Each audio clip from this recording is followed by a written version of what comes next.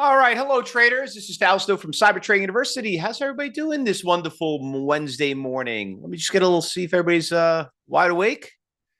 Give me a little chat back, everyone. Vincent, good to see you all. All right. Everyone else? Diana, Frederick, everyone. Hope everybody can hear me loud and clear. All right. Perfect. All right, good to see you all. Well, welcome everybody. Welcome to the Cyber Expo here at Cyber Trading University. It's one of the biggest events that we do of the year. We got 10 great presenters we're going to introduce you. This is our biggest event of the year of the Cyber Trading University Expo. And the great thing about this is that they're going to educate you, teach you a little bit about what's going on in the market in these unstable times. It has been a very volatile market. We're getting people to predicting that the market's going to drop another 20%. Some think it's flat. You saw what happened last night. President Trump was doing some speakings, caused some stocks to be a little nasty. We got the tariffs coming in. We're going to cover a lot of that stuff. And you got one of the longest, best minds, gurus in futures, Forex, options, swing trading, accounting, day trading that we're going to be speaking here for the next 2 days. Now, if you can't make all of them, that's perfectly fine. They will be recorded. Make sure you subscribe to our channel. We're going to make some nice highlights. We're going to do them on Instagram, TikTok, YouTube, whatever is your favorite, X, Telegram. So please make sure you subscribe to all those channels. All right. Well, today I'm going to open up with you guys, and I'm going to start off and educating all of you for what is entries and exit points. Now, regarding about that, let me just get my crayons out here a little bit better so you guys can watch along. There we go. Just to let everybody know regarding about every presenter here, we're not going to make any guarantees or promises. There's always case by every student here. So just please take in mind that there is a very big risk in trading. So please be very wise and smart before you go out there and invest into the market. Now we got that out of the way. Let's get into the fun part. Are we heading into a recession? That ugly word constantly keeps coming up over and over and over again. Now, you'll hear that there's been a lot of stocks. You know, we had the dot-com bubble. We had the iTech bubble. We had the financial crisis. I mean, the list goes on and on and on. We had COVID that just happened. There's always going to be some type of volatility that's going to affect the market. The way you succeed in this industry is cash is king, but you got to be prepared and know when to get out of those positions. So the big news right now is obviously we have a new president, very aggressive president on certain things. So you saw what happened. He slapped in some tariffs. You'll notice we got this whole big egg shortage. You could see that they're laying off all these people on government jobs. So there's been a lot of very, very uncomfortable situations in today's markets. And you are in the right position because this is what the United States is very well known for. It's being a global industry, global market in the trading business. So this is what you need to understand. You got to take things very seriously, and that's what it's all about. Now, let's go over and talk about some of the live markets. What do you say? So what I'm going to do is I'm going to slap over here. I'm going to bring up the execution system. We're going to see what's going on in the market, and I'm going to show you and educate all of you how to find entries and exits. Now, remember that a lot of us fail in trading, not because we sell our winners too soon, is because we hold our losers too long.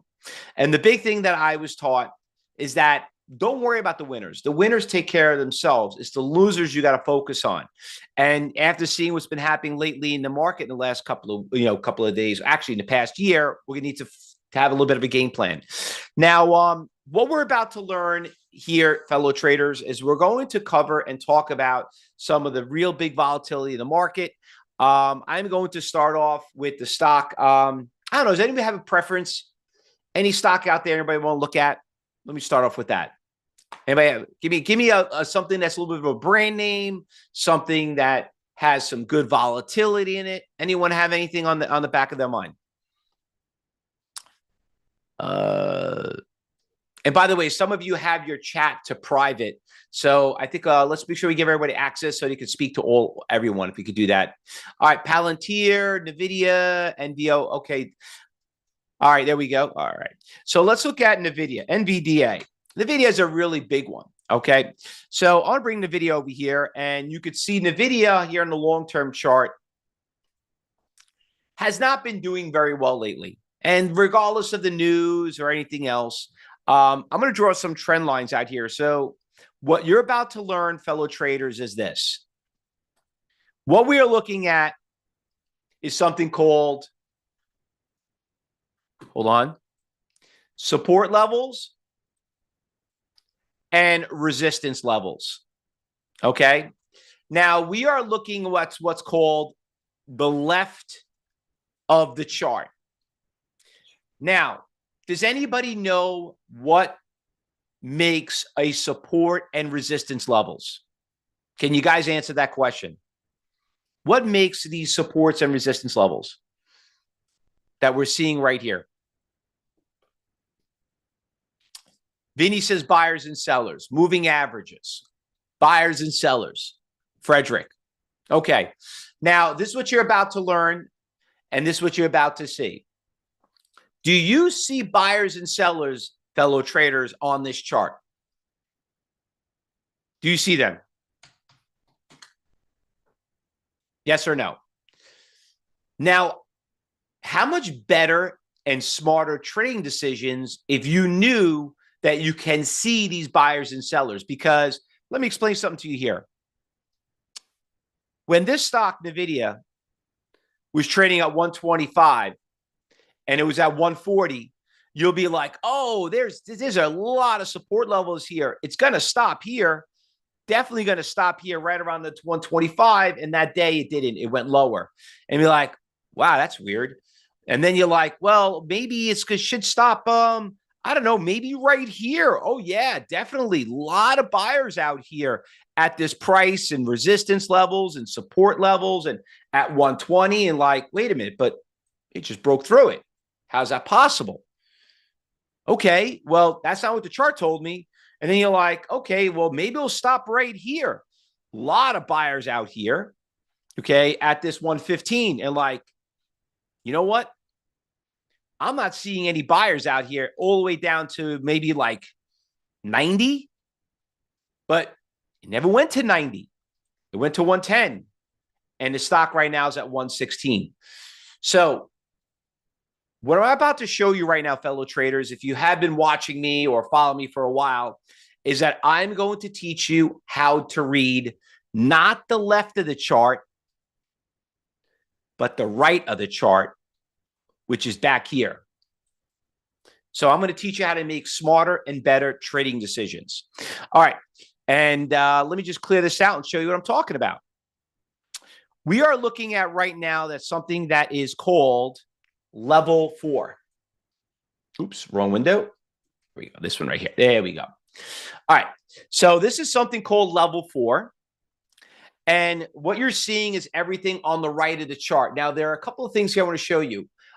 This is called NASDAQ Book Viewer, which, by the way, at the end of my presentation, I'm going to show you where to get it. Everyone has access to this as a seat on the exchange. And, you know, what's nice about this is that you're going to see all the sellers out there in the market and all the buyers. Okay. And what you're going to see is what you're looking for is really, really big buyers. A lot of big buyers, like, you know, these 4-digit numbers and 5-digit numbers, all these big numbers, these big orders out there. That's what we're going to look at. But what I'm going to show it to you is more on a heat map. Okay. So let me move this over here and show you what I'm seeing.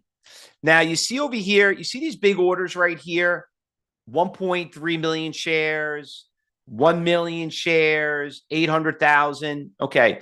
Now, when I bring the chart over here, remember we saw those orders? Do you see anybody here at 90? Did you see this 110? I didn't see anybody at 116, 120, or 125. What I do see is a big seller at 140 and a big buyer at 110. Where did NVIDIA bounce, fellow traders? What number did it bounce at after going from 140 all the way down? Let's see if you guys can answer this question. Bill, Andrew, Cookie, whatever you need, Craig. Don't be shy, guys. Nobody's going to make fun of you. By the way, if you can't answer this question, you should not be trading in today's markets. Okay? All right. So could I see if everyone's paying attention? Could everyone just write 110? Just write the word 110. Thank you very much, Vinny. Thanks for Frederick. I just want to make sure everybody's listening. Okay, listen, I am here not to entertain you. I'm here to educate you. And if you want to know why 90% of the people fail, okay, and I'm going to show you that.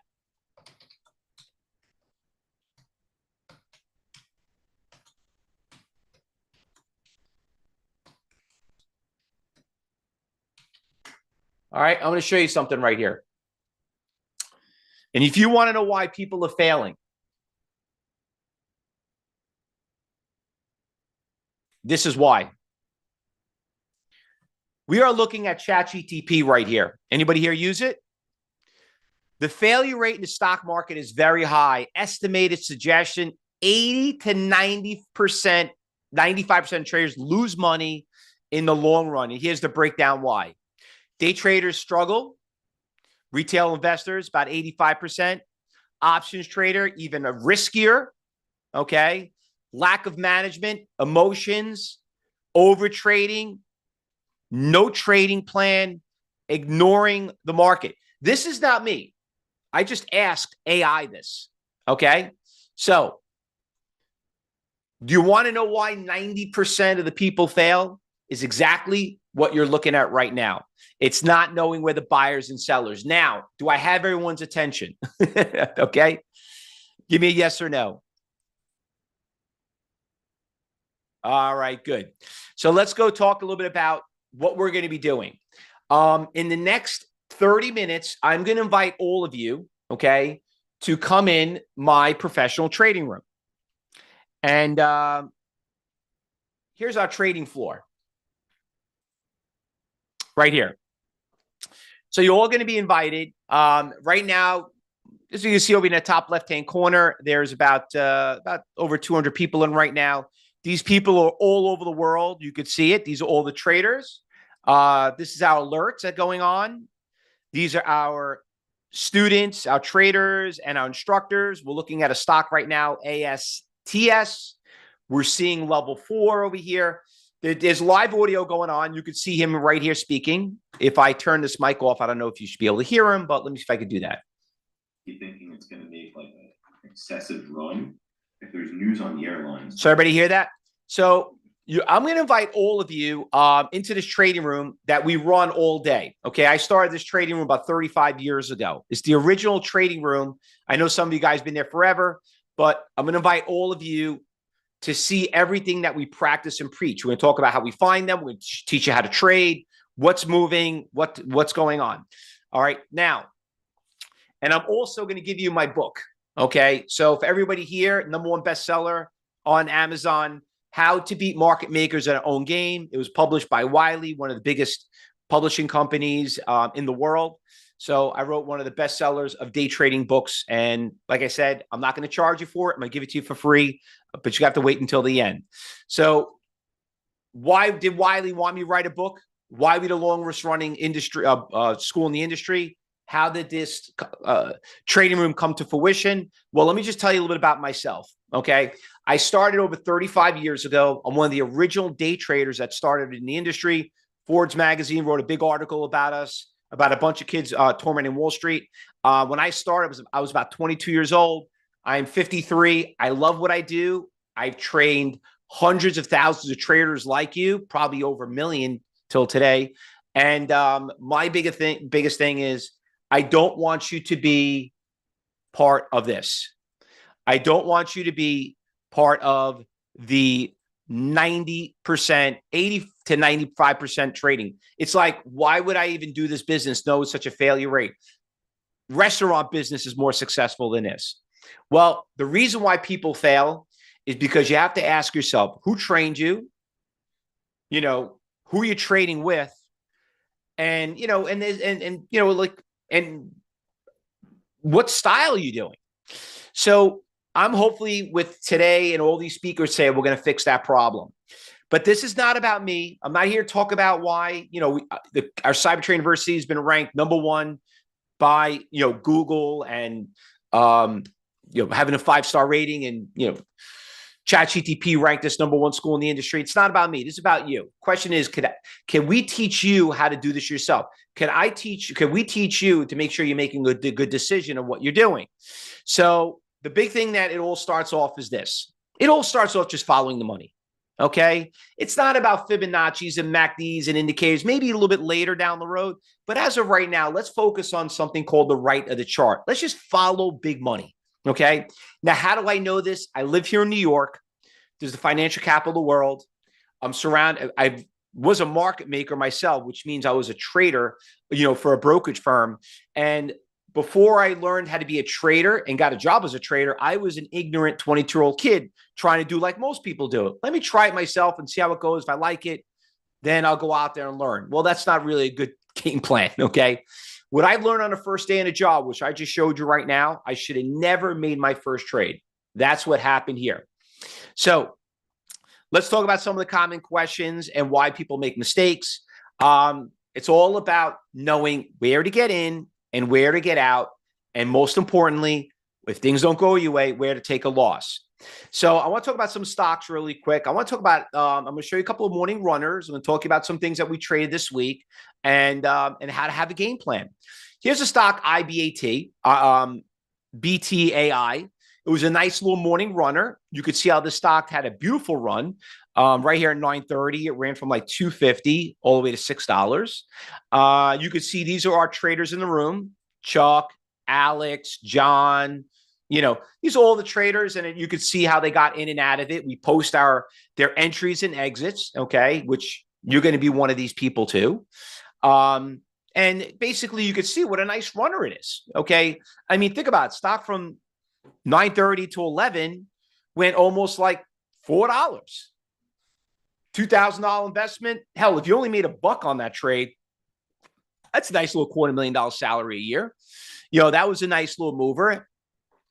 But the thing is, why and did it go up? And how did these traders know where to get in, get out? Well, like I told you, I don't know if you guys know this, but I've done, I can't even think of several presentations for NASDAQ of teaching some of the most important things that they want you to know. And that's how to trade the exchange. Now, before I move forward, I want to do a quick poll. Does anyone here know what NASDAQ Book Viewer is? Let me do a poll right here really quick. Let me see. Can I get a poll? Oh, there we go. Thank you very much for sharing that. There's a little poll up there. If you're a student, just let me know. Just don't answer this question. Just let me know. Do you have Book Viewer or you don't have Book Viewer? I like to call level 3. Okay. So let me give you a couple of seconds, see how everybody answers this question.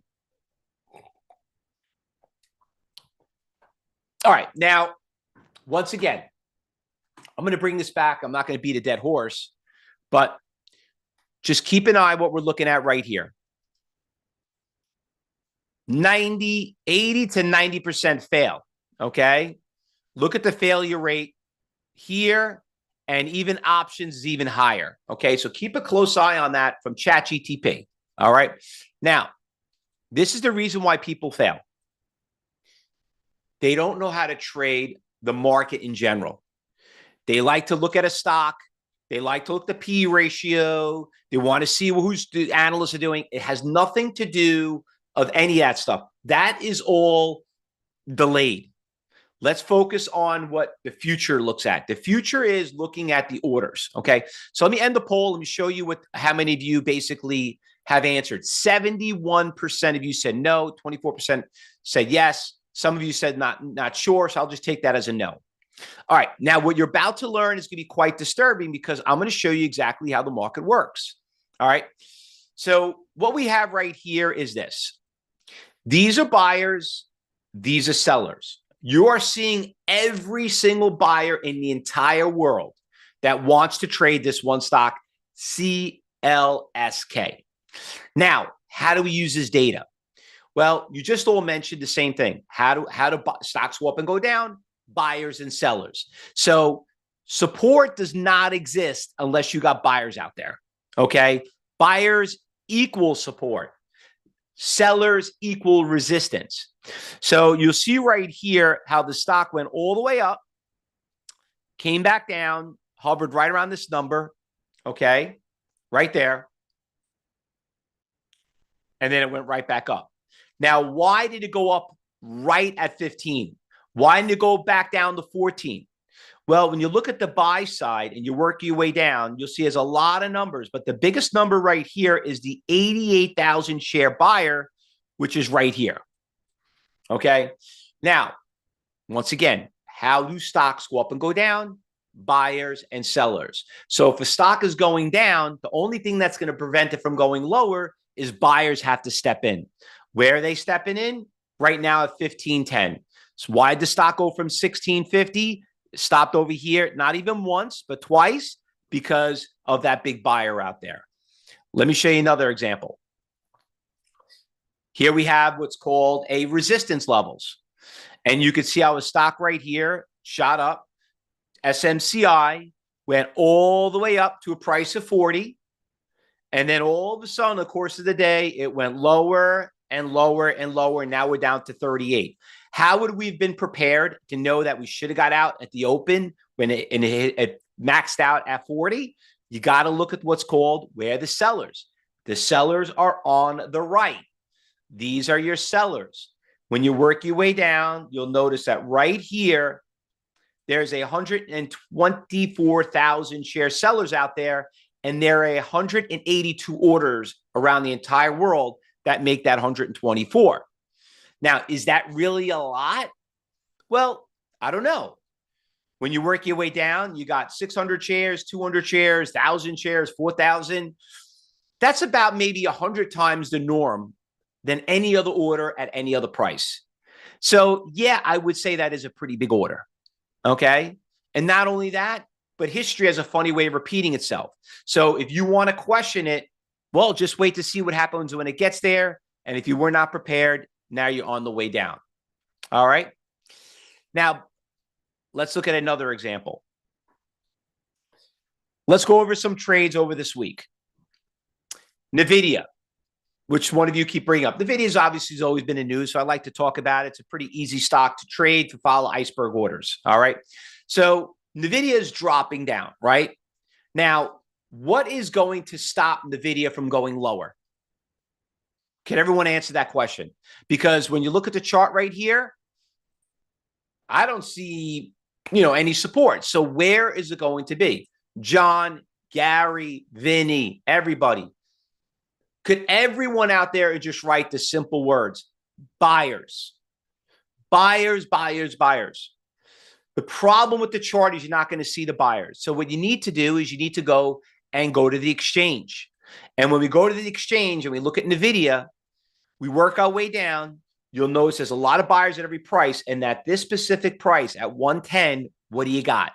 You have a 642,000 share buyer hovering at 110. Now, listen, there are buyers at every single penny, but the biggest one was sitting right there. Just like I showed you, on level 4, which you're going to see a bit later. Now, in theory, what do you think is going to happen when we get down to 110? What do you think could possibly happen after watching it go down from 140? Is it going to go up? Is it going to go down? What do you think? It should bounce, right, Vinny? Jay? Right? What about you, Dana? What about you, Joan Burneck? What do you think? Lori? Kibi, what do you guys think? It should go up. It should bounce, right? Remember, don't get scared. This is not a big secret. And not only that, let me point something else out. There are 16,000 people that make up that 642,000 shares. Does anyone here ever traded NVIDIA? Anybody here traded NVIDIA before? How many shares have you traded in and out of a position? Just, realistically, on the average. Not many. Jay said he traded 1,000. Okay. Anyone else? 200. 25 shares, 500 shares. Okay. So I guess no one here traded 10 shares. So you could see how where 16,000 shares came from, orders came from, right? A lot of people out there that make up that one order. 10 contracts, okay? What does one contract equal? 100 shares. So if you calculate that into an actual, money that if you had to go buy it, it's not really a lot. But look what happened in the video. It came back down from the high of that 140, finally came up to that big buyer right here and shot right up to 119. And by the way, 110 at 10 o'clock this morning, we're at 3 o'clock, 4 o'clock, it's at 119. So if you ever wonder, like, is it really a lot? The stock moved 9 points, not 9 cents, not 90 cents, $9 in the matter of a day. Let me ask everybody a question. If you had 1,000 shares of that stock, okay, and you made $1, actually, let me do simple math. Let's say you bought 100 shares. Everybody said 100 shares, right? 100 shares is about $11,000. If you had 100 shares of that, and it moved not $9, let's say half, let's say $5. $5. How much money did you guys make on that trade? On $5 on 100 shares. $500, okay? Now, let me bring this up over here. What does that mean? 500 times 5 days a week times 52 weeks. It's about $130,000 on 100 shares. Knowing that you got a big order out there at 110 and now it's at 190, and you have to make, I'm not even saying make the whole thing. I'm saying if you just trade half the day. Anybody here happy with that? Anybody sold? You take it? I hope so. I don't know anybody here is working half a days making that. Well, but most people are like, yeah, but like, that doesn't sound like a lot. Well, when you add it up and you do it every day, it does add up pretty quickly. All right. Now, let's do a couple of more here. All right. Let's talk Tesla. Yeah, listen, Deborah, we always would like more, but if you come from $100,000 salary, if you could just make a 50% raise, I think that would be ecstatic. Okay. So if you come from $250,000, this is how I was trained. If you make $250,000 a year and somebody offered you a 50% raise, on a second job, that's all you got to make. Okay. So don't ever think about, just you got to learn how to be consistent. Let's talk about Tesla. Tesla going down, right? Taking a very big hit. What is going to prevent this stock from going lower, everybody? Listen, is that a complicated question? Buyers, right? So where are the buyers located? You got to look on the left-hand side. There's a shitload of buyers everywhere.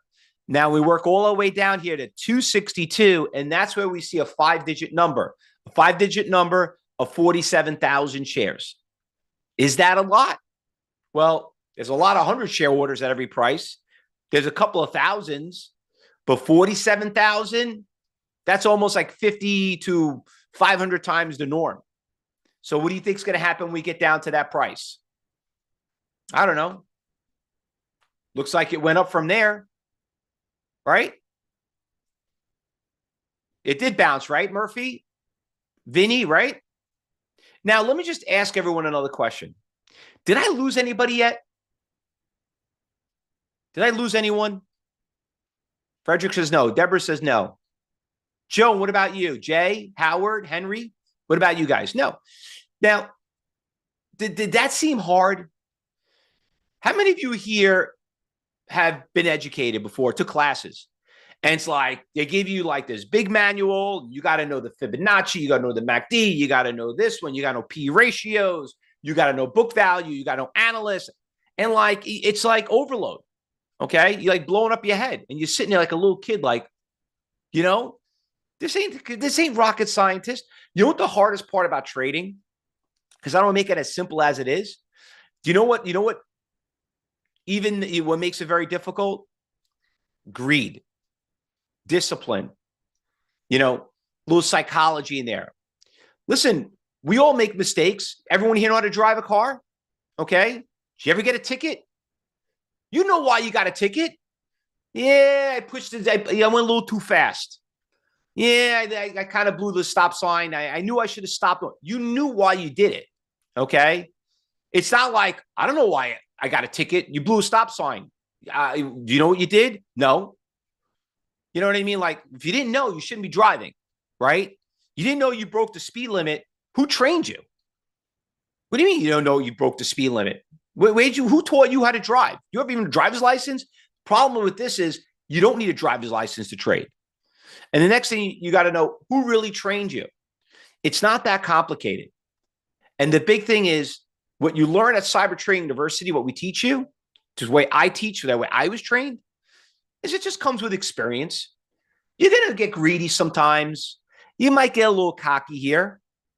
But how many of you here don't know how to control and knowing that, hey, yeah, I got a little greedy. I didn't get out when I should. Or more importantly, I didn't want to take a loss, and I should have got out where that big buyer was, and I saw but I didn't. These are things that you learn. So these are pretty good entries for buyers. Now let's talk about where we need to exit. All right. So here we are looking at a stock ASTS. It's like a big morning runner that we had. All right. ASTS. Now, as a trader, like some of you just mentioned, I want to make as much as I can. Right. Well, it doesn't work that way. Right. You're always going to bump into sellers out there. And to be a good trader, it's like driving a car. Okay. You know where the exit is.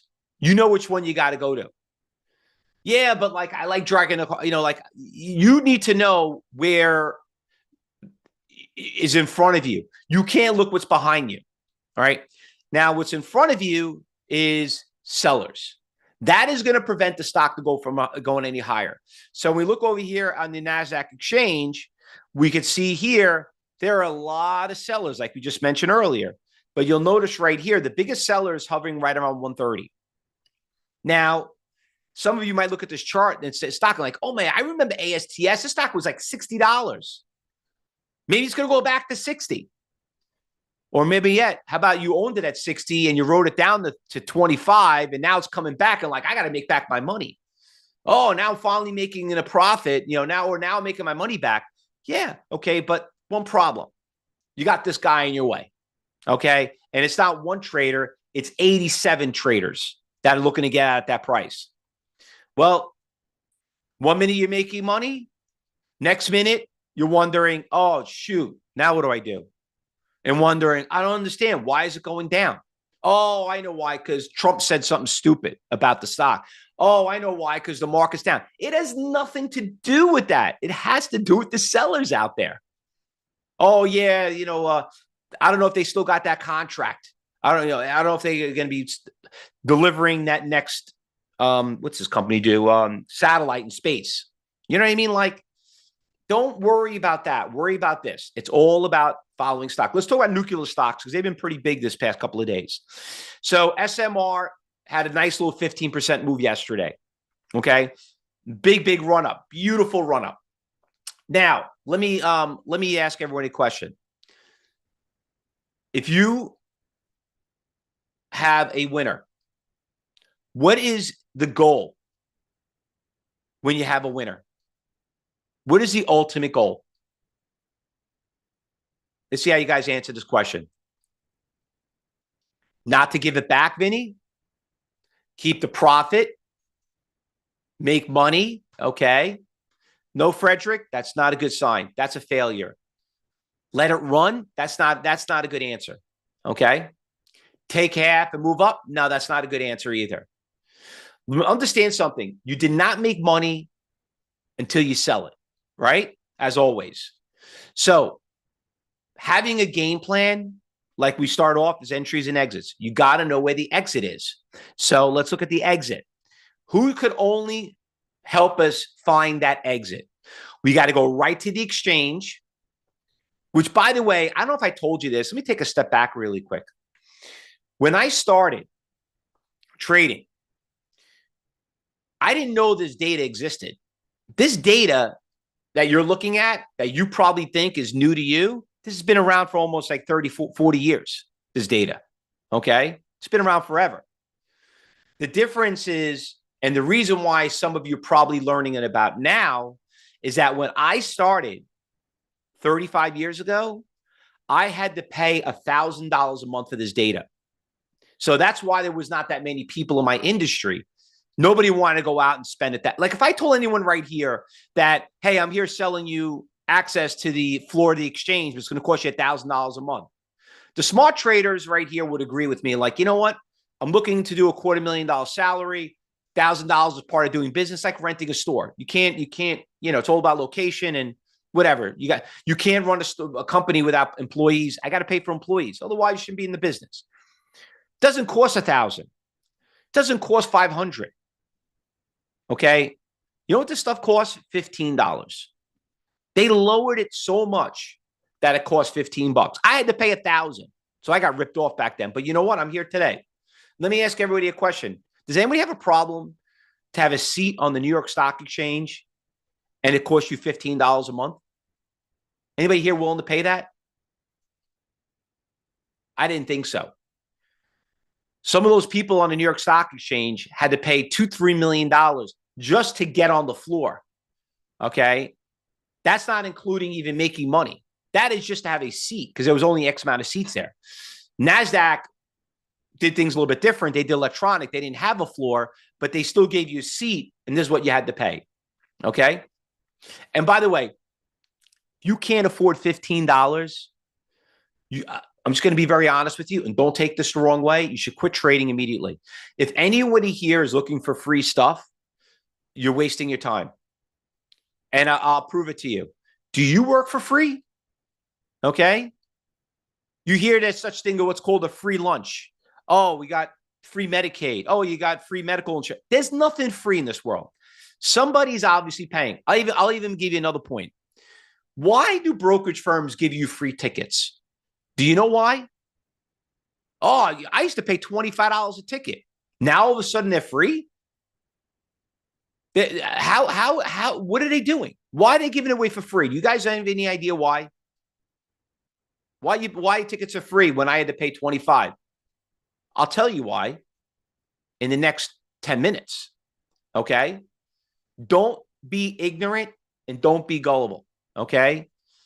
That's what makes people fail in the industry. Let me get back to here and show you a couple more examples.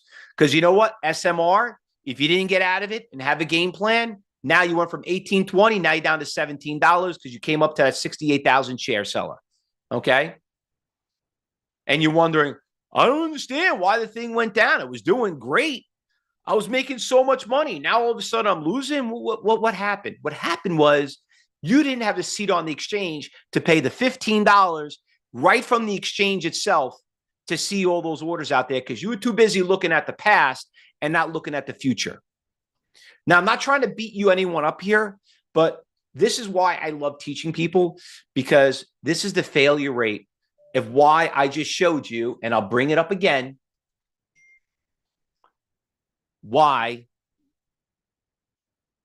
80 to 90% of the traders lose money in the market. And my goal is not to make you part of that 85%. My goal today is I'm here to give you a fighting chance. That's what I'm looking to do. And most of those people didn't want to pay the $15. Okay. That's just how it is. And that's okay. Because I'll give you an example what my coach told me. Okay. A long time ago. Anyone here have kids? Okay. Anyone have kids? And anyone play sports? Like kids play sports? Okay. So how do you make your kid better? Right? It's just not them going to practice with the school. You know, you got to get coaching. Sometimes you got to pay a little money and get them their own private coach, right? And, you know, if you really think the person has talent, whatever. But some people are like, yeah, I don't want to pay that guy $60, $70 an hour. Why got to pay $70 an hour when he gets it for free at school? And you know what? Let me tell you, I come from a small town when I first came here. Okay. And I did really well and I moved up into more affluent neighborhood. And I always wondered, how are these kids, these prep boys, are such great athletes? And here I am, I had to work so hard and I could never beat them. They're always on top. Never understood it until I moved here. Okay. You know what I found out? Because these families have the money to pay to get these kids private coaching, just like you may have someone get private tutoring for your kid. Okay. And if they really want to be good at it and passionate about it, that's something that you have to do. That's what you pay for. Okay. And you know what? That's why you'll never beat them, because they could do it. Well, that's why you're here. You're not going to beat these people, but now you could join them. And that's the power of trading. Now, I'm going to answer some of you guys' questions here in a little bit, but I guess, Rich, could you answer that question? Now, what we're going to talk about is that's what we call iceberg orders. These are big block orders. And having a trading plan is, you got to know where these big iceberg orders. Now, I came up with the word iceberg orders because if you guys ever watched the movie The Titanic, everybody, I assume, know the story about the Titanic. Very sad story, right? All those people died. Why had that happen? Because they hit the big iceberg order, and that's what ended up happening. So these are things that you got to look for when it comes to trading. It's not what's on top of the water, it's what's on the bottom of the water. Now, let me move on to one last thing. I'm going to teach you something called level 4. Okay, now I just covered level 3. There is something called level 4. I'm just going to give you a quick little brief description and show you a little bit about it. And by the way, when you come to my trading room, I'm going to show you a little bit more about it. All right. So here's level 4. And I'm going to look at Tesla, because one of you guys looked at Tesla. So Tesla is right here. And you could see that this right here, ladies and gentlemen, this is called the current order book. So this is, look at this as level 3. Okay. Now, the problem people have with this, looking at this, is that there are a lot of numbers there, a lot of numbers, right? So what you're looking at is, this is called a heat map. And in the heat map, we're seeing what happened from the start of the day and as the day goes on in the past. So we could see if these orders, how long they've been out there for, and if they add to it or whatever. And you could see here, clear as day, that the biggest block orders are hovering right around here between 260 and 250. That's really the biggest orders. Now, from 260, look, we're going all the way to 300. I don't see a lot of orders out there. Do not see a lot of orders. This is where the biggest orders are as of right now. Okay. Now, let me show you what we got going on here and bring up the market itself.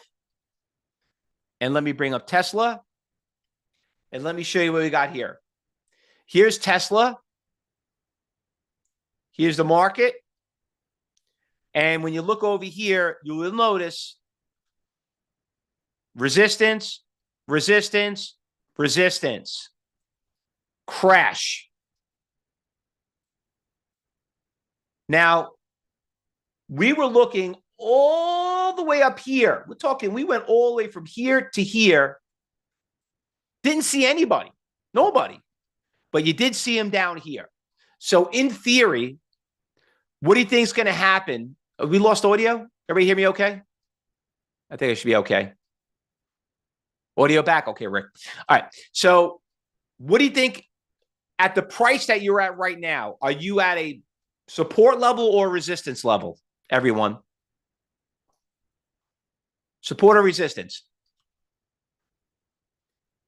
Very good. We're at support. And what makes a support? Buyers. And you are seeing the big buyers out there. That's trading 101. All right. Now, did I lose anybody yet? Everybody following along? All right. Let's look at one more stock right here. and I want to bring you my trading room, okay? Because this is where I'm going to invite everyone in right now, okay? So right now, for some of you logged in late, these are all the traders, all instructors on the left. Right now, there are about 200 traders in there. And right now, they're looking at a stock MASS. Did anybody see the stock MASS? Don't know anything about it, but they're obviously looking at it. They're trading it. You can see Andrea from he's from Toronto. He's in there looking at it. Let me bring up this stock right here. MASS. Okay, let me teach you exactly a little bit what's going on here. So AMSS, and there we are. And where is my, did I X out of it? Hold on. Yeah, I did. All right, there we go. X out of it. Open screen. Oops, wrong one. Open screen. Show you a simple version of the chart.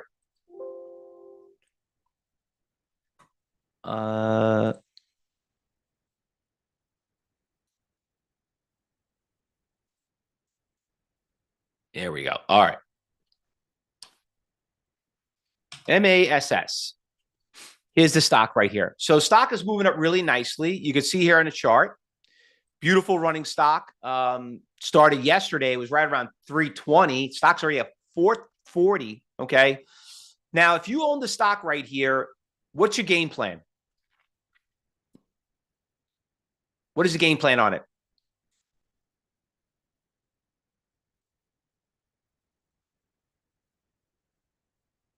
Need to find resistance, right? Well, we need to know where to get in and out. Remember, the entries and exits. So we need to know where to exit. The stock doesn't go up forever. So looking at the stock here on the intraday, we really can't tell. Long-term chart, when I blow this up, if you draw a trend line here, you kind of could see, you know, I don't know, where do you think you guys see resistance levels? Any idea? Where do you see resistance? Let's see how you guys answer this question. Vince says 550. Anyone else? $6. Okay. If you don't know the answer, give me a question mark. If you can't, well, we're going up. Well, I don't know. Well, does this help you? I don't know. Let me add this. You need a moving average. How about an RSI? How about a Bollinger Band? Anything I'm missing here? Ooh, MACD. Can't forget that one. That's a good one. All right. Anything else? A VWAP. Does that help you? Does that help you a little bit better? I don't know about you. This looks like a big squiggly lines to me. Okay. I don't know what the hell we're looking at right here. But you could see that the real resistance levels is right there. 450. And then you got $5. You could see 40. Look what just happened right now. Oh, that's a good one. Look what just happened right now. A 40,000 share buyer just showed up as we speak, as right now. There was a 19,000 share sell. It's been out there all morning. But now all of a sudden, not only is he out there, but now you can see this seller came out there. So if you said 450, okay, because some of you said 550, which is all the way up. By the way, this is too confusing. Hold on. I can't look at this right anymore. This is like open screen.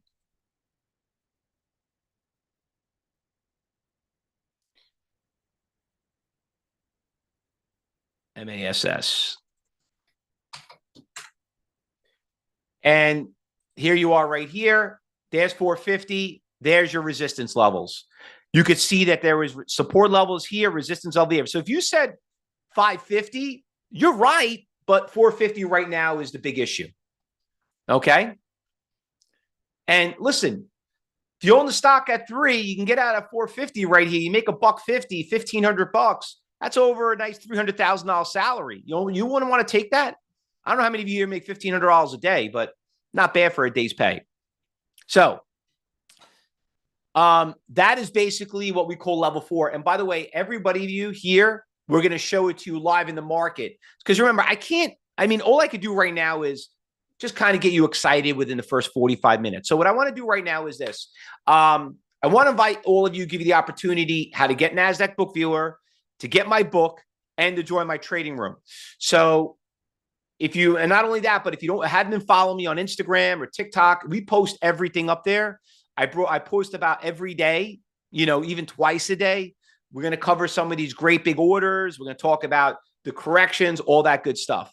We'll talk about these big winners like this one, this UPST, when it came all the way down to 20, went right up to 24 in less than, a day. See all these big iceberg orders, 500,000, 200,000, 300,000. These are all things that can drive up these stocks.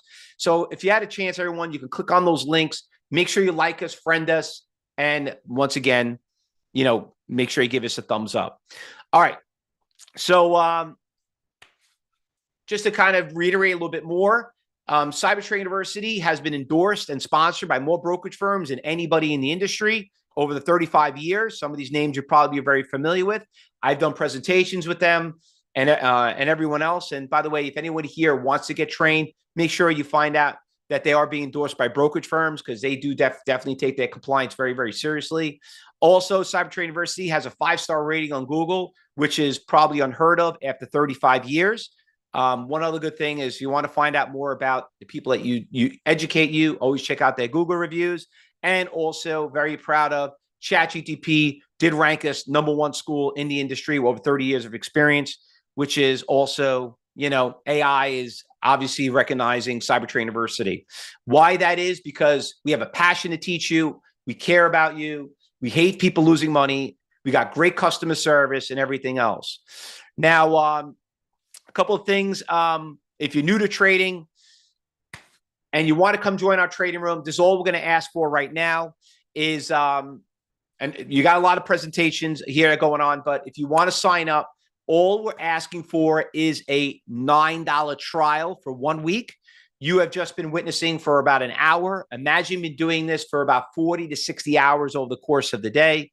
All you need to do is take your phone, scan the QR code bottom left, or click on that link right there, right now, and we'll get you registered. It's not a lot of money, fellow traders. It's $9. That's all it is. And these are the great things that you're going to get with it. You're going to get live audio commentary that we do all day long. You're going to get access to the chat room, the trading floor, everything. We're also going to give you Traders Talk library, podcasts that we do, all for $9. So look at all these beautiful things that you're going to get. The floor, the trading floor, workshops, Traders Talk library, money back guaranteed. And one last bonus I'm going to throw in there for everybody. If you do register right now, for the first 20 people that do register, I will personally talk to you on the phone. Now, you're probably wondering, why would Fausto talk to me? Well, listen, we really, really love our training. We care about you guys. Want to make sure you know what you're getting yourself involved in. It's a very, very big failure rate. Sometimes you want to talk to somebody, and there's no better person to talk to than the people that are going to be teaching you, and that is me. Okay. We got a very big staff at Cyber Trading University.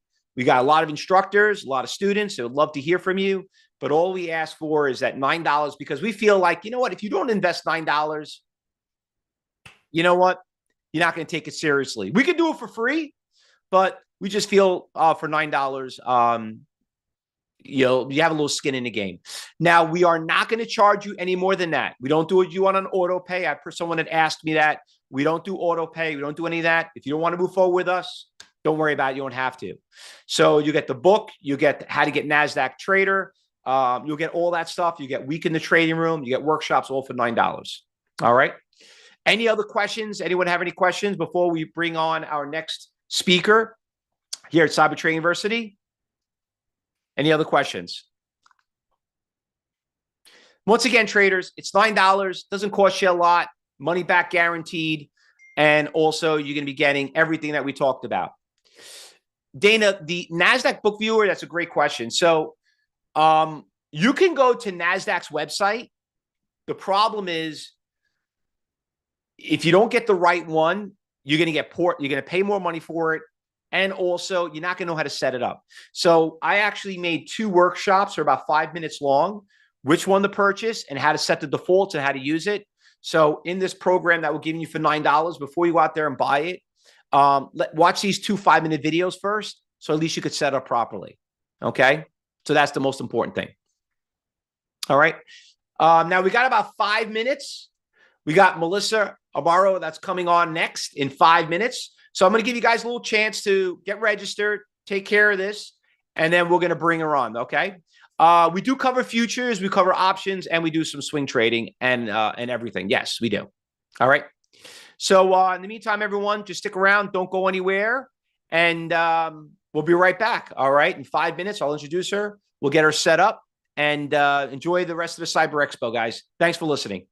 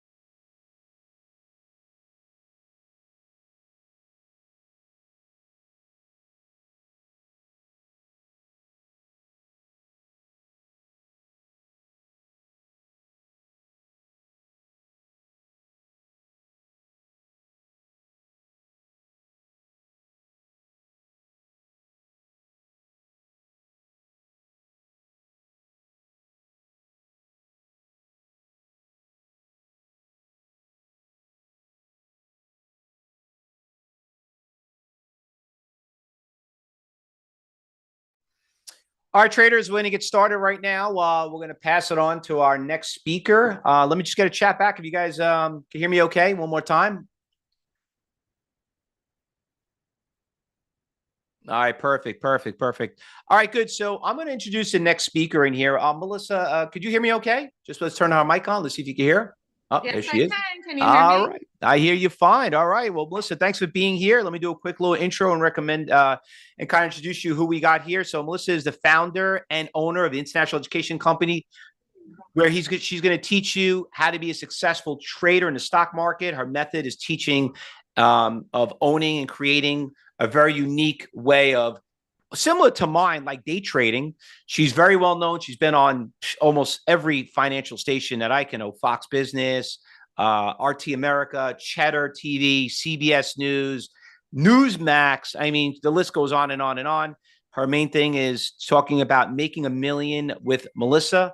And she's an author. She's a great presenter, and she's going to cover and talk a little bit about what's moving in today's markets and how to prepare for today's markets. She's also a fellow New Yorker like me that lives in this not too far from me, and so she knows a lot of how Wall Street really works. So, Melissa, thanks for being here. We really appreciate it. And the traders are here also very excited to hear you, what you have to say, and how to prepare for today's volatile markets. So, stage is all yours. Thank you. Okay, let me try to share my screen. Let me know if you can see. Yeah, we see it okay. Perfect. Wonderful. Thanks so much for having me today. If anyone has any questions, like Fausto said, you can write it in the chat. I will go along. As Fausto said, my name is Melissa Armo. I live in Manhattan and I trade the stock market. I actually have been trading now for 17 years, which is hard to believe. I think once you get bitten by the market bug, you're pretty much hooked. I think for a lot of people, though, they're back and forth for a long time, some people longer than I'm alive, trying to make a success of it, trying to make money in the market, winning, losing, and over the long hand, or the long course of things, losing. It's really not impossible, though, to make it as a trader. I think a lot of times people blame their own personal discipline. If you take a trade, and even if your discipline is messed up by your sizing, if you're in the right direction, chances are you're going to make money. A lot of people lose trading because they're in the wrong direction. When a stock is falling, they're long.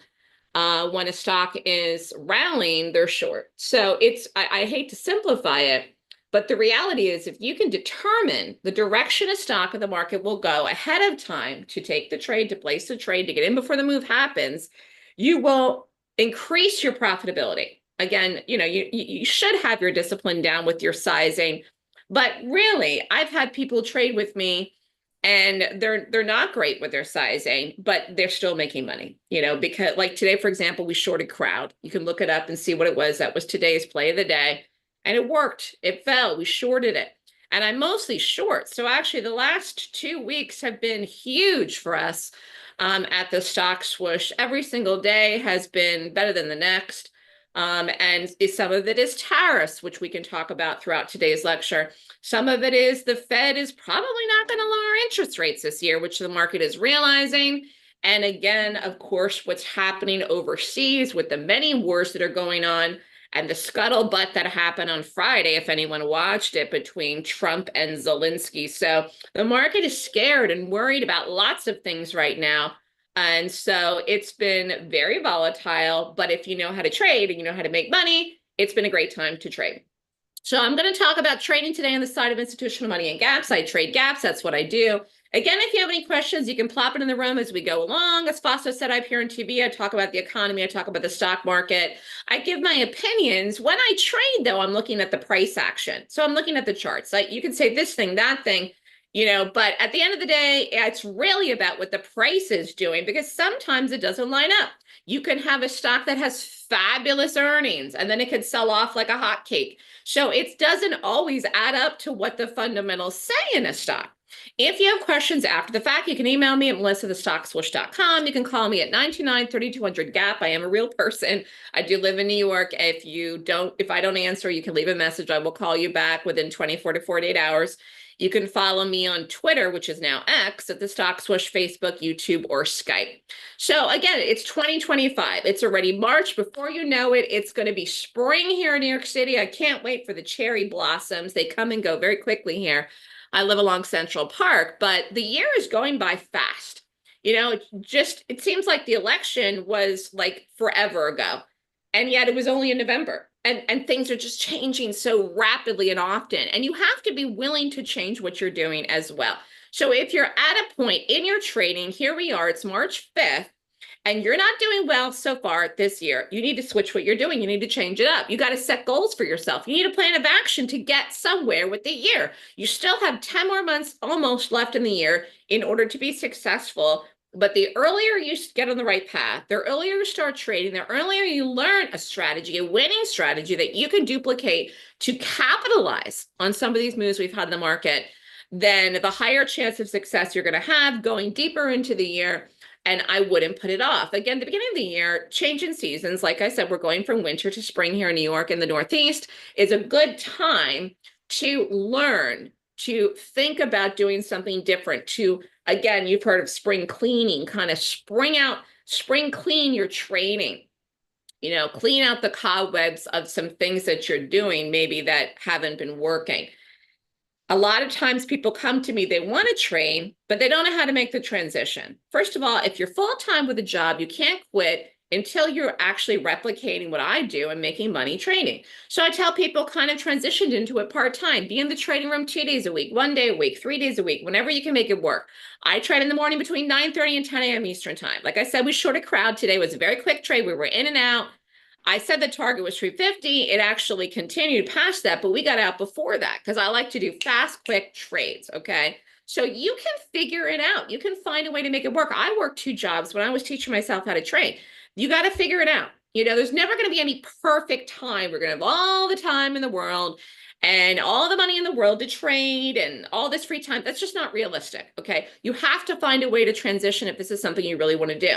Now, I put the stats for last year in here for the room just to show you an entire year's worth of stats for the live trading room. These were all the trades we did last year. Again, mostly shorts. I'm mostly short. And my average risk on my day trades, which are margin trades, which you need a margin account to do the day trades, for last year, my average risk was around $3,500 a trade. Our results for last year was $901,138. Very good year. I have in here the stats through for 2025 up till about the week of Valentine's Day. I'll show you in a minute. And some people have already increased their risk because some people are doing very well. Some people even that just did the class in January and February. Like I said, I prefer to short. We've had tremendous opportunity so far this year to do that. So last year, the total win ratio for the whole year was 69%. That means for every 10 trades you take with me, you have to figure 3 are going to lose, 7 are going to work on average, okay? That's what you should think of it. Again, when I'm day trading, I use a stop. I put in a stop. I also put in here the stats for the options newsletter. Now, my trading room is not an options room. So my trading room is a newsletter. You get the newsletter live to your email in live time. You take the trade when you get it. I'm risking more in my options trades, okay, which is why my total profits are higher. I'm risking an average of 8,000 in my options trades. And the reason is I want to do sometimes things that are more expensive. Like I didn't do a put in crowd. I could have. I didn't because I have other things on right now. But that was a little pricey. If you did it today, it was a little spready, but it worked. It would have worked. It would have worked even with the spread. So again, you could take one contract. You can risk less. Again, these trades I'm holding a little bit longer. So we've had some huge trades even this year doing options, which again, I'll show you the stats for that in a minute. But again, I'm risking more for this, but again, still at similar win ratio. And again, over 3.8 million last year, was at a 70% win ratio for the newsletter for last year. So again, for every 10 trades you take with me, 3 are going to lose your figure and 7 are going to win if you want to follow and replicate my results. For all of last year, over 4.7 million, great year. It was a bullish year for the market. I mean, this year so far, we're still in an uptrend for the market, we'll see. But you can short in a bullish market. You can short in a bearish market. You can short all around the town. It doesn't matter. We're looking for specific stocks to trade.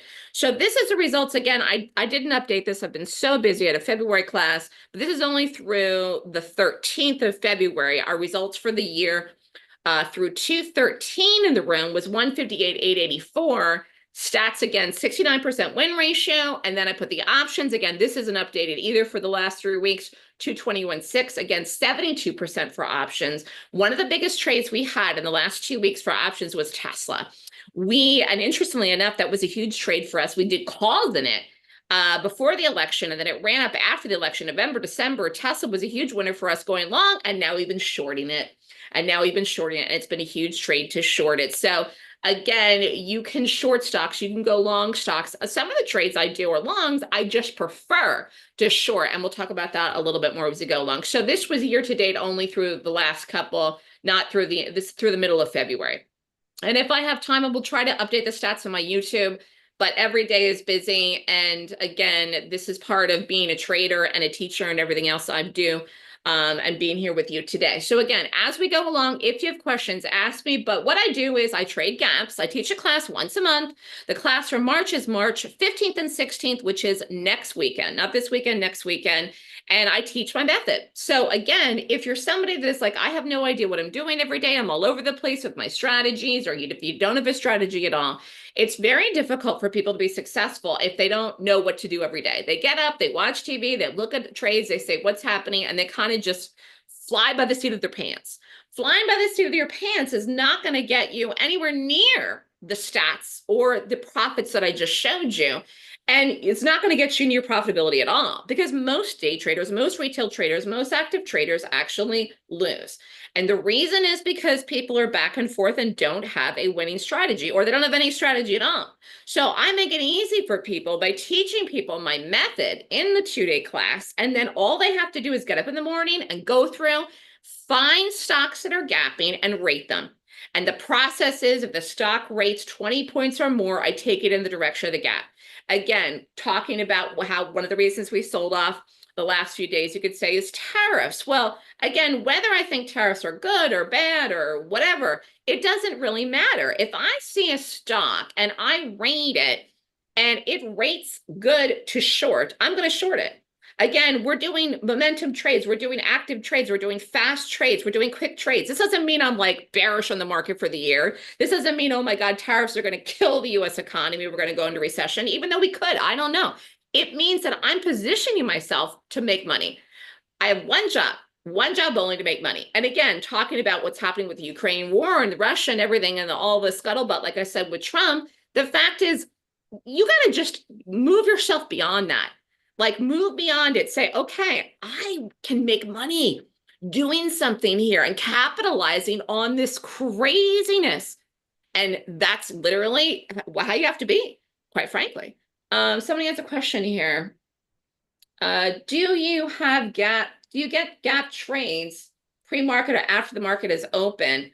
The day trades I'm only doing during the live day between 9:30 and 4. You have to be in the room to do the day trades, like where I called the trade today in crowd. If you're talking about the options, I will send options newsletters out early in the morning before the open, but I still don't take them, and you can't take options trades until after the open anyways. So I might send out a gap or a trade at 6 o'clock in the morning. We did Target yesterday. That worked. So I might send out an option in the pre-market, but you can't do that trade till after the open anyways. So you can get organized, you can set up, you can say, oh, Melissa likes this thing, this thing, this thing today, but you can't do the trades until after 9:30. I don't know if that answers your questions, but you know what I'm looking at, and you know what to get ready, and you know what to do, because you'll see it ahead of time. And sometimes I do options during the day, but most of the trades are sent out in the pre-market.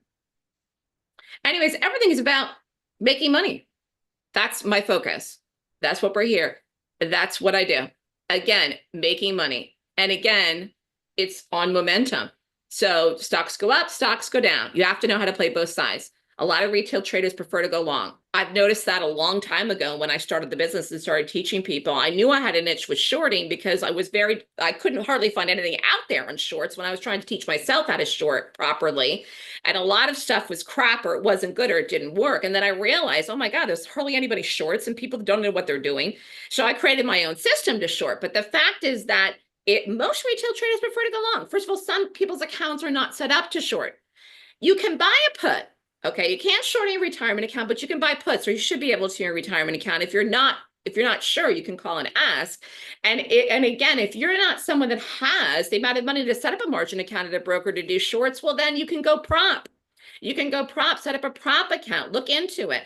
People tend to want to go long because they say, oh, I'm going to buy low and sell high. And they can wrap their head around this. Listen, shorting is very simple. If a stock is at $10 and drops to $9, you're betting it's going to fall. You can make money in the drop. That's it. It's as simple as that. And actually, you can make money shorting faster than you can make money going long. So there's lots of reasons retail traders prefer to go long, but that gives me a niche because I short. And I'm telling you right now, and if you don't believe me, look at the last 2 months or the last 2 weeks. If you don't know how to short, you're going to be in a situation this year.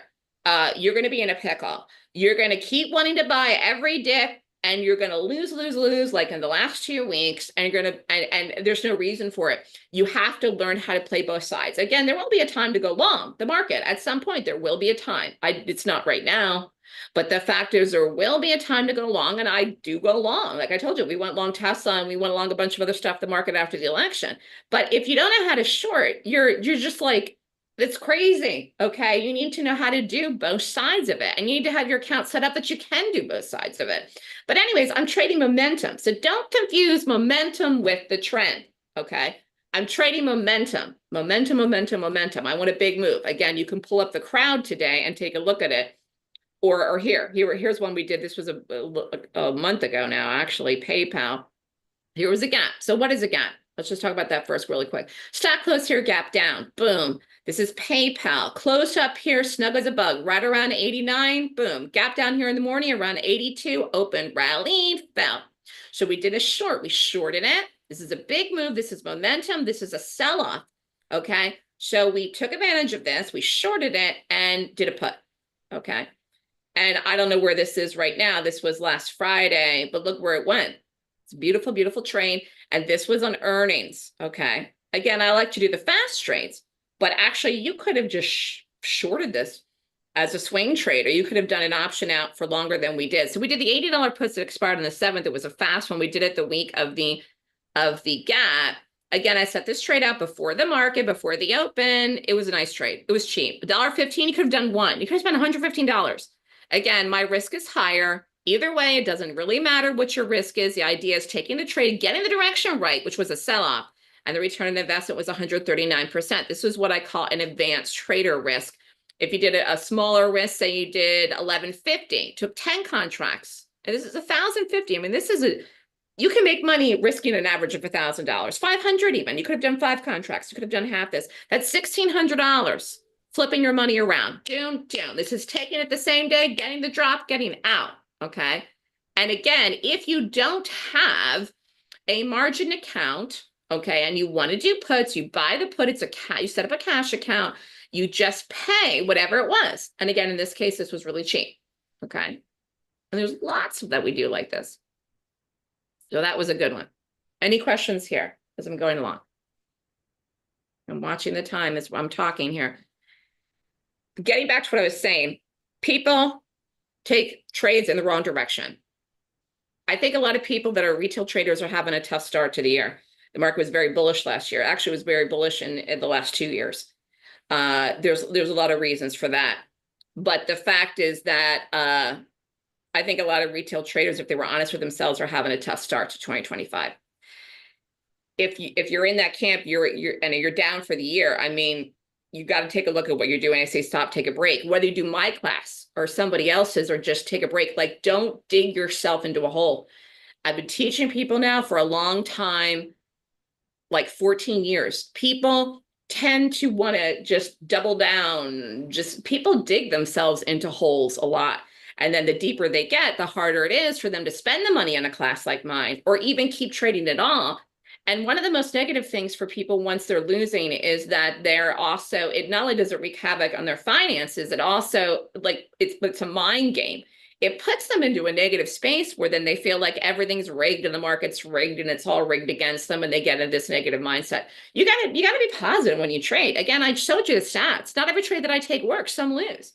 Now, right now, literally every single thing that we're doing is working. The opportunity's been there and I've capitalized on it and I've been doing this for a long time.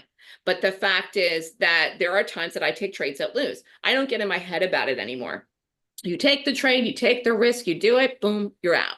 And that's all that you can do. You can't dig yourself this terrible, terrible hole, because then if you really want to do this and you really want to be successful, you'll never be able to move forward, and you have to be able to do that. No one was born and wakes up and takes one class and then all of a sudden is successful after that, or just starts trading the very first trade and then makes all this money after the fact. That's not realistic. And also, you can start out small. You can do one contract. You can do 100 shares. You don't have to start out with an advanced trader risk. I'm trying to show you different risks, okay? But in order to become successful in the market, you have to become a specialist. You got to get good at one thing. So I'm good at shorting, I'm good at gaps, I'm good at trading momentum, I'm good at the fast trades. A specialist in one specific strategy, and like I said, for me, it's gaps. But I'm really reading institutional money, or what I call power money in the market. This brings momentum and opportunity. But like I said, like I talked about, opportunity. Every trader in every level must learn the skill set, and it can be acquired through education, and that's the only way. Okay. So again, you could say, well, I did this and I thought this would work and I traded this strategy and this didn't work. And now I don't know if anything works. You know what? There's a lot of stuff out there that doesn't work. It doesn't mean that nothing works. Like seriously, just like if you go to, I'm going actually to a new hairdresser on Thursday. I've been letting my hair grow out. Like just my hair, you could do anything with it right now. And I'm like going to a new person Thursday. I'm like, okay, I got to get a haircut. I need to go to someone. I have to trust someone. There's a million people in New York that do hair, and they charge anywhere from $150 a haircut to $650 for a haircut, which I'm sure some of you might find ridiculous. Just because they're expensive doesn't mean they're good, but sometimes the more expensive ones are good. But there's a lot of bad ones, and I've gone to a lot of bad people too. It doesn't mean that they're all bad, okay? So again, at some point you have to take a chance and say, I need to get something going here. I need to learn something. I have to do something. And that's kind of how I'm at with my hair. Like since COVID, my hairdresser left New York and moved to Westchester. I've been floundering with bad haircuts, trying people, letting it grow ever since. And you just have to take a chance. I'm just using an analogy. I could have picked, many different analogies, but it's the whole point that at some point you have to say, I don't know how to do this. I want to do this. I want to be successful. I got to go to somebody to learn, because what I'm doing isn't working. And that's what I'm telling people, especially at this point in the year. Like, I'm a fan of Seinfeld. I watch the reruns that are on. Jerry was here when they did the SNL reunion. I don't know if anyone saw that. He was in the audience. It was a couple of weeks ago. They had the 50th SNL reunion. He made comedy his thing. When he started out, when the program launched, when the pilot was out, it wasn't successful initially. He was very good at stand-up. He kept getting better with his acting. And he made a whole career of it. I mean, look at how successful he is now. It's about getting good at one thing. That's it. That's all you need to do. You're not going to become an expert in futures and Bitcoin and crypto and everything else. You just have to find one strategy and one thing, and you get good at it. And that's it. Okay. So here was the Tesla. Again, I didn't even put in the last 2 days or 3 days here, but this is through Friday. I was talking about the fact that this was one of the big ones that we did. One of the big trades that we did here was that I called the 300 puts that went literally lickety split on this particular day here, which the stock actually gapped. So this was back last week. Stock closed here, gapped down and fell. Again, I was talking about momentum. This was a beautiful gap, and here this shows momentum. Okay. So you only need one thing, is my point about the hairdresser story or Jerry Seinfeld. Get good at one thing. That's it. And be willing to open up and change and take a chance and keep a positive outlook and a positive mindset, because everybody that's out there that's trading is taking money from somebody else. So if you're trading and you lose, guess what? I might have taken your money. The thing is that you're not really creating anything. It's like I go out in the street corner of New York City, people are selling things, or selling bagels, or selling, fake designer purses on the street. Some places you go downtown. We're not buying and selling or manufacturing an actual product when we profit on trades. I'm saying I see the Tesla and I'm predicting it's going to fall. I happen to be right. It does. And I make money. The person that predicted it would rally lost, and I took their money. And that's really what it is. It's a zero-sum game. You've ever heard that from the movie Wall Street. Actually, this was one that we did way before, 211, 345. Let's go back to that, 211. Oh, this was all the way over here. We did this one.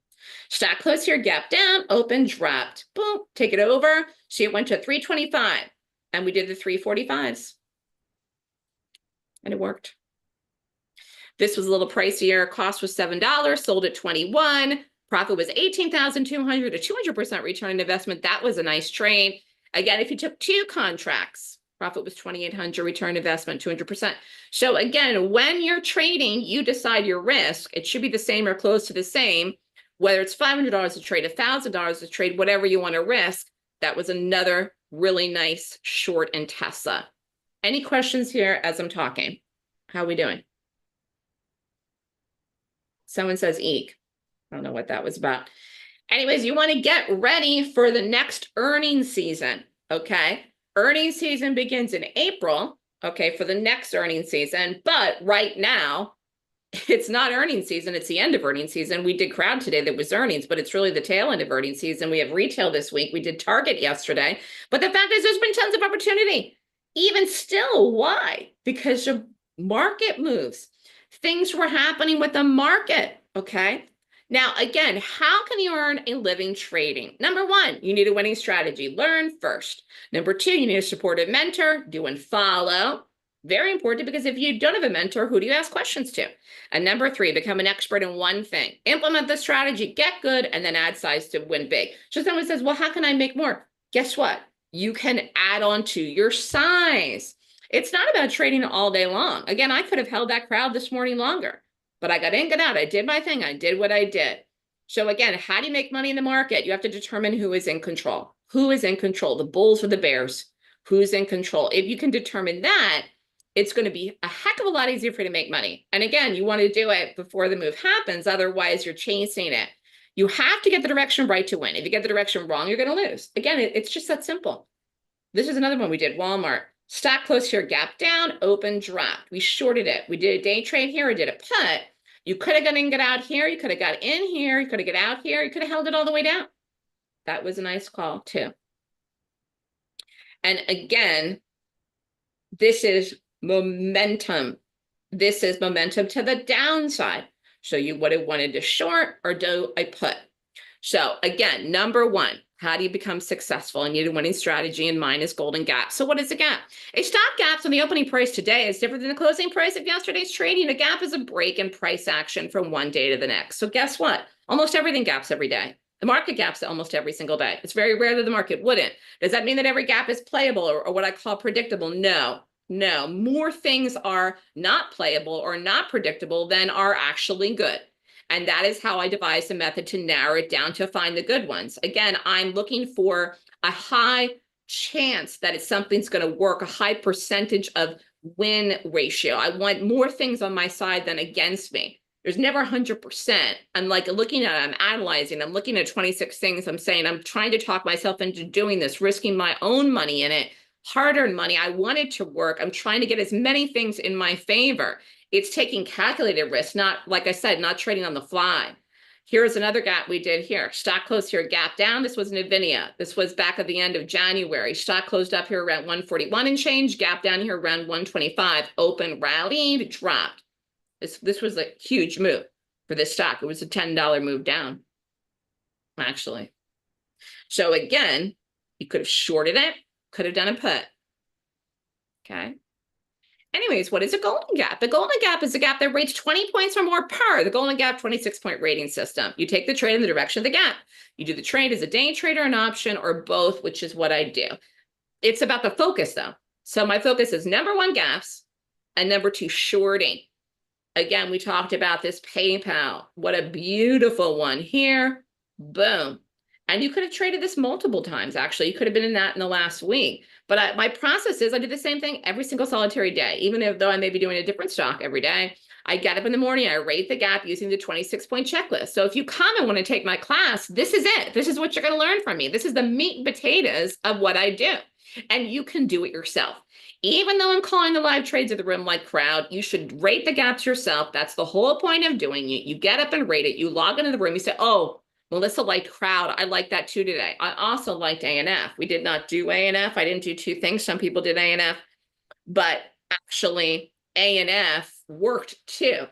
The only reason I didn't do ANF over the crowd was it opened late, which is kind of weird, but in that industry, sometimes they open late. So you could have one pick, you could have two picks. You only really need one good trade a day, okay? But the rating system helps me determine who's in control. Who is in control? And again, don't get control mixed up with the trend either, okay? So a lot of people don't understand that either, okay? So gaps happen in the market on a regular basis. However, some gaps are better than others. Some gaps are nothing gaps. There's more of those than not. And some gaps are very powerful displays of institutional money, like crowd today. The most important gaps of the market are gaps that signify a change in direction or a bigger move in the same direction. Understanding which gaps are meaningful and which gaps are not meaningful in the market will help you to know what to do and when a change is occurring. That is how you will know when the power money will flow to pay you. Again, this takes the guesswork out of it for you. You are not guessing. You go through the system, you go through the rating system, you take the class, you learn it, you rate it. That's it. Bing, bam, boom. If it rates 20 points or more, you do it in the direction of the gap. If it doesn't, you don't do it. That's it. Simple. You don't do it. Okay. It's not, I think of a maybe, No, no, you can't be like that. All right. And ideally, I'm looking for things actually that don't even need the market. Now, we've had some nice trades that the market has actually helped to go further. But ideally, I wouldn't need the market at all. Okay. So I'm really looking for reading the footprints of institutional money that come into the stock and either dump it, sell it, or go long. Okay. Again, today we're talking about mostly shorts because I'm mostly short. But the fact is that, like I said, we will go long. We've done some longs. If you learn how to read the footprints of big position players before the momentum occurs, you can take the position in the right direction and then get out after the move happens for profit, like I just showed you with some of these. But you have to understand how to trade with the side of the power, and you need to know how to find it. Knowing how to read what institutional money looks like is essential to becoming a successful trader, and you can win big trading on the side of power. Like whether, and that's where, again, I was saying people get in their heads about how much risk they're taking or how many contracts or whatever. You can, if you're in the right thing, like Tesla, for example, if you did one contract, you made money in that trade and you made a lot of money for the percent that you risked. There's nothing you could do if you don't have a big account. If you have a $2,000 in an options account and that's all you got, you can still put it to good use.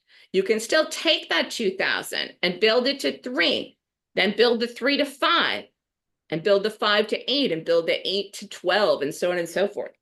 You can build up your account by taking quality trades.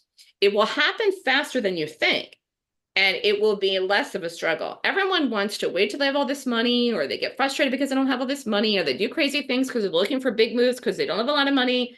You almost need to be more careful and more picky. I mean, I'm picky no matter what.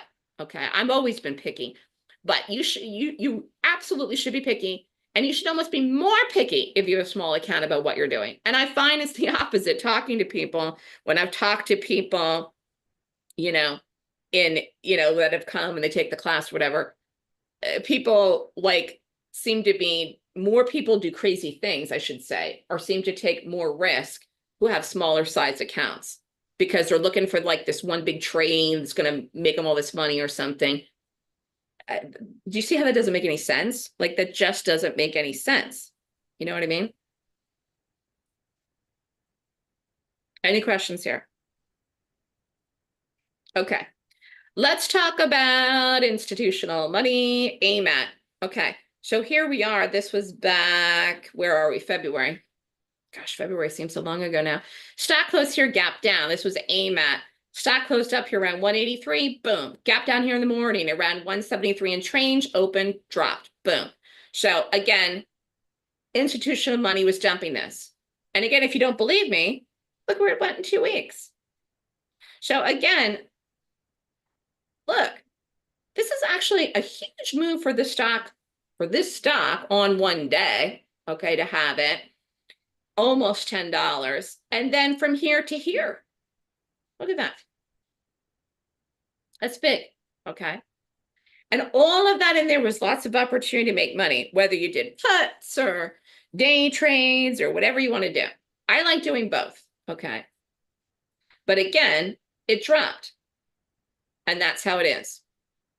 I don't do anything gap and go or whatever you're talking about it. Again, I have a very, very specific way that I look at things, which I design myself. Nobody else looks at 26 things like I do. That's a lot of things.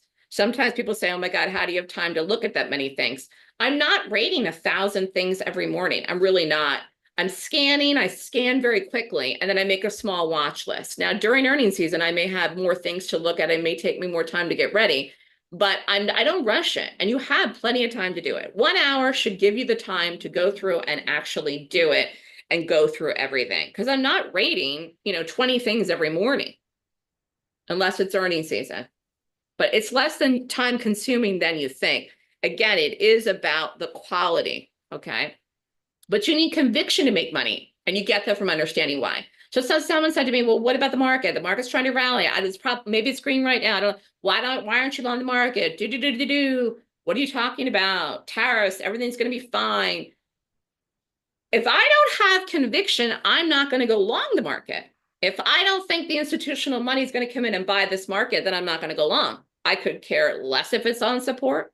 I could give a crap, okay? So again, trading and understanding why really helps you. It helps you take risk. It helps you get conviction. It helps you become more confident in yourself to plop on the risk. There's people that have big accounts and they're so scared to trade them.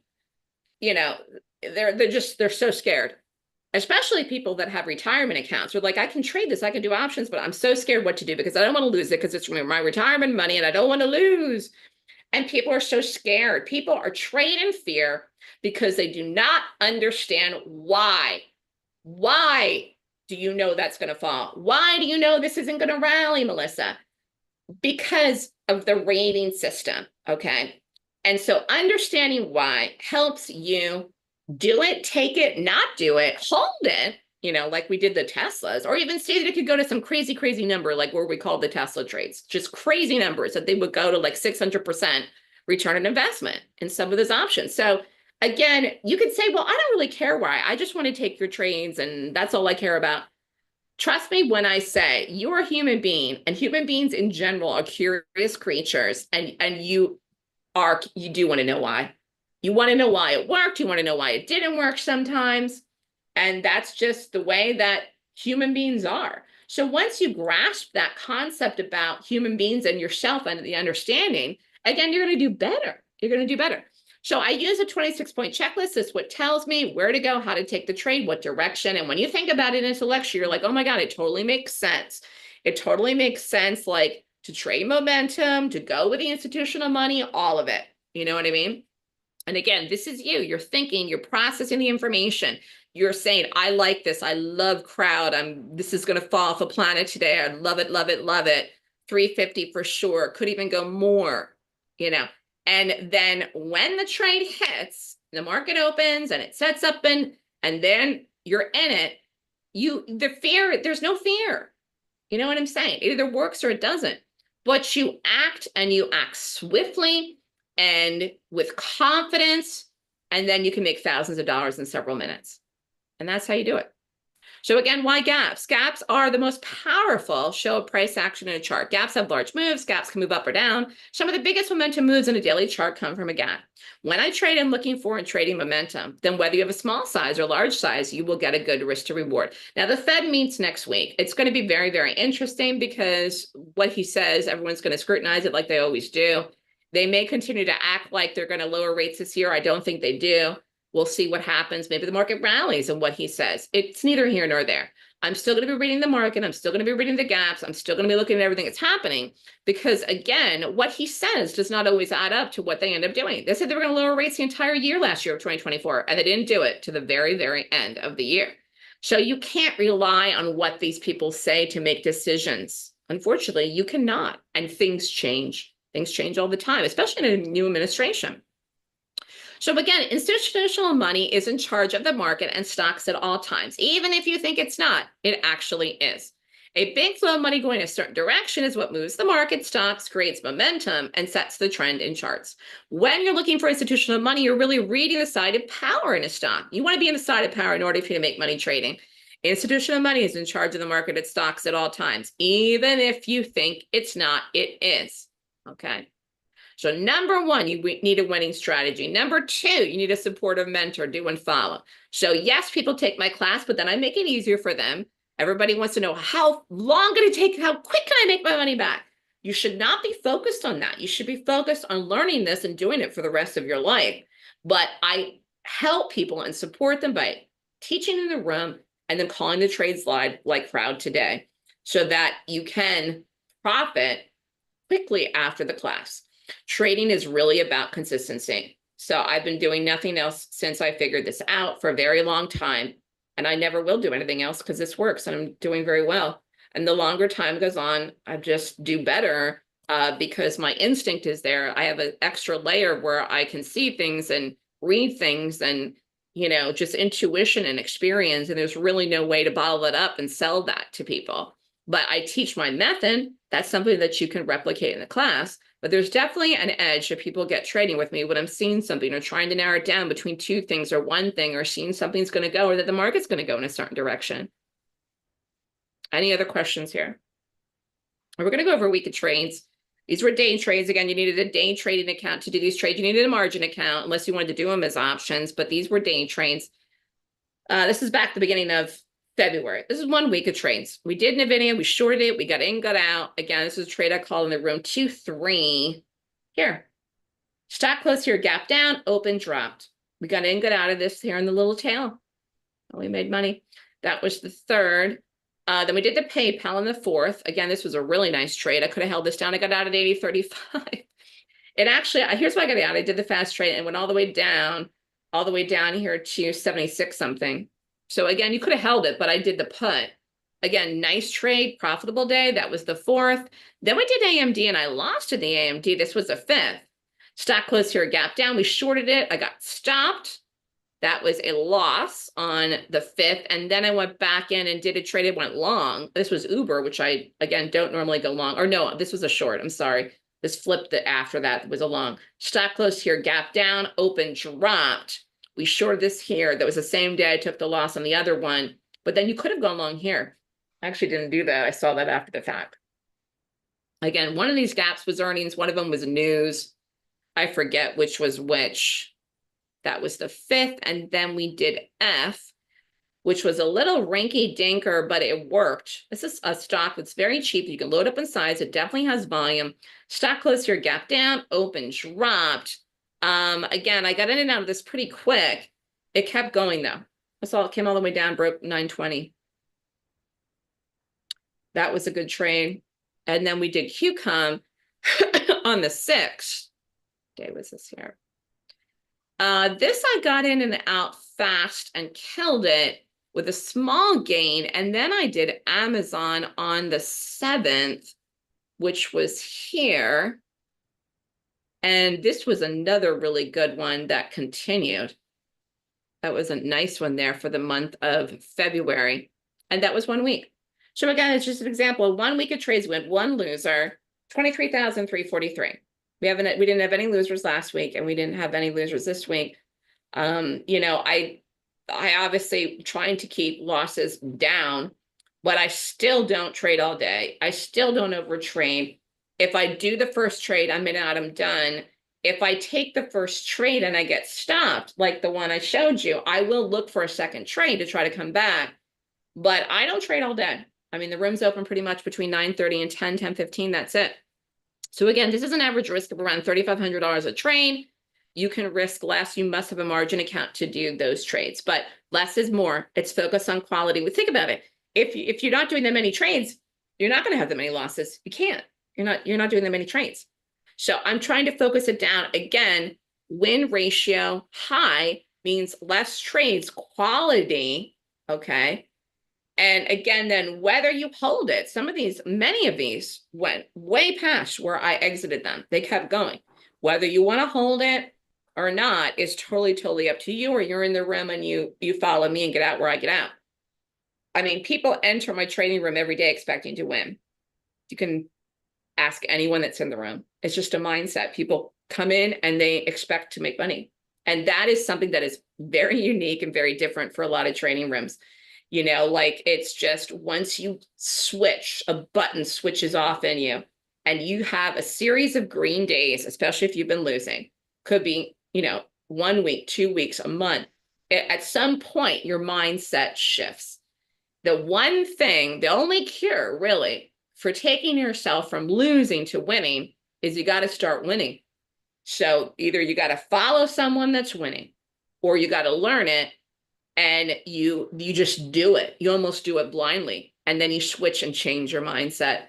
And it doesn't take that long for that to happen for people.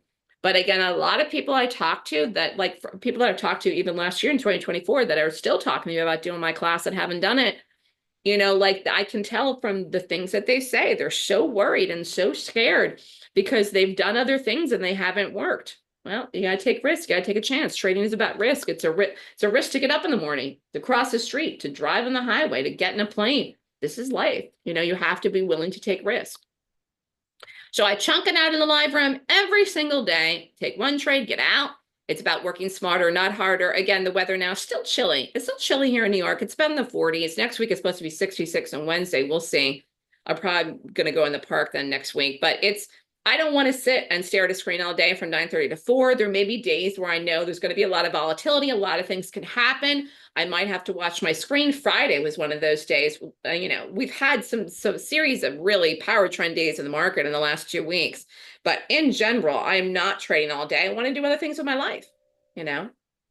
And again, the more you trade, your odds go down that you're going to have more winners as the day goes on. Your odds go down. The most profitable time to trade is in the morning, the first half hour of the day.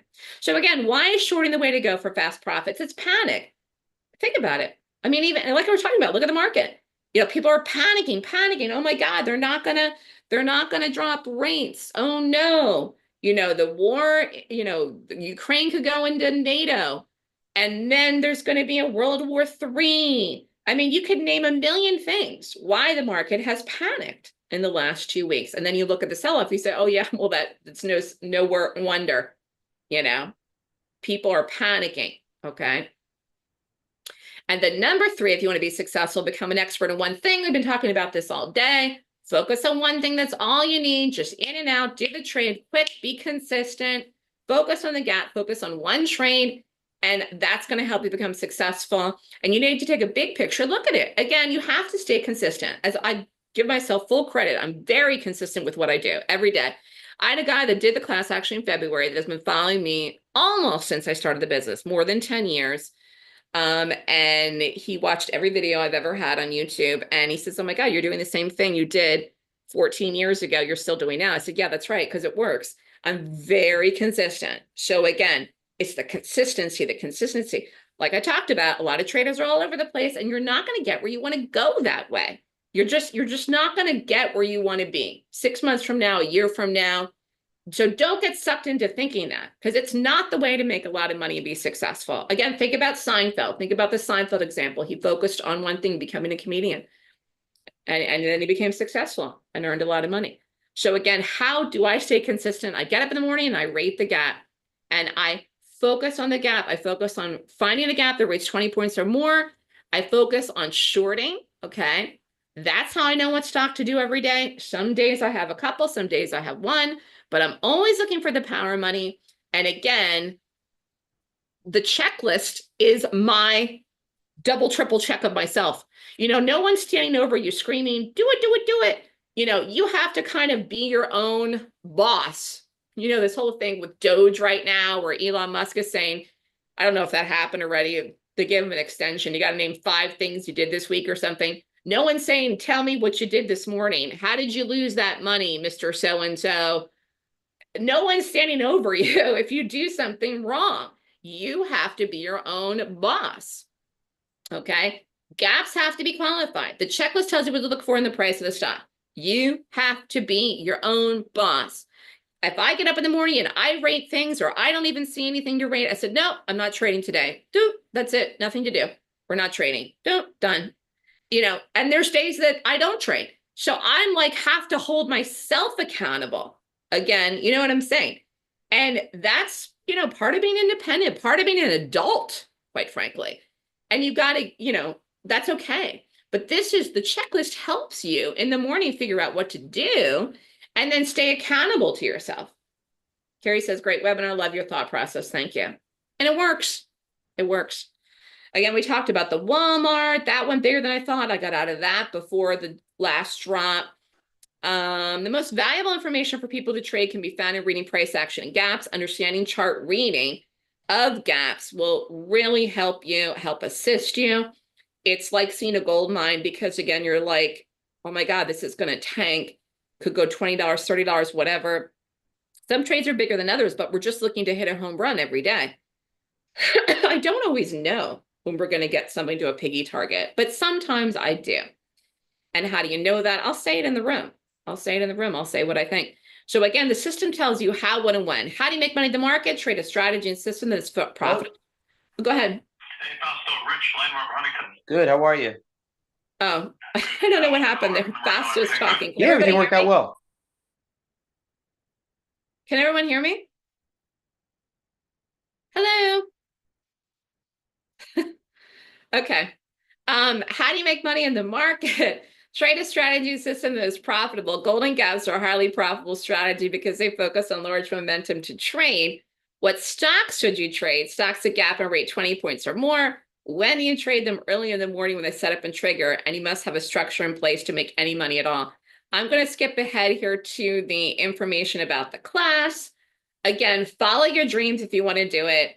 I have people that are successful. Everyone's doing well right now. Again, the opportunity's been there in the market.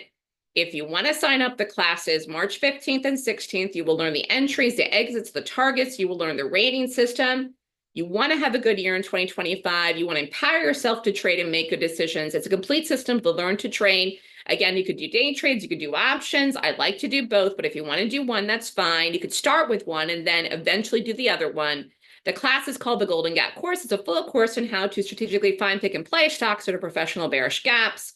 Class tuition is $69.99. Class is March 15th and 16th, 9 to 5. Class is online. You can be anywhere in the world and take it. Again, it is a class on how to find, pick, and play professional bearish gaps. I'm doing a spring forward special, as you will know. We changed the clocks Sunday. This Sunday, the 9th, don't forget. If you sign up by the 9th, again, it's the weekend before the class, and you can get in and start trading. You can start trading tomorrow if you sign up today. Get in, start trading the week before the class. You will get the trading room and the newsletter free for the end of 2025. This ends on Sunday, the 9th. And again, some people have already signed up. Let me just see here. If I have a little time, I can bring up some charts. How do you find stocks with gaps? That's finding gaps is easy. I just said a million things gap almost every single solitary day. Let me see if I just pull this up. Can you see my charts? Oh my God, look at this. Yay, we're falling. Can everybody see this? Can you see my charts? Let's look at Tesla. Oh, beautiful. So I just talked about this. I just said this. Does anyone listen to anything I said? Like 40 minutes ago, I said something. I said something about how people love to go long. And I was talking about how people were probably trying to go long the market. And look at this. Woo. Let's look at the SPY. Look at this. Wow. Again, I was here with you, so I don't know if something happened or whatever this is or whatever. But anyways, let's look at the crowd. Here, I'll show you what I did today with the crowd. Where did this go? 343. Here, this is a beautiful trade. We got in, we got out. Boom. Got the drop. This kept going though. Look at that. I had a good exit on this. I had a really good exit in this. I got in here and I got this first drop. But look at that. This went all the way down. So this is what we did today. And then I liked the A&F, but I didn't do it. Let's look at that. This worked too. Again, if I had done this, I would have gotten in and out here. And we did the target yesterday. And this is still lower. Any questions or anything you want to go over? Anyways, the market technically gapped up today, but we did not go long this. In fact, I'm actually short the market. And so I'm excited to see this fall. So again, I was talking about this with the last 2 weeks of the sell-off. Let me just blow this up here. You know, again, if you do not understand how to short, you're just missing huge opportunity, number one. And again, we're talking about momentum. You know, the market's still in an uptrend. It's 100% still in an uptrend here. But the fact is the momentum has been going to the direction of selling. in the last 2 weeks. And again, the reasons why we don't concern ourselves with, the day that we had this here, which was Monday, actually. Remember this here? I just can't tell you how brutal that was for the market. Brutal. That was only 3 days ago, actually. Look at that. And we haven't recovered from that. We haven't recovered from that. The problem is a lot of people didn't short. Again, retail traders prefer to go long. Like I said, a lot of people didn't short. People don't want to short here because they're like, oh my God, we're 17 days down. I can't short this. And then people want to go long, like this morning, like yesterday, like Friday, and then the market keeps falling, then people lose. People are getting crushed right now that don't know what to do. But, we're doing very, very well. So I just, I don't know what's tomorrow, but we'll see. We got Thursday, we got Friday, and then we have the Fed next week. If you can't afford a margin account, you can buy a put. A put is a short. A put is a short. I just showed you those ones that were options. You set up an options account. Your minimum requirement at a retail broker to do options is $2,000. You set it up as a cash account. That you don't have to have a margin account to trade options. Buying a put is the same thing as shorting. And a lot of people are doing that are trading with me because they don't have a margin account, or they just prefer to do options. And because it's cheaper. It's cheaper.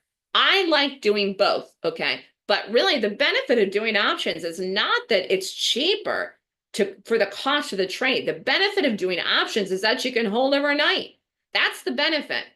Okay. Now I'm not predicting this happens, but I wouldn't be surprised if you get up one morning and the market has a huge gap down. I don't know when, could be today, could be tomorrow, could be 3 months from now. I wouldn't be surprised if that happens. And that would be a huge, huge trade if I'm in a put. So the benefit of doing options is you capture overnight moves with a fixed risk. It is not the small account, but people, if they don't have margin accounts, can open up an options account and do a put. Don't not short. And like, if you're planning on going long the rest of this year and only doing that, I don't think you're going to survive. Like, I'm not saying 100%. I don't see it yet. I'm just going to look at this really quickly and I'll let everybody go. Like, I don't see it yet, but this is the market. This is where we go right there. We've had a beautiful run up. It's fabulous. Okay. You couldn't ask for more. We had a year in 2022 when we started to turn bearish. It's sold off. Again, where do we go? I don't know. I'm not worried about predicting long-term right now because I'm an active trader. I do the weeklies and I day trade. Okay. But I'm telling you, there's a possibility that the market could turn this year. What are you going to do? Keep going long? You're going to lose. So you have to learn how to short. You have to figure it out. I want to be clear. I am not saying 100% conviction that the market turns this year. I'm saying I know now, particularly here. There were 2 days when I was like, oh my Lanta. Here was the one day. And then here was the one day. And actually, we had a very bearish close in the market yesterday, despite the fact that we closed green. There was a bearish close for the market yesterday. But anyways, these 2 days, I was like, woo. I'm telling you, there's a possibility that the market could turn in 2025. I'm just like, so, Any other questions? Again, you can trade options if you don't have a margin account. Buying a put is a short. We buy puts and we sell them to exit. That's a short. Okay. Anyways, any last minute questions here from anyone? If not, my email is melissa@thestockswoosh.com. You can email me if you have questions, if you're interested in the class, if you're interested in the spring special. Be careful, everyone out there. Try to do well. Thank you for having me, Fausto. Melissa, that was an awesome presentation. Thank you for joining us this morning. And I just want to do a quick intro for our next speaker. And we'll be taking a quick intermission here just for a few minutes, but just wanted a quick welcome to Silas Peters. Silas has been an active trader for over 12 years now, focusing on equities, commodity futures, currencies, and options. He began working on a global trading desk at the Chicago Board of Trade right out of college, executing trades for hedge funds, banks, institutional investors, and high net worth individuals. And again, we'll be taking a few just short intermission here, but Silas, the floor is all of yours if you want to take over and share. But we'll be back here in the next 60 or so seconds just to continue with our third presentation here on the Cyber Expo.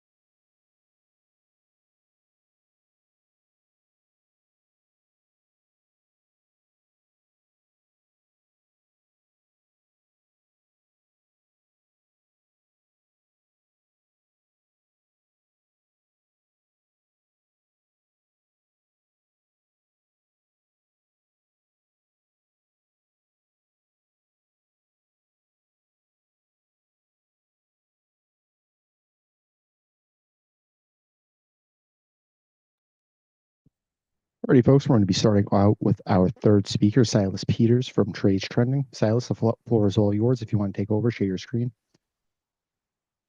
share your mic, share audio. Good morning. Can you guys hear me?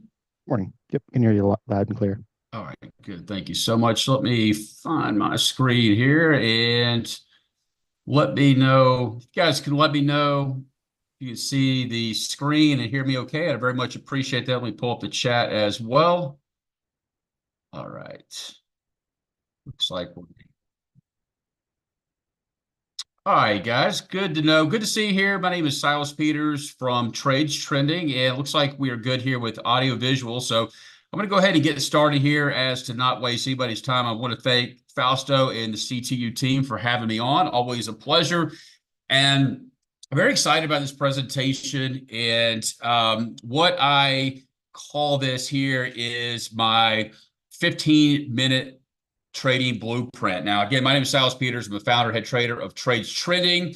And the strategy I'm about to be sharing with you today is a strategy and system that I've been using for nearly 20 years. So think about this. If I've been using this for nearly 20 years, it means that it probably works if I'm still using it. And that's exactly the case. And most importantly about all of this is its simplicity. This is a truly mechanical, stress-free, emotion-free trading method, can be applied literally on any market or time frame. So let's get right to it. Now, before we begin, we must take a quick moment to read the risk disclaimer. We know past performance is not necessarily indicative of future results. There is substantial risk of loss associated with trading. Only risk capital should be used to trade. So know that we know there is risk involved. Take that very seriously, okay? Now, I'd like to ask you, what does everybody trade, okay? What does everybody trade? Do you trade stocks? You trade options, futures, Forex? I trade these actively: stocks, options, futures, a little bit of Forex and some prop accounts. But I like to see what everybody is trading. Trade stocks. We have options and stocks, some futures, a little bit of Forex, really all over the board. And I just like to kind of see what kind of audience I'm speaking to. But regardless of what you trade, this strategy will work, okay? And so what I'm going to share with you today is highly accurate, works in all markets, as I just said, all time frames. It's 99% mechanical, perfect for small accounts.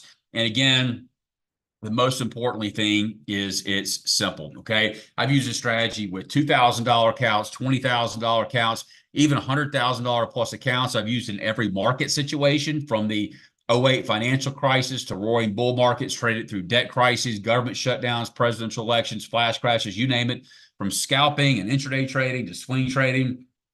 And you can do this with small or large accounts. It can take as little as 15 minutes a week if you wish. Now, before we dive into all this, let me introduce myself, who I am and why you should listen to me. Other than that, I'm a simple dude. I'm a family man who thoroughly enjoys being a two-girl dad. I've got a strong passion for the markets, golf, cooking, the outdoors, and Alabama football. But this is where it all started, the great city of Chicago. It's here where I cut my teeth in the commodity markets right out of college, working at the Chicago Board of Trade. Very quickly, I found myself working the Asian, European, early New York session trade desk, trading across the CBOT, Merck, NIBOT, NYMEX, London, and Asia exchanges, trading for hedge fund, banks, commodity trade advisors, handling enormous size, 300 lot bond orders, 400 lot big S&P orders, 100 lot gold option orders, 250 lot Japanese government bond. And it was such an eye-opening experience to see how the biggest traders, market makers, and funds were trading and making decisions. So I did this for a while, soaking up everything I could, anything and everything market related, acquiring multiple futures and securities licenses. I was a sponge. But then my college sweetheart, and now my wife of nearly 20 years, she taught me into coming home to settle down and start a family. So we headed back down south. I immersed myself into the quieter side of finance, helping manage equity and fixed income portfolios in this glass building. Then did some investment consulting for a private $2.5 billion family office. And then during this journey, I managed to stay in the market, specifically the commodity markets, running and owning some brokerage units. And then finally, starting my publishing brand in 2016. And it's really here where I found my real calling. It's here where I teach students across the globe different ways they can generate the skills necessary to trade, manage portfolios, and turn their trading around in the right direction. And today, I want to help you too. But let's quickly go back to the journey. My journey wasn't always easy. There was a learning curve, several obstacles and hurdles on the path to where I am today. The first step, obviously, learning. School does not teach real life experience in the markets. I made money, a substantial amount. Was I lucky? No, but ignorance and greed cost me my profits. I blew up an account and I blew up others in what I like to call revenge trading. And those were extremely humbling experiences. I almost gave up, almost quit. Nothing seemed to work. I seemed to always be on the wrong side. But guess what got me back in the game?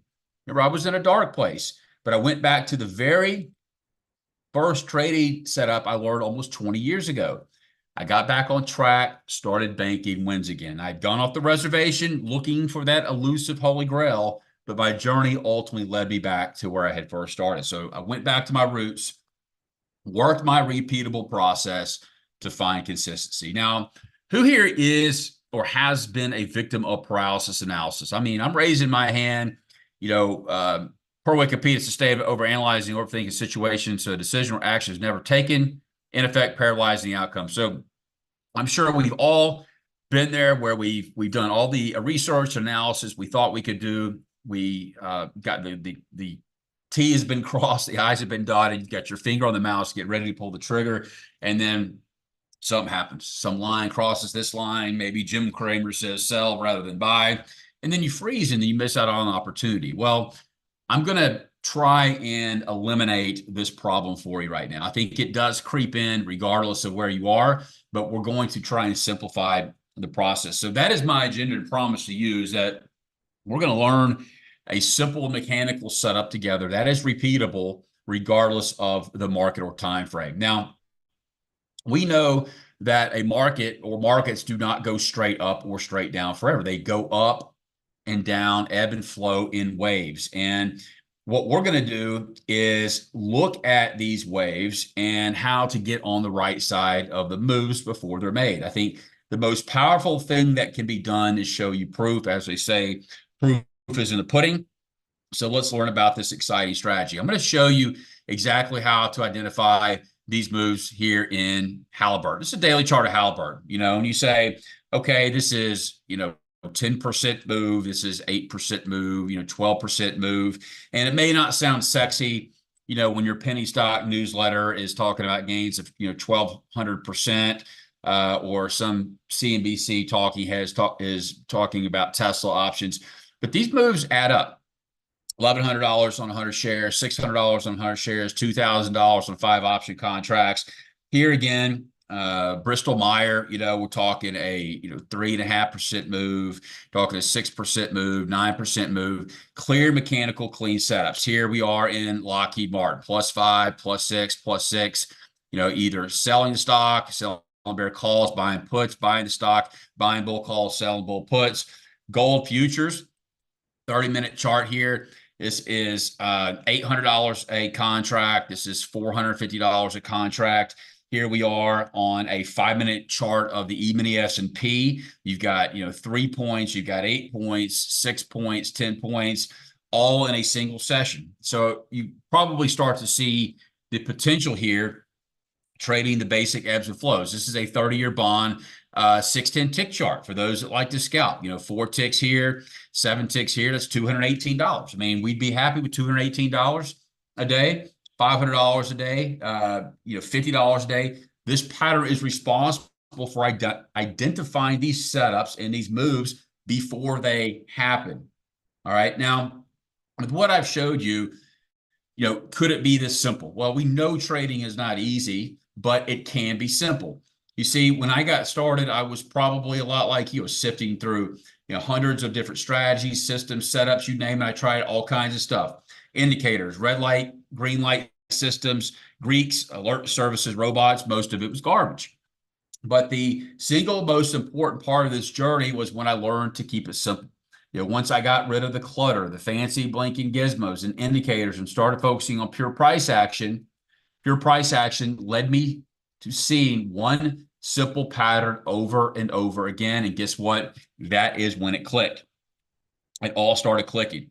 So if you are sitting here as a new trader or a struggling trader or even an experienced trader, I'm about to teach you my foundational go-to strategy that got me from a struggling trader to a winning trader. I'm telling you right here, right now, that this is a simple mechanical setup that anybody can learn, and you will keep this in your trading arsenal for years to come. And at the end of today's workshop, I'm going to make you an offer you can't refuse, how you can join my team with a specific set of tools and a plan that will help shortcut not only your learning curve, but also the time you need to spend looking for quality setups. So let's get right to it. The price action pattern we're going to be discussing today is, drumroll please, the 1, 2, 3 pattern. Who here has heard of the 1, 2, 3 pattern, or the 1, 2, 3 top or bottom pattern? I would suspect most, if not all of you. This is nothing new, but in one of the most fundamental technical patterns in the textbooks. We're talking technical analysis 101, but highly, and I mean highly, overlooked by most traders. Why? Because of its simplicity. Now, the setup is price action based, and guess what? Price action is king. And speaking of king, did you know this? Did you know that McDonald's and Burger King have different ways of choosing where to open new restaurants? McDonald's does tons of research. They look at maps, population counts, traffic pattern, competitive analysis, on until they find the perfect location for a new store. Burger King approaches it differently. They wait to see where McDonald's opens up a store, and they open one up across the street or down the block. They get the same results with a lot less time and effort. So when we relate this to trading, we can let all of the Wall Street traders and funds and institutions do all the research on which markets to buy or sell. All we have to do is look at price action, which takes into account all their fancy processes. Basically, we're the Burger King to Wall Street's McDonald's. Now, again, setup is price action based. The pattern is comprised of a low, a higher high, a higher low, and a break at that higher high. When we're going long, inverse of short anticipates a change in trend from up to down on a break below the 2 or B point, anticipates a change in trend from down to up on a break above the 2 or B point. Now, the strategy usually occurs at the end of trends and swings, can be an indication of a change in trend, can be found within a traded range. And I will say that it works extremely well when the pattern sets up at significant areas of support resistance or supply demand, other technical patterns like head and shoulder, tops and bottoms, and more. So let's take a look at the basic mechanics. This is the 1, 2, 3 bottom. Now, When we are looking for 1, 2, 3 bottoms, we are bullish or looking to go long. We're expecting that stock or that market to go higher. Okay, so we're buying stock, buying call options, expecting we're bullish, right? And so when the market trades down, finds that lowest support and pulls up, we get our number 1. As the market retraces higher and then pulls back, we get our number 2. And as the market stops printing these higher lows and pulls back higher, we get a number 3. And so 1, 2, 3 bottom traders here are looking to go long on breaks or closes above the number 2. We use 1, 2, 3 top, same strategy, but inverse. When we look for these patterns, we are bearish or looking to short that market. Okay, so as the market trades higher and puts in the last high, we get our number 1. As the market retraces lower and pulls up, we get our number 2. And as the market stops printing these lower highs and pulls down, we get our number 3. 1, 2, 3 top traders are looking to get short on breaks or closes below the number 2. Now, one of the great things about these setups is we won't have to really worry about the first 2 legs. We don't need to be glued to our screen unless, maybe we're hyper scalping on a tick chart. But all we have to do to cash in on these bad boys is to spot when it's about to go past the number 2 point. Okay. Now, let's not waste any time because seeing is believing. Let's look at some chart examples. Now, I'm going to let you guys and gals read all this over here on the right, and we're going to look at the chart. Now, this is a chart of the 6A, the Australian dollar futures. If you don't trade futures, you could look at FXA, the ETF. Forex traders could look at Aussie USD in the Forex market. By the way, we have a live setup right now that we are in based on this pattern. So you'll notice that we're looking for our number 1. That's indicative because of the 52-week high. Now, it doesn't have to be a 52-week high or a 52-week low. We'll talk about ways later to dial that in a little bit tighter to find more opportunities, but we'll just use that for example purposes. So we get our number 1 point, market retraces down, pulls back up, we get a 1, 2, 3. Now this price action could have traded all the way up here as long as we didn't take out the number 1 high, but we retraced by about 4 or 5 bars and then stopped. So we now know pretty much all of the ingredients of the recipe. We know where we're getting short. We know where our, but we need to ask ourselves, what about the other part of the ingredient? Where's my stop? Where's my risk? Where am I taking profits? Where are my limit orders? All great questions. So our initial risk is going to be above the high of the 1. Our initial target is the distance between the high of the 1 measured to the low of the 2 and then measure down. So it's an equal distance. And as you can see, it's a 1-to-1 risk to reward. That's okay, but we can do better, okay?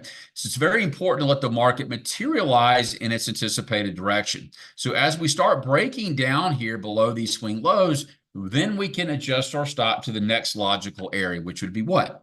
Above the number 3 high. So we've quickly cut our risk now by 75%, and the market comes in and reaches our $2,200 per contract price objective. We look at this setup here. This is a daily chart of Walmart. We've got a 1, a 2, and a 3 right here. We know everything we need to know where 98% of other traders are scratching their heads. Well, where am I going to get in? Where's my risk? Where's my targets? We know all that well in advance. We know we're looking to get short on breaks or closes below the 2. We know initial risk is going above the high of the 1. We know our initial target is a distance between the high of the 1 measured to the low of the 2, measured down, which is about $5 in this example. Okay. Now let's look at some 1, 2, 3 bottom examples. This is a 15-minute chart of the E-mini S&P. You say, hang on now. How are we looking for 52-week highs or 52-week lows on an intraday chart? We're not. So on an intraday chart, whether it's a tick chart, a 1 minute, a 5 minute, 15-minute, whatever it is, we're looking for what we call session highs and session lows. So if you start your trading day, let's say in the 9:30 New York Eastern cash open, maybe it's the last hour of the day, maybe it's the middle of the European session, wherever you sit down and start your trading day, you are looking for new session highs and new session lows. So here we have a new session low that gives us a number 1 starting point. We have 1, 2, 3. Let's quickly talk about entry points. There's a couple of different entry scenarios that you can consider. So an aggressive entry model may be to take the initial break above the high of the number 2. So you work a tick or a stop, a tick or two above the high, you're triggered into the trade. Or you can wait for what we call a retest or a second pass or hook back above the breakout area. So this right here, sometimes the market will trigger up, go hit target, and leave you at the train station. Hey, that's fine. There's no need to get your feelings hurt. There's plenty of other trade opportunities that we can take advantage. But sometimes the market will tick up, get you into the trade, and then decide to roll back over and stop you out. So this hook, the second pass or hook back up, can be extra confirmation if you choose to work that. Okay. Well, let's look at a weekly chart of Apple, a hell way to catch some longer term position type moves. Here we can see we make a multi-week low. We also have a double bottom. Market comes up, trades above the number 2 high on this large bullish candle. Market goes sideways for a few weeks, comes back down, retests, hooks back up. That's our confirmation to buy Apple. How do we do that? We buy Apple stock. We buy bull call spreads, sell bull puts, whatever your flavor or style may be. Now, hate to burst your bubble, but they don't all work. There's no holy grail in trading or life, but I know you understand that. We're all big boys and girls here. Here we have a market grinding higher. We have a trend line break, new number 1 point, 1, 2, 3. Those aggressive traders are getting short on the initial break. The alternative wait and see traders are waiting for the pullback, second pass entry. Here you're in. You're up maybe 1 or 2 points. I'm not real sure. And then as far as money management, if you exercise any money management as you started breaking swing lows, you're stopped out here as the market retraces and stopped out above the number 3 high. You sat on your hands and didn't do anything. Okay, that's fine too. You get stopped out as the market takes out the number 1 high. But guess what? We actually have a new setup. This high is greater than this high, so we get a new 1, 2, 3 right here. There's your shorting opportunity. Ends up being a profitable trade. Now, here's an example of a no trigger or avoided trade, and I'll show you in a second why I love when these set up. So it's neither good, bad, nor ugly, right? We got a 1, 2, 3 pattern. We're looking to get long here, but the market says, nope, I'm going to go lower. We take out these lows. We start to count over. 1, 2, 3. Looking to get long right here. The market rolls over, takes out the number 1 low. 1, 2, 3. Finally are able to get long here on this third attempt for a profitable trade. Now, let me tell you what is likely happening in this scenario. Let me see who gets the gold star in their crown today. If price is doing this, making lower lows, lower lows, lower lows, and let's say we added an oscillator like an RSI, stochastics, MACD, and it's doing this, which is making higher lows, what is that called when you have price making lower lows and an oscillator making higher lows? That is called bullish divergence. All right, T-Barfy gets the gold star on his crown. So that can add a little extra icing to an already high probability setup, okay? Now, pattern management. Again, the confirmation of entries on a break above the 2 or B point for a long or a close below the 2 or B point for a short. Exit strategies. If you're only trading one contract, one share, one option, one futures contract, whatever it is, I would say go for the distance between the number 1 and number 2 point. It's uncanny how more often than not, let's say we have a 1, 2, 3 pattern that looks like this, and we're looking to go long, and our target's up here. It's uncanny how more often than not, the market will come tag that almost to the tick and then reverse. Okay, we've got hundreds, if not thousands, of examples of it doing that. So if you're trading multiple shares, multiple contracts, I'd say, hey, take a third, half, 2/3 off right up here, jack your stop up to break even, put yourself in a risk-free situation, and then let the trade ride. And then you manage the trade however you manage. I mean, whether it's par SAR, whether it's supply and demand, price, 2 to 3 bar candle backs, they come moving averages, they come a dime a dozen. You got to figure out what works best for you. I like to target good old-fashioned swing points in the market, and that is where I determine my exit points on my balances. Okay, now I'll show you this setup works on any market, whether you trade, pips and Forex, Pepsi stock, potash or pot stocks, pork bellies, or the Polish zloty. I've also said and shared and showed how this works on any time frame, whether it's a tick, 5-minute, 1-minute, 15-minute, hourly, daily, weekly, and more, and on any trading style. So what is everybody's trading style? Are you a position trader? Are you a swing trader? Are you a day trader, scalper, tick trader? Type in the chat. Let me see what your style of trading is.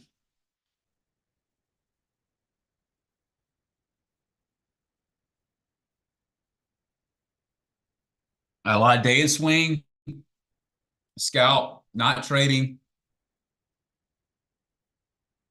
position. Yeah, and the reason I like to ask that is because you've got to determine what your bread and butter is. I'm not sitting here today and telling you this only works on a 5-minute chart of NASDAQ, or this only works on a daily chart of Alibaba, because it's not true. We're trading price action. It doesn't matter if you're on a tick chart. It doesn't matter if you're on a 5-minute chart. It doesn't matter if you're on a daily chart or a weekly chart or what ticker. Okay. You trade tulips and tea leaves if that's what you trade. These are some of my favorite time frames. I also like the 1 and 2 minute time frames for intraday. The hourly and 4-hour and the daily, those are my sweet spots there for intermediate term swing trading. But figure out what works best for you. Not everybody can nor has a desire to look at the markets all day. Okay, they might want to look at it at the end of the day. Maybe you're working 9 to 5, all right? And so you'll find something that works best for you. Now you've seen the proof. Let's look at some real trade examples. Not to say what we've shared were fake. They were real trade examples by all means, but let's look at some trade ideas and examples we've utilized in some of our services, okay? Again, you guys can look at this stuff over here on the right. I'm going to look at the chart and work left to right. So here we are. We have, again, a new number 1 point. Why? That's a 52-week high. And we can see we have a small 1, 2, 3, small but still valid. And we already know everything advanced. We know where we're looking to short. We know where we're looking to get in, right? We know where our initial risk is above number 1 high. We know our target is the distance between the high of the 1 measured to the low of the 2 measured down. Market breaks down, reaches our $3 or $3,000 per contract price objective. And so then I get asked all the time, does this work in ranging, sideways, consolidating markets? Well, the answer is yes. Here we have a 1, 2, 3 pattern right here, and the market rises, ends up being a nice profit. But I'm really looking for new highs or new lows. I'm not really interested in trading the junk in the middle.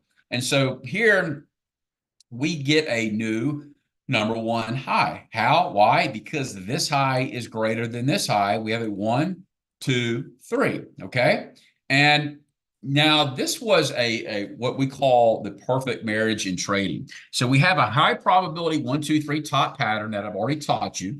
And we're at a time of the year from a seasonal perspective where crude and energy markets in general typically trade to the downside. Okay. And so here we have, we break down below the number 2. If you didn't catch it the first day, you've got 1, 2, 3, 4 days of retest to get into this trade.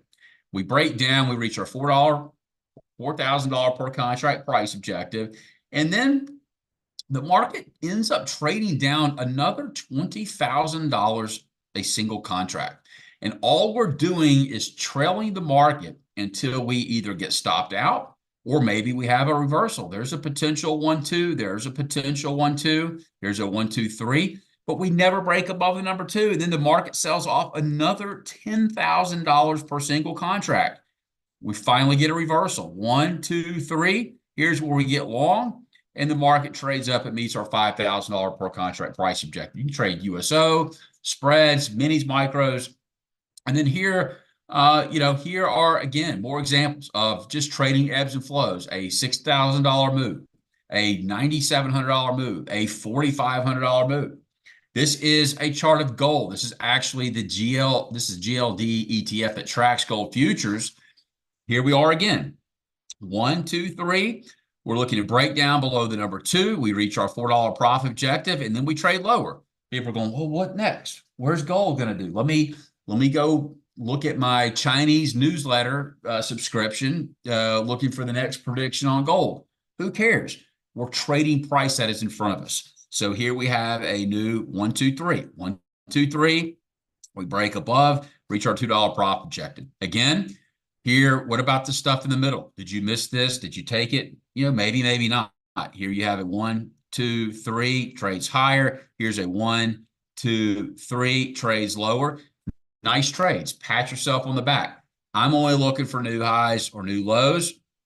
We finally get a new number 1 here. 1, 2, 3, gap higher 2 days in a row. You wouldn't see that on a futures chart, but that's okay.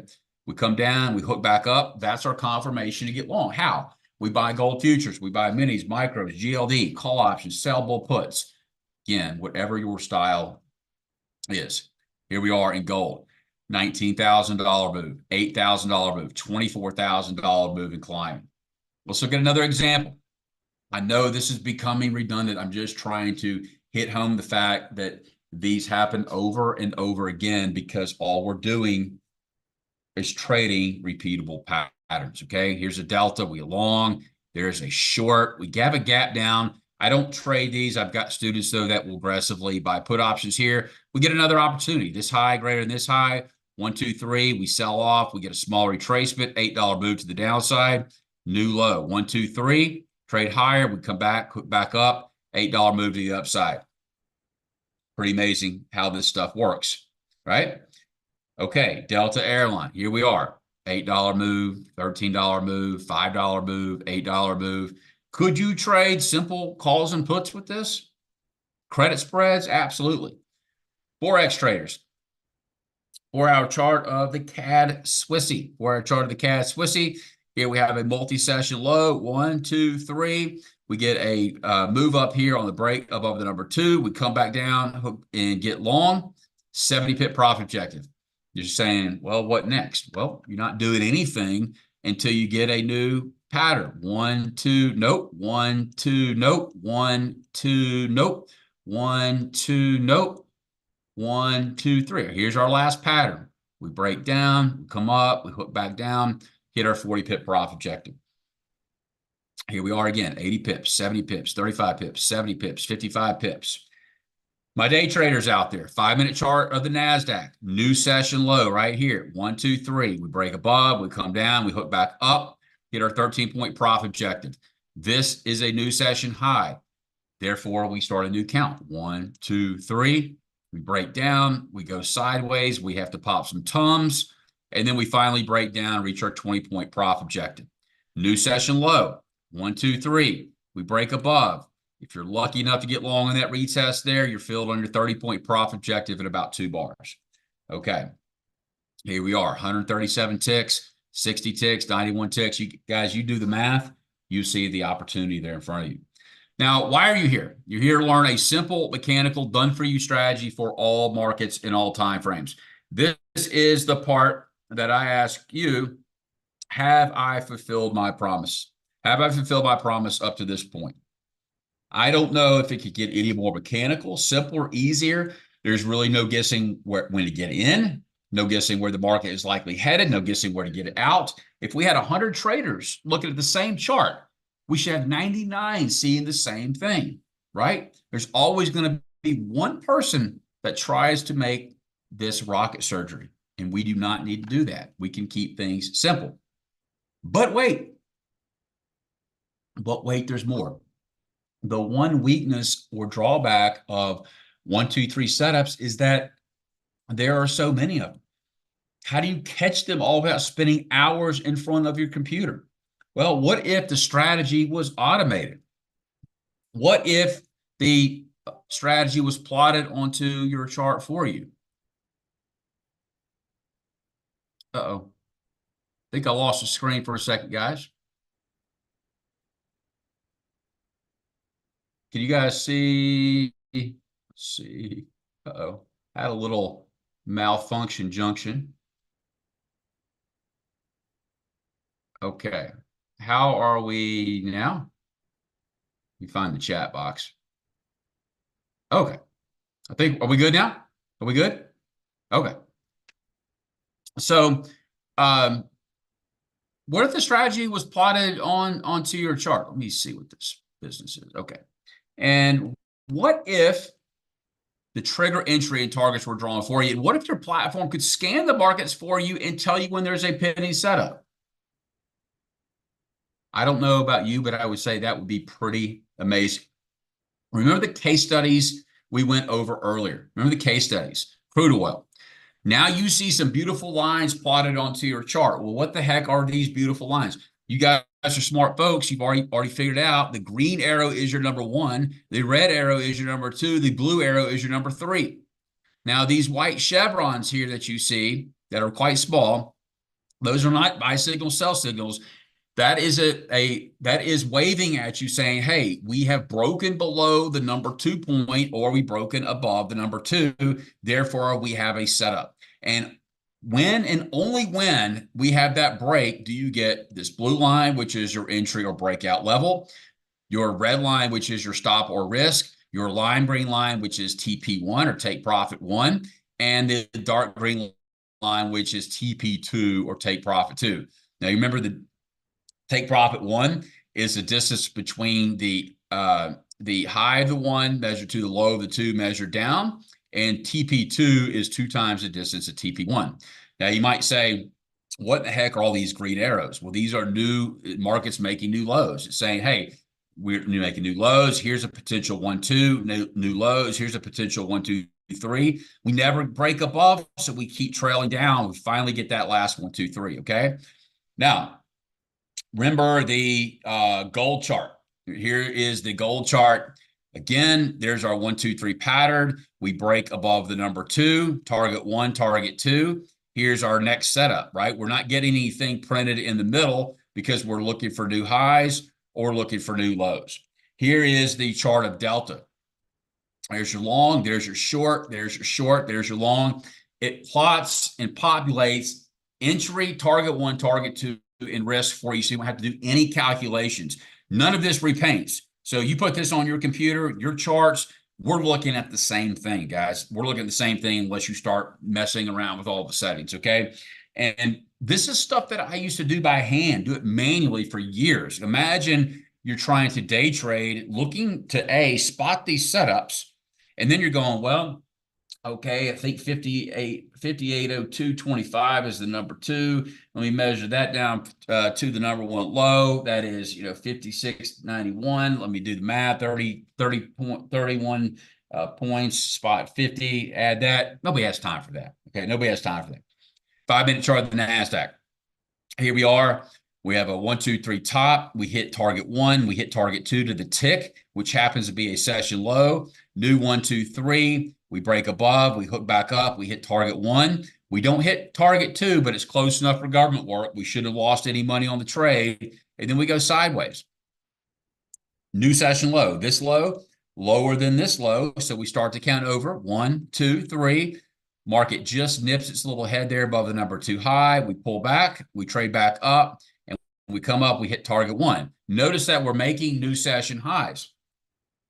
New number 1 points, this clues is in that we may need to get ready to reverse. Well, we actually hit target 2, so we're flat. And now we do get a final setup. We get a 1, 2, 3, we break down, we come up, we hook back down, we hit target 1, we hit target 2, and we're actually starting to get a new setup, right? So is this training for you?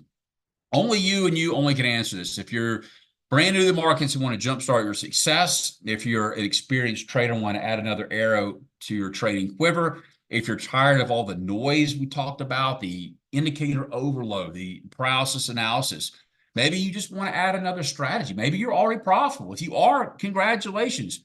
Who doesn't want to add another profitable strategy and entry model to your system? If you need a specific step-by-step plan and avoid learning this all on your own, something that you could do part-time, this training could be for you.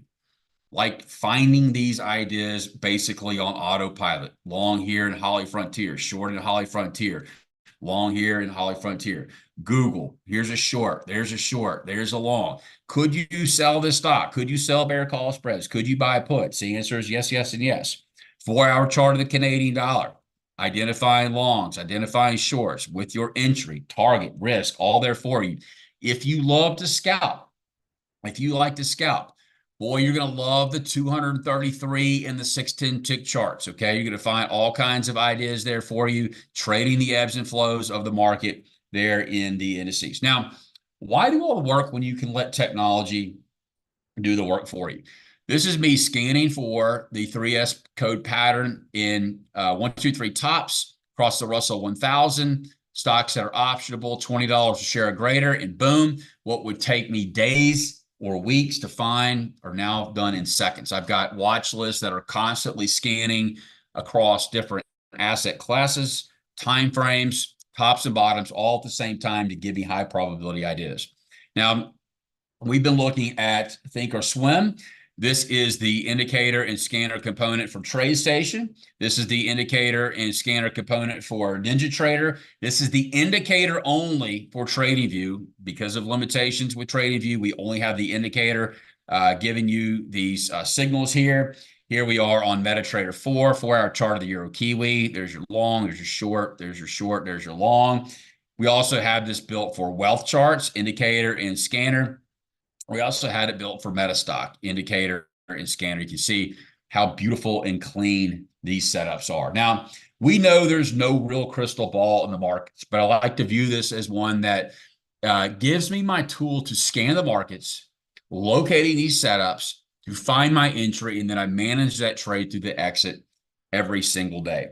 Now, you too can start profiting from these predictable patterns, starting with what we call the 3S code. So here is your offer you simply cannot refuse.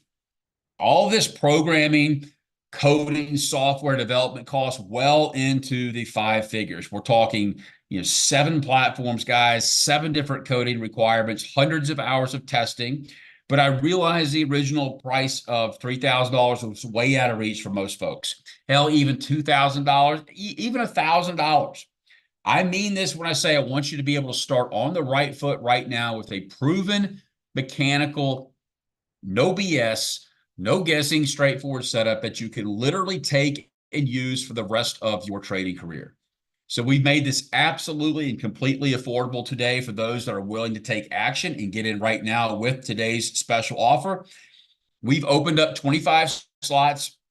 You're going to get lifetime access to the 3S code indicator and scanner, 3S code optimizer, weekly strategy and scan sessions, private Telegram room access, all of our bonus and quick start guys for a one-time payment of $397. Guys, you can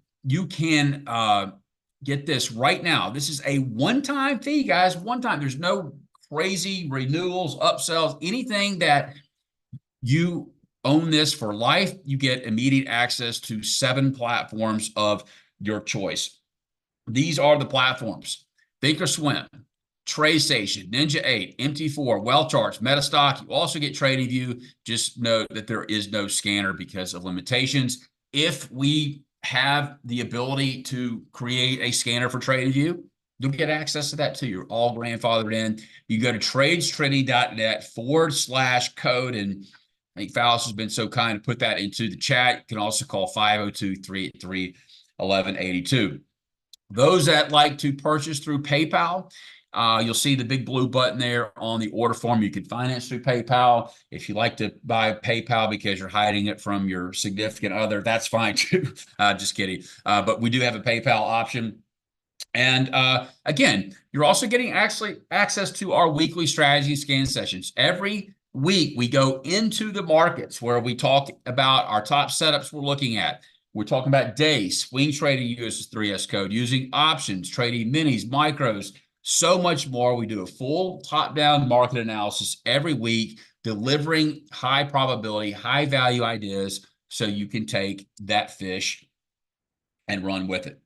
Now, again, I want to really quickly cover the indicator scanner so you know exactly what this includes. You're getting a visual plot of the 1, 2, 3 top and bottom reversal areas, entry, exit, stop, target levels, all color coded. If you can customize it. If you want hot magenta rather than red, you want lime, dark green rather than lime green, you have complete flexibility on all of that. You can scan for setups only, or trigger only, or both. You can scan for tops, bottoms, or both. You can scan for intraday setups.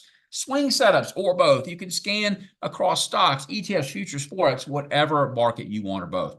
Now, one question I get is, what do you mean by setups only or trigger only? Okay, so if you're running your scanner and we have a 1, 2, 3 that looks like this, and we have a 1, 2, 3 that looks like this. This is setup. This is trigger. Okay, so these would be running scans for those that are in the process of setting up. This would run scans for markets that have actually triggered. Okay. You also get access to our 3S code optimizer. This is where you can take the mechanical 1, 2, 3 top and bottom strategy and run different back tests across different inputs and settings that fit your best optimization parameters. Okay. We know back testing can lead to more profits. The optimizer is another tool that can help you progress in your trading. So here's me running the optimizer on crude oil in Thinkorswim. You can see the stats and results. Here we're running the optimizer on the British pound in TradingView. You can see all of our stats and results. Here we are running the optimizer in TradeStation. You can see all your stats and results. Here we are running the optimizer in NinjaTrader with all of your stats and results. Okay, there's a lot of different things that you can add in there for those that like to do so.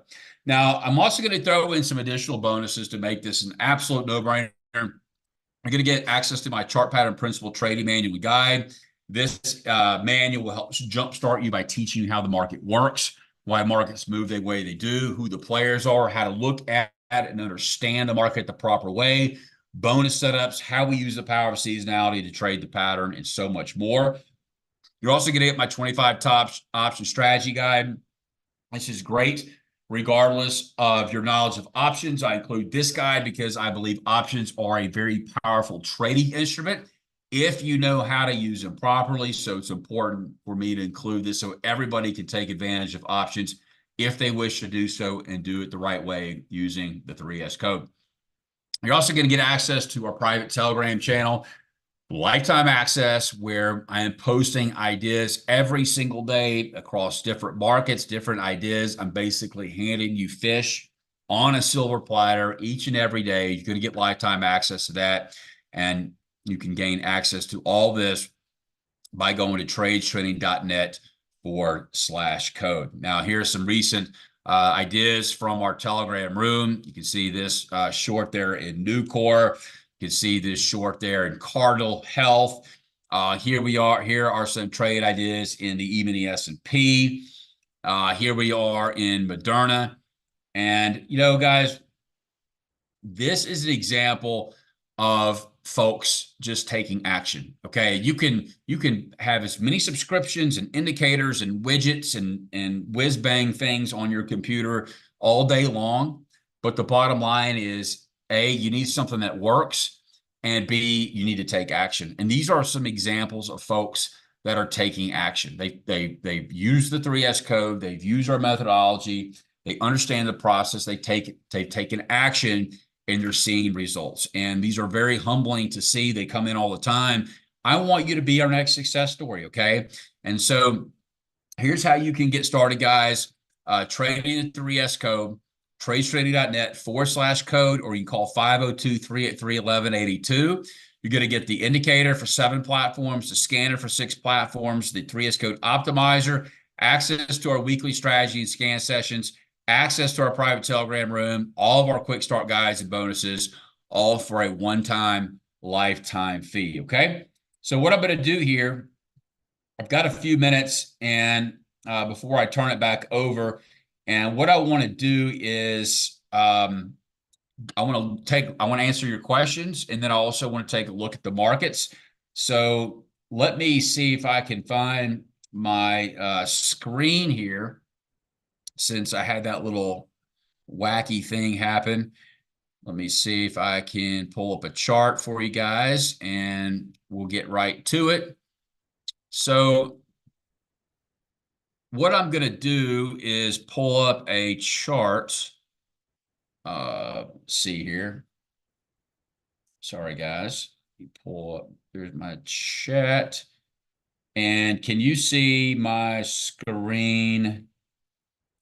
Can you guys see my screen now?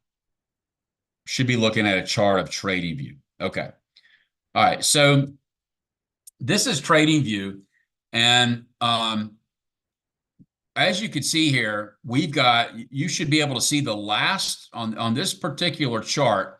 You should be able to see the last 1, 2, 3, 4, 5 setups in 3S code. Okay. Last setups. And this is what I mean, that, you can be scanning and flipping through whatever charts or markets you wish, even different time frames. And you're going to have these plot here for you. Okay. This is TMCI. And here we had a buy signal, right? It's going to tell you the price that you would have gotten in. There is the target. Notice the target 1 hits that and reverses. Here we are again. We now get a sell. It goes about 75, 80% of the target and then reverses. So we have, we have a complete, we have strategy guides, we have, rules, best cases, all that kind of stuff. If you're up 75, 80% to your target, you should be moving your stop to break even, right? Here we hit target 1, we hit target 2 and reversed. I look at some of your symbols here. We look at Apple. So here we pulled up Apple. Looks like I've done some analysis on this guy. So let me remove that. Here are your last setups in Apple. Okay, here's your last short. And so when would we expect to get our next signal? Well, we have to make a new high, or we need to make a new low down here. Okay, so there was your last long. There's your long. There was a failed short, there was a profitable short, a profitable short, and a profitable short. Okay, so why everybody, i.e. retail traders, are sitting there buying new all-time highs, we are looking at high probability reversal sells and high probability reversal buys. If we look over here at the yen, this is a trade our group took recently as well. We take a look over here at the Japanese yen. Look at the last 3 setups, guys. This was your 3S code buy here in mid-Jan. There was your 3S code sell. There was your 3S code buy. I mean, there is some serious money being made in those markets. You look at RTY, the Russell. Okay, if we look at the Russell, basically call the high of the move, right? We look at call the high of the move. The high of the move was 24.95. Got a short here at 24.45. There's target 1, there's target 2, and we're trading to the downside. Eli Lilly, daily chart. Here we are on Lilly. Let's get this thing to load. There's your last 3 symbols or setups: 1, 2, and 3. Yep. Boeing. Yep. So you get Boeing. So Boeing's getting hammered, right? Everybody's getting hammered. The retail traders were selling new lows. There's our last sell, hitting target 1. There's the last buy, hitting target 1. Here's the buy before that, went up about 60% of profit objective. Let's take a look at E-mini S&P. Let's look at our, actually took this long before I came in with you guys today. So I took this long right here at 57.61. You can see we came down here. We got a 3S code print, 57.61, target 1 at 57.71, target 2 at 57.81. So there's 10 points, there's 20 points. ACAM, 5-minute chart of gold. Sure. Let's look at, thank you, Al. You should receive your welcome email. Yeah, you should have all received your welcome email. Check your spam or junk folder. Let's look at a 5-minute chart of gold for you. Guys, just can't make this up. Guys can't make this up. Look at this. So here is a 5-minute sell in the European session. Comes down about 50 to 60% of your profit objective. Here's another sell, comes down 50 to 60% of your profit objective. There's your long setup here, right? 5 minutes into the cash open. Hits target 1, immediately rejects. Then you get a sell signal right here. Target 1, target 2. You're welcome. Yeah, I appreciate everybody's that has joined. I appreciate everybody that has joined. We limit this because we want to take care of our folks. We take care of our folks.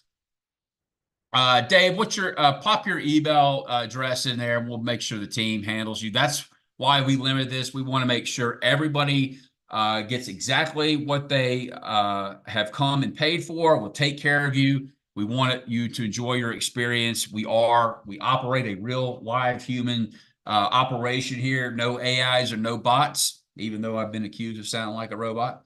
But we'll take care of you, Dave. No problem. Anybody else, you can reach out to support@tradestrending.com, support@tradestrending.com. If you need any assistance whatsoever, you guys are on the fence, you need to ask questions, maybe you need to check with your spouse, whatever it is you may need to do, we are here to help you, okay? And I'll turn it back over to Fausto and the CTU team. Thanks so much for having me on. This has been a pleasure and an honor to be invited. Hope everybody is well over there. Take care, guys, and we'll see you on the flip side. Silas, thanks so much for being here. It's good to see you again. And everyone take him up on his offer, Silas. Thanks for coming. Let me just bring back our splash page really quick right now. And all right, there we go.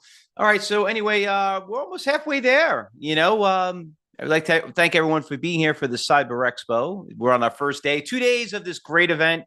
So we got 5 more speakers coming in tomorrow, and really look forward to the next speaker. It's going to be coming up, but we'll give you guys about a few more minutes regarding of what's, if you want to catch up on Silas's, basic package that he's offering all of you. Want to kind of bring up some stocks really quick to let you guys know what's going on while we're going to be introducing what is here in the next few moments. But yeah, the market's been making a little bit of comeback right now. I mean, I don't know if you've been swing trading or day trading or some options trading, but let me tell you, after what happened this past week, actually past month, stocks have been taking some very, very big hits. Stocks like Amazon tested some major support levels around the 200. I know that Wiz is a very big fan of that stock. I've been a big fan of Reddit. Stock took a very, very big hit, over 100 points, down to some major support levels. And Palantir, also another stock we've been a fan of here, also in the military market. Stock has taken a major, major hit. So we went from basically went from negative to about positive around 12 o'clock. So we had some type of a pretty good news right here. Market already came back about 400 points being down.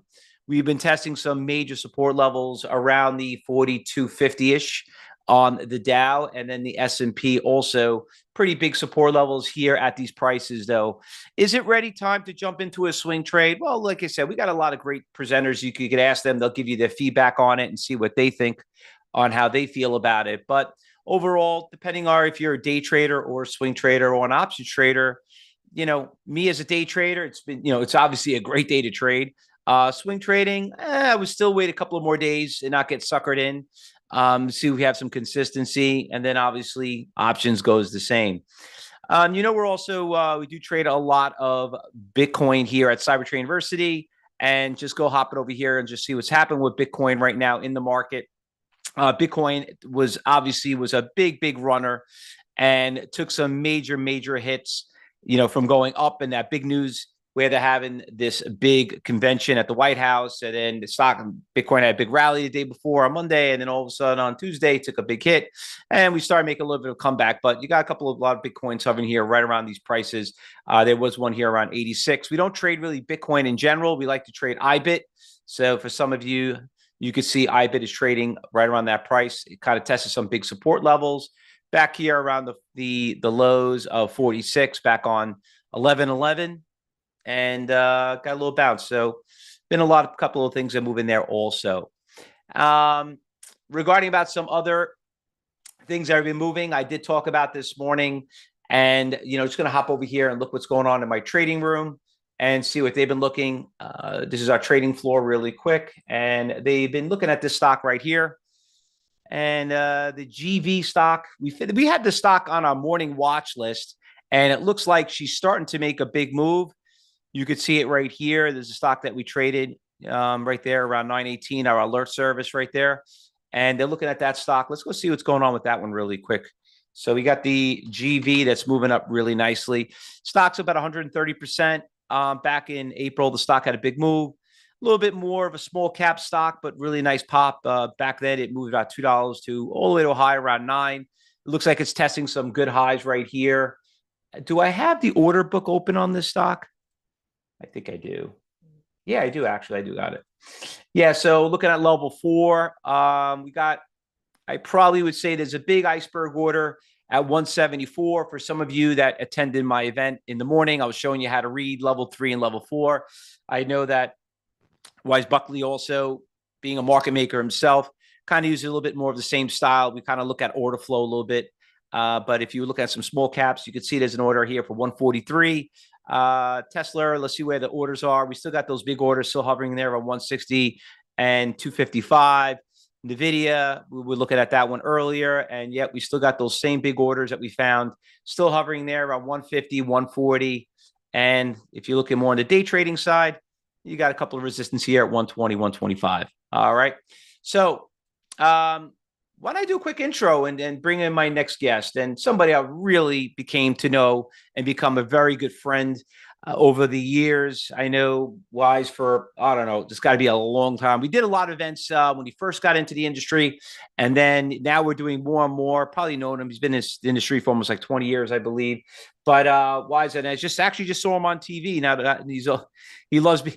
He's very, very well known for not only being a good trader, but he's also a veteran fighter pilot. Very well known. He worked as he was at the Navy fighter pilot, was one of the graduates of Top Gun, which was one of my favorite shows, by the way. I love Top Gun. And every time I think of Top Gun, I always think of Wise. I always say that's him. There he goes. That's my buddy Matt right there. He took over 44 combat flight missions over Iraq, 20 years options experience. He also applies a lot of his fighting strategy towards trading, which it really does have a lot. You'd be surprised. Like a lot of what we do, it has to do with psychology, discipline, and everything. And I just love hearing him, how he kind of dissects it. He's got a defined strategy, clear tactics of his entries and exits would kind of help you out. And also, he has an instructor school, which he likes to kind of call the options weapon school, which I kind of like to hear too. So with that said, Wise, I want to kind of give you the floor. Thanks for being here and taking the time. And always, like we always like to say, thank you for your service. Fausto, my brother, thank you for having me, man. It's always an honor. Yeah, we go way back, brother. We started around the same time, and look at us old folks now, man. Old and crotchety, yelling at kids to get off our lawn. But thanks, bro. I appreciate it. Thanks for the intro. Fausto alluded to Amazon. I'm a huge Amazon trader, folks. That's a separate presentation we can talk about on the side. I call Amazon the Death Star. It's literally this giant space station that's taken over the universe, man. And if it doesn't take something over, it destroys it. So I love Amazon, and Amazon at 200, 205 is a gift. It was what, 245 recently, man? Sell the wife and kids, mortgage the house. I would be buying Amazon with both hands down here. I mean, these, I don't know if this is necessarily a tech wreck, but the Magnificent Seven under pressure here. There hasn't been a time when these names get hammered that they don't recover. Well, this might be the time. Okay, you might be right, but you're most likely wrong. So anyway, but instead of talking about Amazon today, I'm going to talk about something that's going to literally blow your mind. And we are going to talk about our minds today.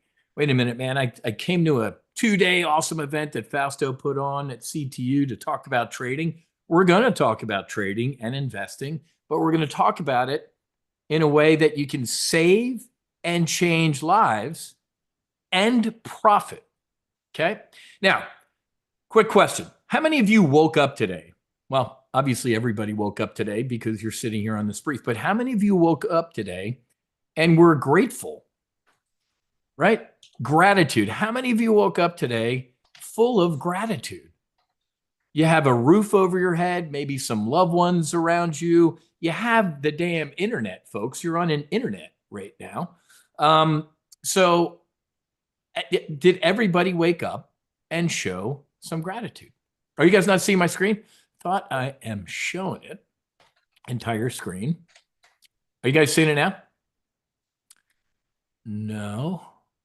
It says you are screen sharing. Okay. All right. Bob can see it. Dave can see it. Okay. Awesome. Well, Bob and Dave. Okay, good. Folks are saying they can see my screen. Okay. So gratitude. Seriously. I mean, gratitude is so incredibly important. So I woke up today, brushed my teeth, washed my face, and I got right back into bed. Why? To meditate. Right? 20-minute meditation, gratitude. And then what did I do? I jumped in my car and I went and did a 60-minute hot fusion flow vinyasa. And you're going to learn in our time together that me talking like this, me starting a trade brief like this, 5 years ago, if I heard me starting a brief like this, I would have kicked my own ass. Ladies and gentlemen, that guy died almost 4 years ago, and I'm going to brief you how and why he died. But folks, 90% of trading, and Fausto can back me up on this, is emotional. Oh man, this trade's going against me. But Apple doesn't hate me. I'm going to stay in it because it's going to come back. Folks, Apple doesn't even know you exist, and they'd steamroll your house. So emotion, we have got to take the emotion out of trading. I'm going to help you with that today, but we're going to redirect our trading into an area that's going to blow your mind. My mission objective, I never do anything in life without a mission objective. Why this sector we're about to talk about is set to explode. It is exploding right now, but it's super going to explode. And it might just save the world. How you can profit while also helping to save and change the lives of others and maybe yourself. Real quick, Fausto already told you who I am. Matthew Buckley, y'all can call me Wiz. I'm only Matthew to my mom or my wife if I'm in trouble. Flew the Hornet, graduated from Top Gun, which is the Navy Fighter Weapons School. March 3rd, a couple days ago, was our anniversary. That's our birthday party. Top Gun established 1969 when I was 1 year old. I was an adversary pilot deployed over southern Iraq for Southern Watch, mobilized for Noble Eagle, Enduring Freedom, all that good stuff. What's this have to do with investing? Everything. As Fausto alluded to, trading is a form of combat. Somebody's going to win and somebody's going to get their ass kicked. Which one do you want to be? I didn't join the Navy to get rich, folks. You joined the Navy to see the world and defend our country from bad guys and girls. But I was always interested in finance, right? You don't join, the military retirement sucks, right? You get out of the military, you still got to go get a job. So I was always interested in finance. And in 1991, now I'm really aging myself, as a 21, 22-year-old ensign at Naval Air Station Key West in Florida, I bought my first mutual fund, right? What was it? 25, 50, maybe 25 or 50 bucks, which was a lot of money to me. The USAA Aggressive Growth Mutual Fund. And then after getting a couple statements, I'm like, what's this? What are these fees? Wait a minute. I'm paying somebody to pick stocks? My girlfriend, who became my bride, keeps Ann Taylor in business, and I pay with my American Express bill. So I started buying stocks on my own. This wasn't hard. But as I became a young fighter pilot, I started applying everything I was learning to my trading, having a strategy, implementing tactics, contingency planning, right? Before even getting airborne, knowing when to get out of a bad situation or a good situation before it got worse. Managing risk. Now, some of you might be sitting here like, okay, this guy's going to speak to me about managing risk. That's a picture of him inverted over Fallon, Nevada, where Top Gun is. Yeah, right, buddy. Folks, options traders, fighter pilots want to minimize and eliminate all known risk, right? So my trading worked incredibly well. I eventually popped up on the radar of one of the largest volatility options trading firms headquartered right there. See those big vertical windows? In the Chicago Board of Trade. I helped build a hedge fund when I was there. The retail brokerage Options House I helped build. Some of you might have traded at Options House. Managing director of strategy for multi-billion-dollar vol arb firm. That's me on the floor. And then I built the Options News Network, essentially the CNBC for options, right? John and Pete, I don't know what happened to those guys. They pay lip service on CNBC to options. We were dedicated, man. We shot on the floor of the CBO and the CBOT, bringing you all behind the scenes look at what was going on in markets. I jokingly, I tell people I was Valentine, right? I was Eddie Murphy in Trading Places, some retail trader off the street going to the big leagues. But I have to be honest with you, folks. There is absolutely no such thing as the smart money or a legendary investor. I wrote a book about it. Does anybody remember the COVID crash? The market crash due to COVID? What were the legendary investors doing on CNBC? Crying. Who was it? Kyle Bass or Bill Ackman, or one of them was like, we need to shut the markets down. We just close the markets for a couple. No. I have incredibly bearish positions. I made 75 grand buying puts at the open the day after Donald Trump tweeted, I'd be a buyer of stocks here. Stocks are looking good. Dow went down 3,000 at the open. I made 75 grand in minutes. It was obscene. So that's when we really destroyed so-called legendary investors and smart money. Do you remember what they said the whole way down? Oh, this is the bottom. I'd be a buyer here. The next day, down. Oh, I mean, this is the super bottom. I'd buy that. Enough. We, you, me, are the smart money. I wrote a book about it. And then I also wrote a book from sea level to sea level, going from the military to, the trading pits. Top rated podcast on the planet. Top 2% of podcasts on the planet, the Max Afterburner podcast. What do we talk about? This. So, folks, I'm the founder and the chairman of the No Fallen Heroes Foundation. We are a 501c3 dedicated to trying to minimize or eliminate veteran suicide. Okay. How do we do this? You ready? Psychedelic assisted therapy. Why? How did you start the No Fallen Heroes Foundation, Wiz? Why? What does this have to do with investing and trading? Well, let me tell you just a quick little story. Irish Catholic kid from South Jersey, South Philadelphia, 6 kids. That's my sister Monica on the left. We made the Pope look Jewish. You didn't get any more Catholic than us. I was an altar boy, mass on Sunday, coat and tie, all that type of stuff. Unfortunately, I was sexually abused as a child. And then at the age of 19, my beautiful sister Monica was killed by a drunk driver when she was a freshman at Villanova University outside Philadelphia. It was a hand grenade to my life and to my family. It was just an absolute horror. It was extremely tough, folks. Wanted to fly fighter jets, wanted to be a naval aviator. Fausto and I saw Top Gun in 1986. I had already wanted to do it before that, and that just sealed the deal. But in 15 years of flying fighter jets for this country, I lost 16 brothers. Not a single combat loss. Bad weather, bad decisions, mechanical issues, you name it. Not a single combat loss. Along the way, I've lost 4 F-18 brothers to suicide, including my best friend right there. That's my wedding day. He was a groomsman in my wedding. Captain Eric Swenson. Beautiful bride, 5 kids, put a bullet in his head one day. So 4 years ago, with the COVID crash, I said, I need to do something about this. But after all of that stuff, I'll be honest with you, transitioning from the military to the civilian world sucked. I went from a fighter squadron where you trust the men and women in that organization with your life, or they're simply not a part of that organization. And I went to a Wall Street firm. I couldn't trust somebody to watch my wallet for 5 minutes when I went to the bathroom. I was lost.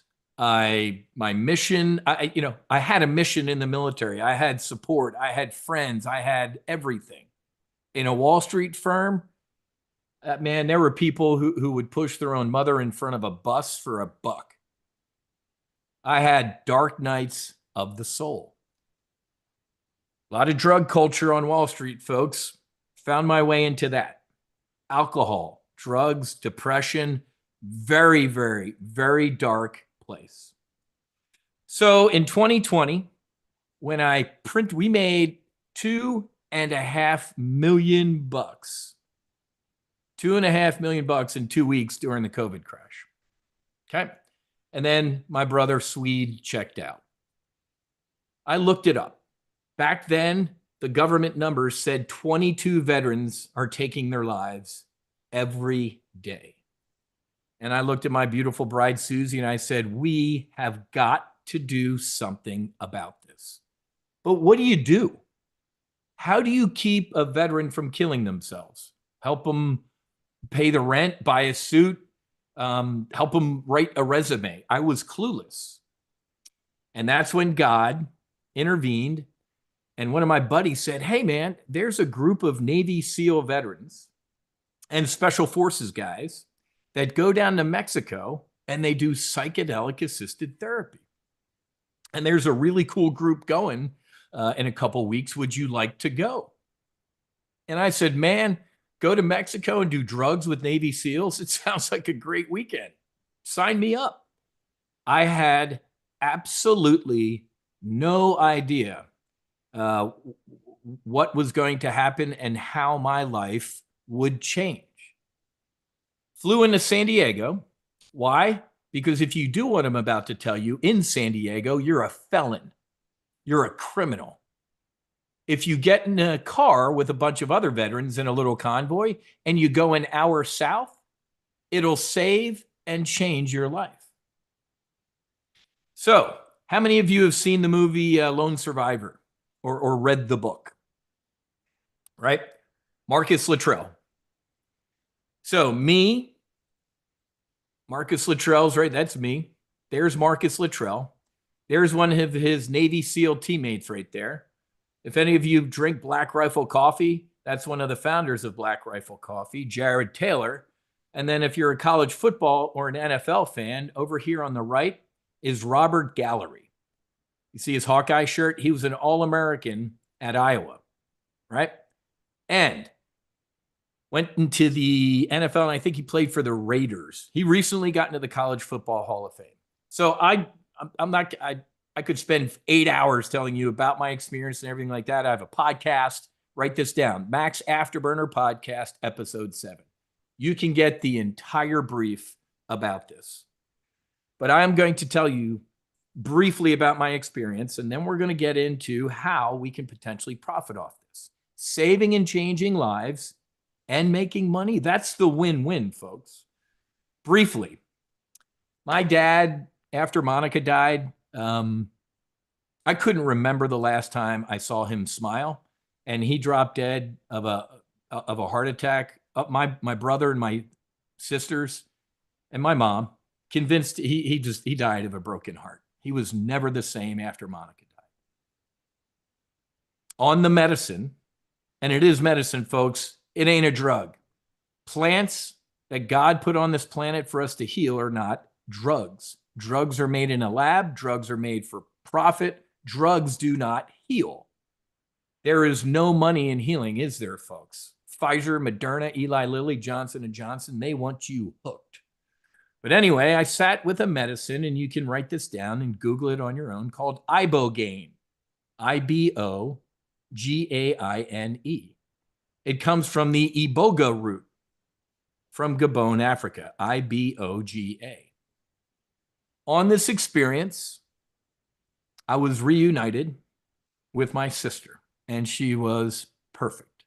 She was angelic, and I've never experienced so much happiness. My father was with my sister, and he was smiling. Like I told you, I can't remember seeing him smile. And it was peace. It was a peace I haven't felt in decades. And then they started to leave. And it was a horror. I called out, I yelled out for them not to leave me again. And they came back and they looked at me And they started to kind of leave again. And then I followed them this time. They went into the trees. They went into my daughter. They went into me. They never left. They are here right now on this brief. And I was healed. I'll save you the rest of my debrief, but let me just say this. I was a drinker. I don't know if you can be a good drinker. I was a bad drinker. Rick, absolutely. Rick, this healing is for everybody, and I'll get to that. I could not look or smell. I couldn't look at a bottle of alcohol, and if I smelled alcohol for up to a year after this treatment, it made me violently ill. I got sick. Years later, I can have a glass of wine with my ribeye or some pasta. But old whiz, a glass of wine was 2 to 3 bottles. These 4 other guys haven't touched a single drop of booze in 4 years. Marcus Luttrell, ladies and gentlemen, was on 15 medications. Whiz, 5. I take 5 medications to wake up, 5 for lunch, 5 to go to bed. Marcus Luttrell hasn't taken a single medication in 4 years. Ladies and gentlemen, Robert Gallery. You should Google his name, Robert Gallery, with Marcus Luttrell. They just did a podcast together. It made me cry. Seeing my original Medicine Brothers. You don't know, they don't know you have CTE until you die. They open up your skull and go, okay, yeah, Robert's like, I have CTE. Before the medicine, he was suicidal. He was alcoholic. He was snapping at his wife and his kids. You should see him today. I literally bumped into him 2 years ago at a fundraiser. I thought I was getting into a fight. This massive mountain was going to beat it. I'm like, why'd this guy just shove me? And I look up and it's him. I didn't even recognize the man. Now, he looks rough there because that's the day after the medicine. He is a different human being. He has started his own foundation to get NFL players this treatment. Okay? So when I got home from this, I said, this is the way. This is how we're going to end veteran suicide. Period. No Fallen Heroes Foundation gives healing grants to veterans, first responders, and their family members, folks. Why first responders? Well, guess what? Some folks get out of the military and they take off that uniform, but they don't take off the trauma. They go home, they become a cop, a first responder, a paramedic, a firefighter, and that trauma is even worse. I talked to a 20-year Marine friend of mine who became a first responder down in Miami. He's like, Wiz, my Marine trauma is a joke compared to being a first responder in Miami. What people can do to children, awful. How about family members? Gold star moms, wives, husbands, fathers, family members. My wife, God bless my wife, put up with me through some absolute horrors. 3 months after I got home from doing the medicine, Susie went down to Mexico. It's called the Mission Within. And she sat with the medicine. We've never been a better couple, parents, or human beings. So, VCs, venture capitalists, and Wall Street, waking up, folks. Everybody's, if you're an investor, if you haven't watched Billions, you need to give me 50 push-ups. There's a whole episode on Billions of acts, doing ayahuasca and with a shaman and all sorts of stuff like that. Stevie Cohen, who Axe Capital and Billions is based off of, is huge into psychedelics. We're going to talk about this stock, Cybin, in a couple minutes here. Blake Mycoskie from Tom's Shoes or whatever, 100 million to psychedelic research. Ladies and gentlemen, it is here. Now, if you want a quick it's 4 hours, folks. It's 4 1-hour episodes on Netflix. You can do it tonight. To get up to speed on this, watch How to Change Your Mind. 4 episodes. Matter of fact, yesterday, Oprah just dropped a podcast with Michael Pollan. Author Michael Pollan wrote this book, How to Change Your Mind. The book is clearly better than the Netflix series, but if you're sitting here like, I can't believe I'm in a trade brief talking about psychedelics, this will get you up to speed. And one more time, I'm going to remind you, 5 years ago, Wiz, I'd kick my ass. Dude, you're on a trade brief and you're talking about psychedelics. What happened to you? That guy died on a mattress on the floor of a home in Mexico overlooking the Pacific. I am grateful for my suffering. I'm grateful for everything that's happened to me in my life because it has brought me to this moment. To date, the No Fallen Heroes Foundation, I think we're close to 100. In the past 3.5-ish years, close to 100 veterans, first responders, and family members have healed. You ready for this? Not a single one of these people has left a retreat and said, complete waste of time, I'm worse. What was that? Not a single one.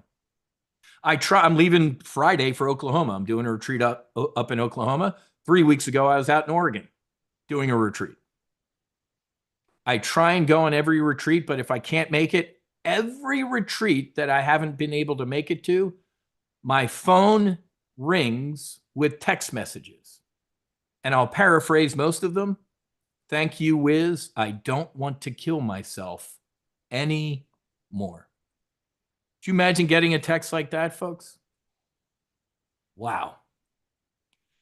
So, what's this have to do with investing? Everything. Here we go. I'm going to warn you, folks, the stocks and the things we're going to talk about right now. This is the internet 1999, right? This is, there's a Netscape and a pets.com and an Amazon and a Google. You buy the wrong two, you're broke. You buy the right two, you're rich. Just let's be clear. The companies I'm going to tell you are burning through cash. Phase 1 trial, phase 2 trial, phase 3 trial, blah, blah. That ain't cheap. But some of the things I'm about to share with you will blow your mind. MindMed, a stock we're going to look at, has MM120. 70 to 80% of people with GAD, generalized anxiety disorder, there's 40 million Americans who suffer from GAD. They're hooked on pharma crap. 70 to, let's just say 75. I think that's the actual number. 75% after a single dose of MM120, 75% of these people are clinically healed. Did you hear what I just said? Healed. Why am I rambling about this? Because does anybody in this room think that Pfizer, Moderna, Eli Lilly, Johnson & Johnson is going to let this, if you're sitting in the headquarters of Pfizer's right now, smoking your cigar, reading the Wall Street Journal, counting your money, if you see companies doing this, what are they going to do? And I'm torn telling you this, folks, because I'm going to show you this stuff, and I want that to happen. Breaking news, MindMed has been acquired by Moderna. The stock is up 5,000%. I want that to happen. And then you ready for this? I don't want that to happen. Some of these companies might buy this stuff and do what with it? Put it on the shelf. We're not gonna let some little psychedelic company cure people. Here's my size 12 checkbook, and we own all of it. I guarantee you it's going to happen. That's exactly right, Rick. So let's talk. Folks, I'm not a crypto guy. I got to be honest with you. I love it. Knock yourself out. But Bitcoin, Ethereum, Doge, whatever. I'd invest in the infrastructure, the chips, the power, the technology. I don't buy the coins, baby. I buy the foundation of it. So in a couple minutes, I'm going to show you some foundation plays. Okay. So we're going to talk about psychedelic stocks, the foundations underneath them, and then I just alluded to it, big pharma. There's no way. And, for those of you like, well, maybe the MindMed CEO won't sell his company. They can't not.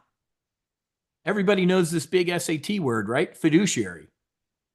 The CEO of a publicly traded company has a fiduciary duty to his shareholders. If Moderna jumps in with a check and says, this is ours, it's got its soul, right? So, Psychedelic Science 2023. Year and a half ago, I went to Denver. with 15,000 other great Americans. You know who was there? Rick Perry. Rick Perry stole this is my line. You've heard it twice in this webinar so far. Rick Perry's on stage for the opening keynote. 8,000 people in this center. Everybody else is watching on TVs. Man, when I ran for president years ago or governor of Texas for 2 terms, if I heard me on stage advocate for psychedelics, I'd kick my own ass. All my buddies looked at me and laughed like, dude, I'm like, yeah, that's my line. Anyway, Republicans were there. Democrats were there. Fighter pilots were there. Navy SEALs, hippies, doctors, all aligned to the same mission objective. The second night, I got up in front of 3,000 people at the Veteran and First Responder Dinner. You can see a clip on my Instagram, man. And it was one of the most incredible moments of my life. I didn't have a prepared speech. I just went up on stage, man, and it flowed. And it was so cool. But ladies and gentlemen, you have the opportunity to be on the leading edge of this. Okay? It's already kind of moving a little bit, but you're not too late. Let's do that. Okay? Let me resume my sharing. Everybody can see my screen, right? The psychedelic renaissance and veterans leading the charge. Now, I love hippies, folks. I love my hippies, brothers and sisters and all that stuff. The first psychedelic revolution was what? Anti-Vietnam, Nixon. Go kill the yellow man on the other side of the planet. No, I don't want to do that. I love the yellow man. Why? Well, I took these mushrooms and I love everybody. Well, okay, now those mushrooms are illegal. Here's your rifle. Go kill people. Do you remember this? So the late 60s, early 70s was the government tarred these medicines. Schedule 1. Does anybody know the definition of a Schedule 1 drug? You ready for this? It means no therapeutic value and a high risk of addiction. What did I just define? Cigarettes and alcohol. Cigarettes and alcohol are highly addictive and they will kill you. Psychedelics are anti-addictive. They break addiction. And it was the most therapeutic experience of my 56 years on this planet. But of course, the government labels things the exact opposite of what they are, doesn't it? Oh, well, those are Schedule 1 and alcohol and booze are completely legal. This was in the Wall Street Journal a couple days ago on Top Gun Day, March 3rd. Meet the Cali sober. No booze, but drugs are fine. Now, obviously, I have a problem with the Wall Street Journal use of the word drugs. Mushrooms God put on this planet are not drugs, neither is LSD. LSD is from grain. It's ergot. Ketamine, okay, you can call it a drug, right? It's made in a lab, profit, all sorts of stuff. But let me, before I forget, we look at these names and stuff like that, let me remind you, healing is free. Whether it's mushrooms, LSD, ibogaine, ayahuasca, mescaline, right? San Pedro from northern Mexico, New Mexico, Arizona area. That's all free. But you know what Pfizer's going to do. All right, well, Wiz got his ass kicked for 12 to 14 hours on a mattress. Let's change a molecule and call it ibogaine and charge 20 grand for it. I don't want that to happen. That's most likely what's going to happen. Okay? All right. So, and let me share this with you before I forget, in case I get too busy and forget about this. This is worth its weight in gold. There's my chat right here to everyone. This, ladies and gentlemen, is what you need. This is your radar scope. You can click on it. It blows up. I'm going to zoom in here. This is a bullseye. Things that are closer to the bullseye are close to FDA approval.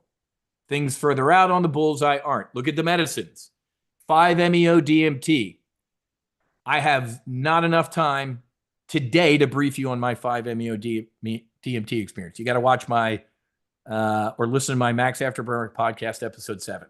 I flipped in the bed. I'm not joking. At my age, flipping in a bed is not something, I don't remember doing it, but the people holding space, I flipped. Well, I went into the medicine facing the Pacific. I came out of the medicine facing the wall. I'll leave it at that. Ibogaine. That's what I did. Psilocybin is magic mushrooms. MDMA, people know as ecstasy, LSD, DMT, blah, blah, blah, blah, blah. Folks, this is worth its weight in gold. Okay? Absolutely. Take a look at that. And let me give you this real quick because it was, let me share this with you. In case you don't want to listen to me, I mean, I got to be honest with you. I'm not a big Oprah fan, but some people listen. It's Oprah. This was released yesterday with right here. Can psychedelics heal mental trauma? Yeah, they can.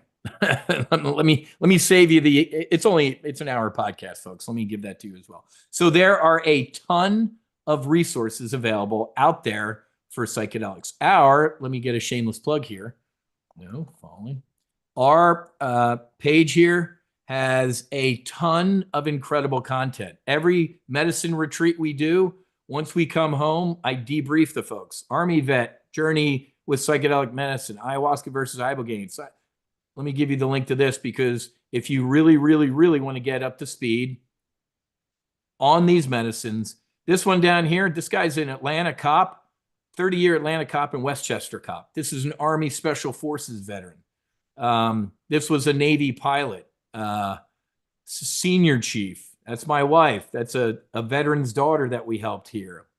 Dr. Matthew Johnson from Johns Hopkins I've had on. So let me, Kyle Quincy, NFL great, who runs the Do Good Ranch. So this is great content for you to get up to speed with these medicines. Okay, let me just give you some good intel because I like sharing intel.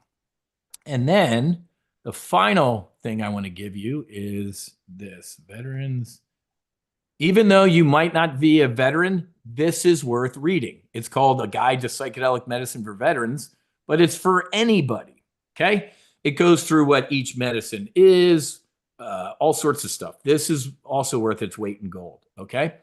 Let me get back. Let me give you this link. Let me get back to psychedelic science real quick because it was so cool being in a room with close to 15,000 people all aligned to the same mission. This second psychedelic revolution, we were just talking about Vietnam and stuff like that. That sucked. Richard Nixon needed young bodies, young men to go kill people. Awful. This psychedelic revolution is being led by veterans, first responders, and their family members, and athletes. I don't know if we got any hockey fans in here, but Daniel Carcillo, 2-time Stanley Cup champ from the Chicago Blackhawks, 7 concussions, was going to kill himself, healed with the medicine. He's now on the board of my foundation. Daniel Carcillo and I are best friends. He's helping athletes. So I don't think I'm special. Most athletes don't think we're special. But if mom and pop, average American, says, holy crap, there's Marcus Luttrell, Navy SEAL, Wiz, Top Gun graduate, and veterans are using these medicines, maybe I'll give them a little bit of leash here. Let me share something as we get ready to look at some of these names. I've been to DC a couple times. And I'll never forget the one time where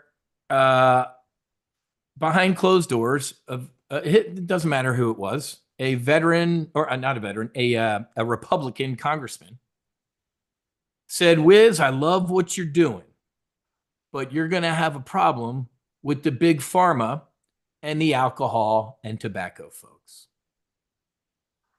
Can you believe that? I'm sure you guys probably can, but can you believe that? It made me physically, I had to leave and go take a shower, man. I can't stand that. What do you mean I'm going to have a problem with big pharma and the alcohol and tobacco folks? Isn't that your job? This is a we the people moment. Okay? This isn't going to come from them down. It's going to come from us up. Okay? So let's get to trading.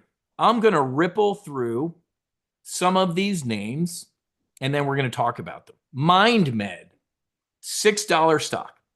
Now, my rule of I run Top Gun options, right? Hence, I'm an options trader. I tend to not trade options on stocks under 10 bucks. Why?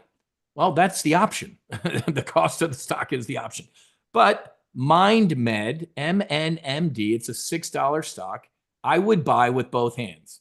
Look at where they popped. The election of Donald Trump and the confirmation of RFK. Okay. Now, RFK, folks, love him or hate him, I don't care. I just care about his view on healing. On my Instagram page here is a video. I'll just give you the cliff note, but this video of RFK right here talking about psychedelics. I'm going to give this to you. Watch it after this brief. Why? I'll give you the cliff notes. It's better for you to see it because it's just more emotional. He was asked a question. Hey, what do you think about psychedelics? And RFK said, well, I'm a recovering heroin addict and an alcoholic. So I could not have been more against psychedelics. You're trading in one bad thing for another, I thought. Then my beautiful bride took her own life in 2012. And after that, one of my sons was done. I was convinced he was next. He just could not handle the loss of his mother. A friend of his took him to Peru. And when I saw him, when he got home, as soon as I saw him, I knew I got my son back. So this guy went from being the most anti-psychedelics to the most, well, he's not the most pro, I am. But folks, and I don't care what you think about the current administration, J.D. Vance was on the Joe Rogan podcast. To his credit, Joe Rogan had to give the future vice president, a brief on psychedelics for veterans. And J.D. Vance said, I didn't know about this. Why aren't we doing this? And finally, Pete Hegseth, current SecDef, Secretary of Defense, was on the Sean Ryan podcast, right? And he said, and Sean Ryan went to the same place in Mexico. And you'll see what happens. He said, hey, I'm healed. All right. These medicines should be legal. I got to jump into my class. Said, absolutely. Okay.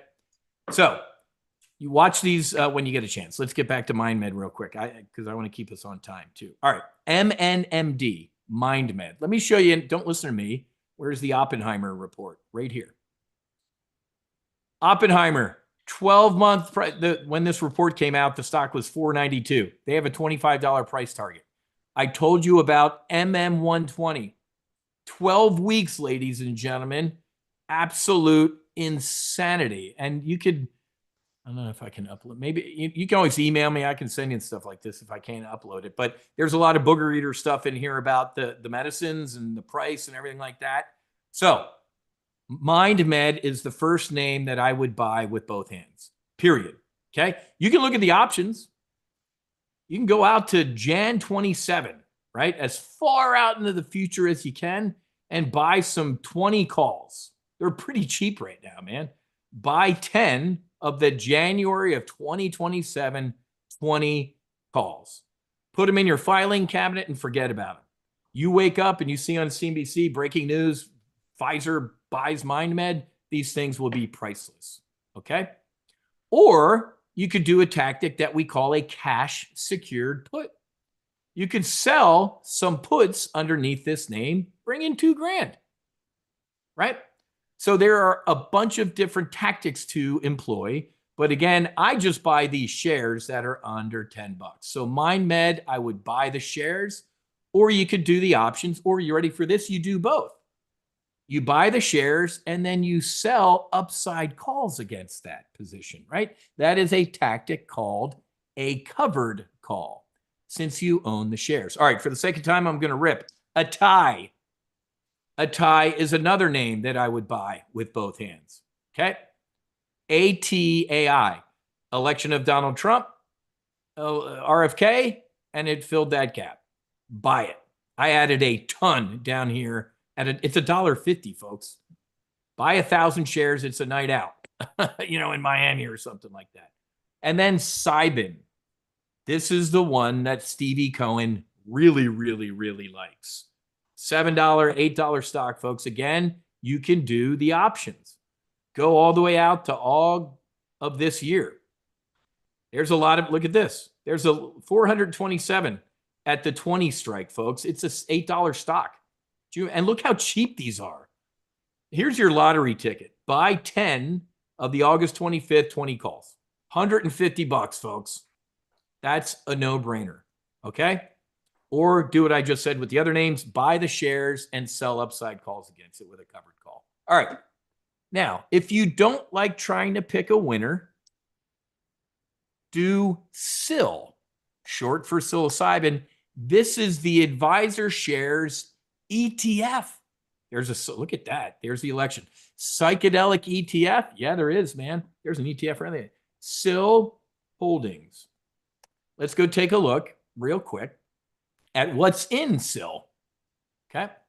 Right here. So, because I guarantee you, it's got a bunch of names. Look at that. Their top holding. Where'd you go? Holdings. MindMed. Atai. Cybin. And you got a bunch of other names in the psychedelic space. So, Wiz, I suck at picking winners. Good. Buy the ETF. SIL. It's a $12 ETF, folks. And obviously, as I said with everything else, you can do the options. Okay. Now, those are like Bitcoin, Ethereum, and Musk coin or whatever. See, I don't even know what coins are. What about the infrastructure? Ladies and gentlemen, when, not if, these medicines are legal for therapeutic use, you have to do them somewhere. You're not going to your general practitioner's office and sitting on wax paper on an examining room table with a National Geographic from 1988 on the table. You can't. So there has to be spaces for you to do this stuff, okay? What am I talking about? I'm talking about infrastructure, folks. Full disclosure, I'm in something called Healing Realty Trust. Real estate for tomorrow's medicine. We are buying up properties, current medical. I live right near the Boca Raton Hospital, God's waiting room. And we are acquiring a ton of medical office building, and we're repurposing them. Folks, you cannot do MDMA in your doctor's office. MDMA, there needs to be a couch and a bed and 2 chairs in there for the people holding space. It needs to be videoed. There needs to be a bathroom. The infrastructure does not exist. So we are building it. Okay. Now, check this out. People are copying us. Who? Since the REIT that I'm in is private, we might go public in a couple years, but I can't stand shareholders, so I'd prefer to stay private. Sabra Healthcare REIT. They are doing what we're doing. Why am I telling you about this name? How many of you have seen a stock with, look down here, a 7% dividend? Folks, I would buy shares of Sabra, sell calls against it as a covered call, and enjoy my 7% dividend. Folks, that's a no-brainer. There are not too many stocks out there with a 7% dividend. And this is a bet, a play on the psychedelic space exploding. Okay? Take a look at this name. This name literally copied us. AHR. American Healthcare REIT. This IPO'd. I loved watching this IPO. It IPO'd last February. This is the 1-year performance. 123% return in AHR since it's gone public. So maybe I'll let you guys know. If you join Topkin Options, you get access. So we have 23 Topkin Options members are invested in the REIT. The REIT's closed because you have to be an institutional investor, and the minimum investment now is $25 million. But I got 23 TGO members into the REIT. before we exploded, right? So you get good deals at TGO. We launched a microdosing company. Well, we can talk about that offline. What I'm saying is TGO members get access to the good stuff that's going on. But AHR, I love it. So if you are interested in this space, but Wiz, I'm not going to gamble on picking a couple psychedelic names. Okay. Look at the infrastructure, folks. Okay. So AHR and Sabra. And I think AHR, it's only been a year. Look at this. That's got a dividend too. 3% dividend for AHR. So I just showed you two names with serious growth potential and solid dividends. And then we just rippled through. I own all these names, folks, by the way. I got my chips out across the table.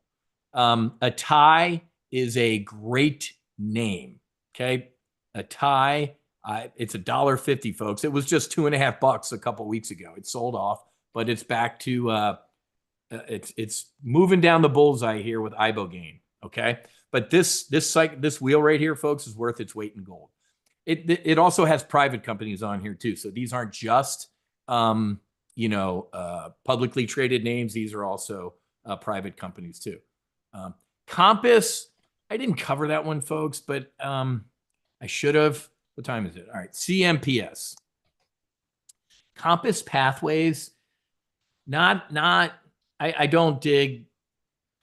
I wouldn't buy this one. Never mind. I just don't like what they're doing, and the stock's reflecting it. I'll leave it at that. But I just saw it on the bullseye, and I'm like, you know what? I forgot to cover Compass, so I would not buy Compass. Okay, so this, hopefully I blew some of you away. Like I didn't expect to be coming to a psychedelic brief for this guy telling me his life story. I can't not tell you my story. I call this the world's greatest Ponzi scheme. What do I mean by that?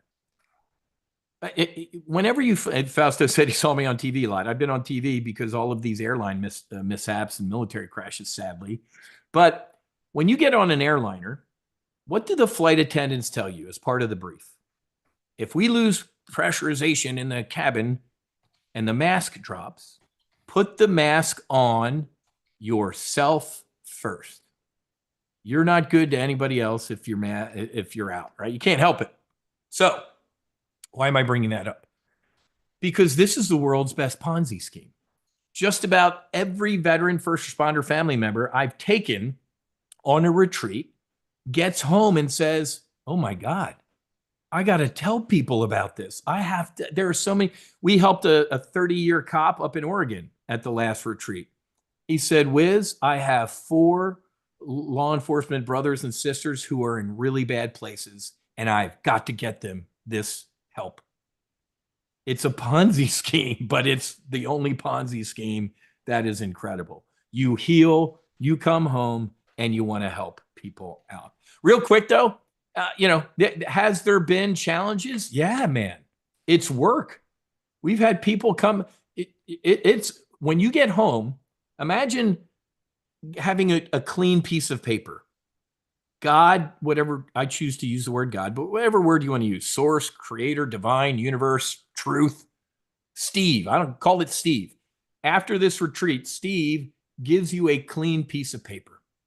Scrub the nooks and crannies out of your brain, your soul, and you just feel good. If you come home and go back to your old stuff, then you are going to have a problem. Okay? So we call it integration. So have there been challenges during integration? Yeah. That's why we call it work. When you get home, you have got to put in the work. But if you put in the work, great things will happen. All right. I went too long, but I want to keep my brother Fausto on his flight schedule. We trade our psychedelic names in what is called our AR, Accelerated Retirement Portfolio. Okay. It's $96 a month, folks, and it doesn't magically go up next month to $1 trillion. Who does that? It's $96 a month for the rest of your life. But that's kind of dumb because we have an annual membership. If you do the annual membership for $960, you get like 2 months free. So mathematically, it makes sense to do the annual. But other than 52 minutes, I need to see this guy for a month to make sure he's not a complete idiot. Great. Do the $96 a month. Or if you're like, okay, I love what this guy's talking about, it's $960 a year. I'm going to give you some manuals. You're going to get access to what we call our, Fausto talked about earlier, our options weapons school. About 6 or 7 1 hour to 1.5 hour options training classes with me. Wiz, I don't even know how to spell the word options. Well, you're like my Marine buddies. I will start with day one. This is the market. This is a stock. This is a put. And by lesson 7, you're trading iron condors, calendar spreads. We take a building block approach, just like going to Pensacola Naval Air Station. I was in class with a guy who'd never even seen an airplane before. He like flew from the University of Montana to Pensacola on an airliner for the first time. And 6 months later, he was a steely-eyed fighter pilot, right? Building block approach. I'm not going to airdrop you into the market Afghanistan with a rifle and say good luck. $96 a month, folks. I used to say before the medicine, that's a cheap bottle of wine. Since I really don't drink anymore, well, I guess I could stay that. $96 a month is a cheap bottle of wine, at least down here in South Florida. Okay? So saving lives, changing lives, and potentially making money. Ladies and gentlemen, that literally is the definition of a win, win, win. Okay? Scott, I'm going to read that. Scott, this is an unsolicited endorsement. I've been through Wiz's training for a long time. I am a follower. I've been in and out with him through my own medical issues such as cancer. I remember this, Scott. There's no better straight shooter in the space of trading options. So happy to listen in here, Wiz. Thank you, my brother, and thank you for all of that. That really makes my heart smile, Scott. God bless you and your family. So, folks, Fausto, my brother, thanks for having me. I had solo Amazon on the brain, but I'm like, you know what? I'm going to change it up. I mean, Amazon's a gift here at 205, but this sector with RFK and Vance and Hegseth and Trump, they don't get me wrong, man. They can all fail. They could be lying to me about psychedelics and whatever. It doesn't matter. I'm going to still keep doing this mission. And when you see stuff like this in the Wall Street Journal, a year ago, the Wall Street Journal had an article that's like, it's the new glass of wine. Corporate female CEOs are microdosing and Elon Musk. This is all the rage, but it's not a fad, right? People healing is not a fad. This isn't the next big thing. It is the thing. So saving and changing lives and potentially making money. It's $96 a month. Give us a shot. If you, after a month, you think I'm a complete idiot, which is a distinct possibility, just go on your way. But you will have, I guarantee you will have learned a lot with me for at least a month. Okay. Fausto, my brother, thank you for having me. I'm probably going to hang out because I love listening to the rest of these presentations, man. I love Silas and all the folks I was listening to Silas beforehand. A lot of smart people. So good job putting this event on, my brother. And thanks for having me. I'll throw it back to you. Yeah, Wiz, thanks for coming. And like I said, I was listening to you. Psychedelics was on TV. I saw you on Fox Business, and I know you had all that, everything with all these planes coming down, crashing, and it was unbelievable. Also, I'm seeing, and then here you come on Fox Business talking about it. It was just awesome. And let everybody know that this really what all of us have to do. We have second businesses. Like he's a fighter pilot. You could definitely follow him. I love him on his Instagram. He's got some great videos of him on his fighter pilot. I'm still waiting for him to invite me on, but look, bro, next time you're in Florida, you gotta come. Yeah, no, I definitely. He was just to come and touch the thing. The thing is just awesome. But hey, wait, real quick, let me show this video. Everybody, watch this real quick. This might be Fausto. We're getting ready to pull about 5 Gs. Watch this guy's head. You ready? Oh, I think 3, I saw that. 2, 1. Good night, Irene. I think I saw that video. He's out. Yeah, he passed out and he woke up inverted over the Everglades. So yeah, he said like I just died and came back to heaven or some crap. He said something like that. I remember that one. That was awesome. Talk about a psychedelic trip right there. That was awesome. Well, thanks for your service and thanks for everything you're doing for our country and everything. And look for that's the video right there. I remember that one. Who was that guy anyway? He's just a party guy down in Miami. He runs a company called My Hammy or Hi Hammy or whatever. Some just some guy. If you donate to the foundation, we throw you in the back seat. So yeah, you got to listen to that guy's video, man. It'll crack you up. Yeah, that was awesome. That was awesome. But yeah, so thanks for coming here. And listen, we're gonna just really quick. We're just gonna go hop over really quick and see what's going on in the market a little bit, and just show everybody what's got going on. And hold on one second. Let me just share the screen and take it away from him. There we go. And I'm going to hop over here really quick and just see what's going on at the Cyber trading floor. They got a couple of stocks they're looking at right now. And we're looking at a stock called APLLD. If you notice before Wiz came on, we got a little bit of a bounce in the market. And let me just bring it up right here. And you can see here, like everything is trying to come up a little bit. Apple made a little comeback. The market right now is at 350 points. Yeah, I know Wiz is a big fan of Amazon. You heard what he said, like I would mortgage my house for 200. I remember we had him here last time, and even my God, it felt like yesterday. It was like last year. He was a huge fan at 150. He got me to buy it, and I ended up getting out right around the 220-ish.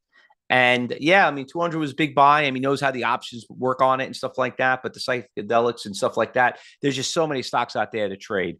But yeah, the market's doing well. And right now they are looking at, I just want to bring up a stock that they were looking at, APLD on the Cyber Group room. Let me see what they're looking at right there.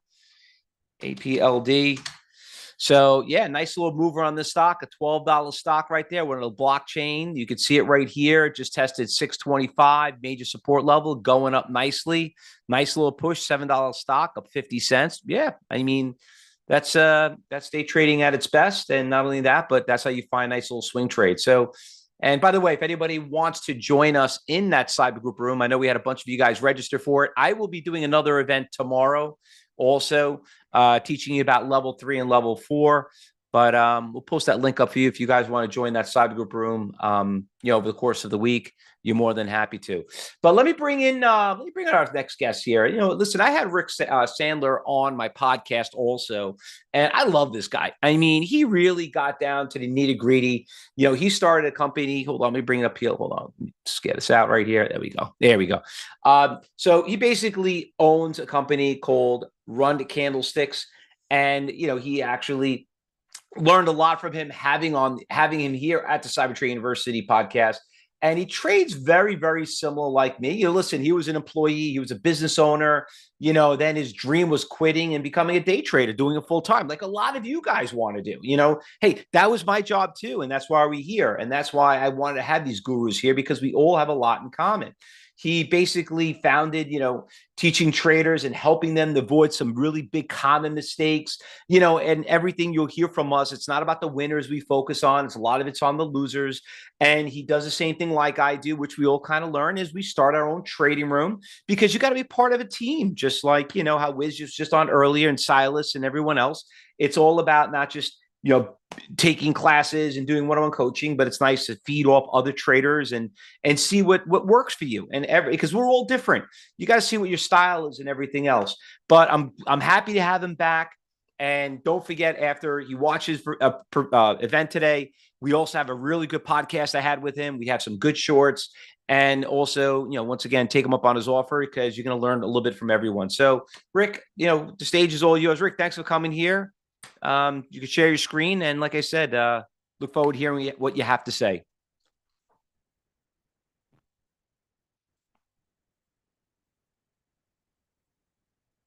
Oh, is Rick there?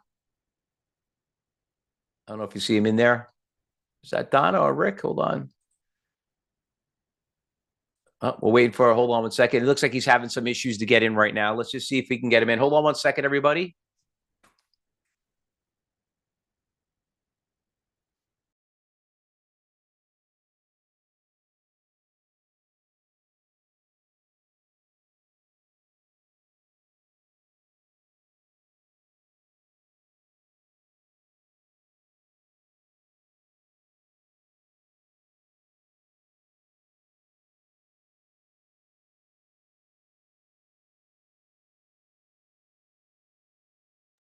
Yeah, we just hold on one second. We're just trying to get his mic up and running. Hold on one second.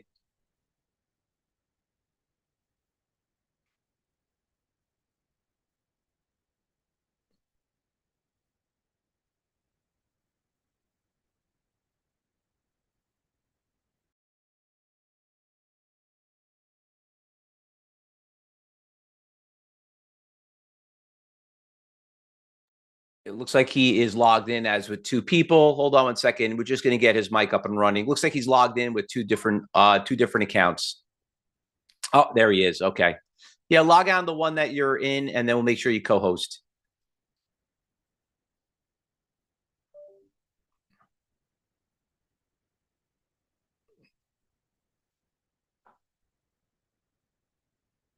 Unmute. Hello, hello. There you go. We got you back. Do you have you see my chart? Hey, Fausto, how are you? I'm doing good. I'm doing good. I'm going to stop sharing. And yes, we do. We see it now. There you go. The stage is all yours. Thanks for being here, Rick. You bet. You see my cursor here? I see everything. Well, define everything. Just not your good looking face. That's all you see. Well, I don't see anything. I don't. Am I sharing a chart? Yeah, you're sharing the spies right now. We're seeing you moving your mouse. Okay, cool. Then I'm good. Well, all right. Thanks, everybody. Thank you for being here. I thank you, everybody. Sorry for the confusion here. So my name is Rick Sadler. How is everybody? Thank you again for being here. Thank you for inviting me. I appreciate it. I've got a PowerPoint I'll bring up in just a second, but one thing I want to share with everybody is what I've learned through trading is one of the things is you can complicate the devil out of your chart, or you can keep it kind of simple. I think I have a pretty simple chart. It's just, with some moving averages and price action, candlesticks, and that's pretty much the way I trade. There's a couple little things I do that I'll share with you. So let's get started with that. All right. So sorry, I was a little beside myself on that. Logging in. Let's see, F5, PowerPoint. There we go. Look, we all, whether we trade or whether we work for a living or whether you pen for gold, it doesn't matter. We're all trying to create some wealth in some way. And wealth is not always about money. It could be about your family. It can be about fishing. I mean, if you think going out and fishing every single day, which I happen to think that every day or every week or weekend, and get to some of those really cool spots to fish, well, that may be wealth to you, and there's nothing wrong with that. But one thing about wealth, and it doesn't matter what your definition is, you have to work toward it. It's rarely given to you. And even if whatever your definition of wealth is, even if it is given to you, if you don't work to keep it, you will lose it. And I truly believe that. So no matter what you do, it takes work. We like to trade. That's one thing we're working at here.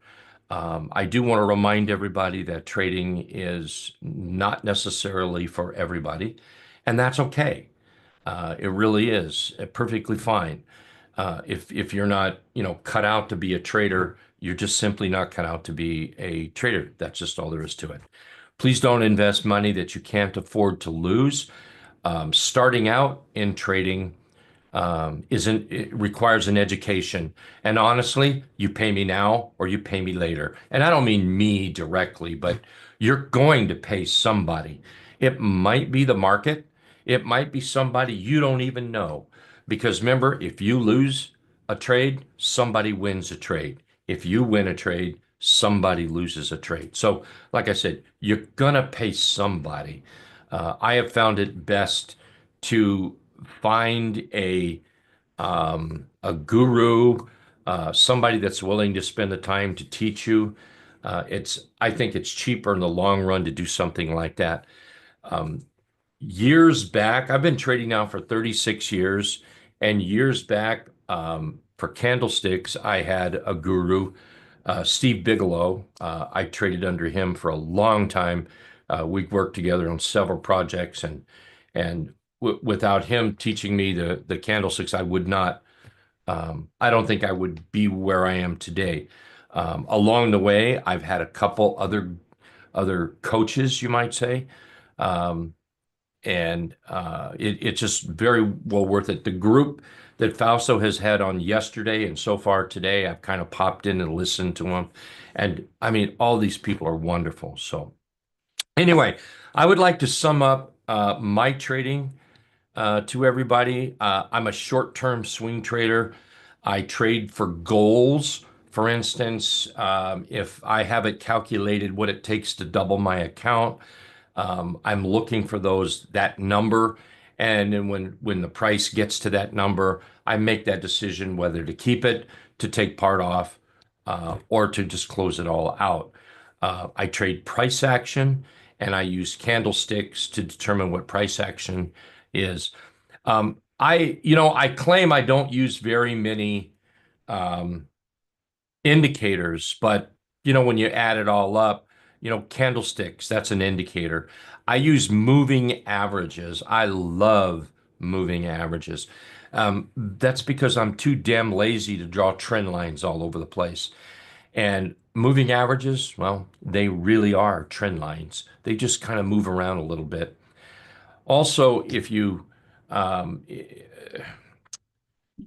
there can be trades that happen that somebody might take, and you think, well, geez, I didn't even see that trade. Well, that's because it's probably not in your world. And when I say in your world, um, I trade with just in a small little area, and we're going to look at some charts, and I'll show you what that area is. But we're going to be looking at price, what I call the T line, and what I call the trendicator. I trade in that world, and most of the time, I'm going to show you some charts that I'm in that aren't necessarily in that world. But if somebody was to say, man, I just traded XYZ and I just made a killing, I'm glad for them.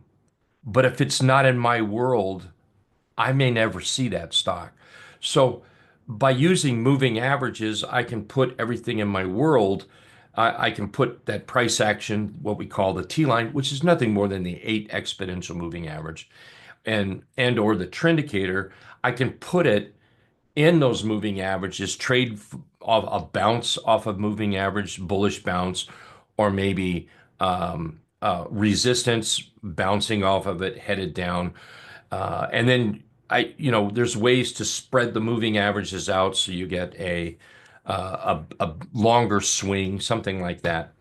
I trade both long and short. I trade stocks. I trade simple directional options. That's all I do. Simple directional options. I will admit I'll trade 99.9 options to one stock. And the reason I do that is there's so much more money to be made. And there's timing and patience. This is one of the keys to trading. If you don't have timing and patience, I just don't believe that you're ready to be a trader. I'm not trying to step on anybody's toes, but waiting for your trade to come to you is important. That requires patience, and then the timing when it's ready to move. Otherwise, you sit there in it for too long, you'll get impatient, you'll start making poor decisions. I've just, coaching over the years, coaching people, I've seen that so many times. Good Lord, I've seen it myself, okay? So timing and patience, so very important. Here's some current trades that I happen to be in right now. Walmart. I'm in TSLL, or Tesla. I'm in Google. I'm in Amazon. Amazon's rocking today.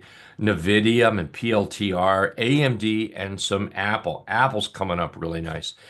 These are positions that I'm in currently. Right, I just did this slide 10 minutes ago. So wanted to make sure I got that in there. All right, I want to talk really quick about some trades that that are the trades that I like. And if I see something popping up on the scanner that I use, forgive me, I may run to it and share it with you a little bit, something like that. So I can come over here to this chart. We can look at charts like, let's just take FXI here for an instance. You can see FXI breaking out. a little bit. I can see that Visa is moving, and this is just by, the scanner that we use. So let's get back with this PowerPoint though. Let's talk about some shorting. All right. One of the short setups I like is called a blue ice failure. And let me, maybe I better run through my moving averages first. Right down here, that's the 200 period moving average. This is a modified 200 period moving average. We call it the dotted deuce. There's the 50 period moving average right there. This is our trendicator. And what this does is it shows us when a stock is bullish, trending, or bearish, trending. It's really, really simple. It's really, really cool. And it really helps you to be in a chart like this particular chart right here. See how we're sitting here kind of bearish. I mean, we did pop up, but we failed.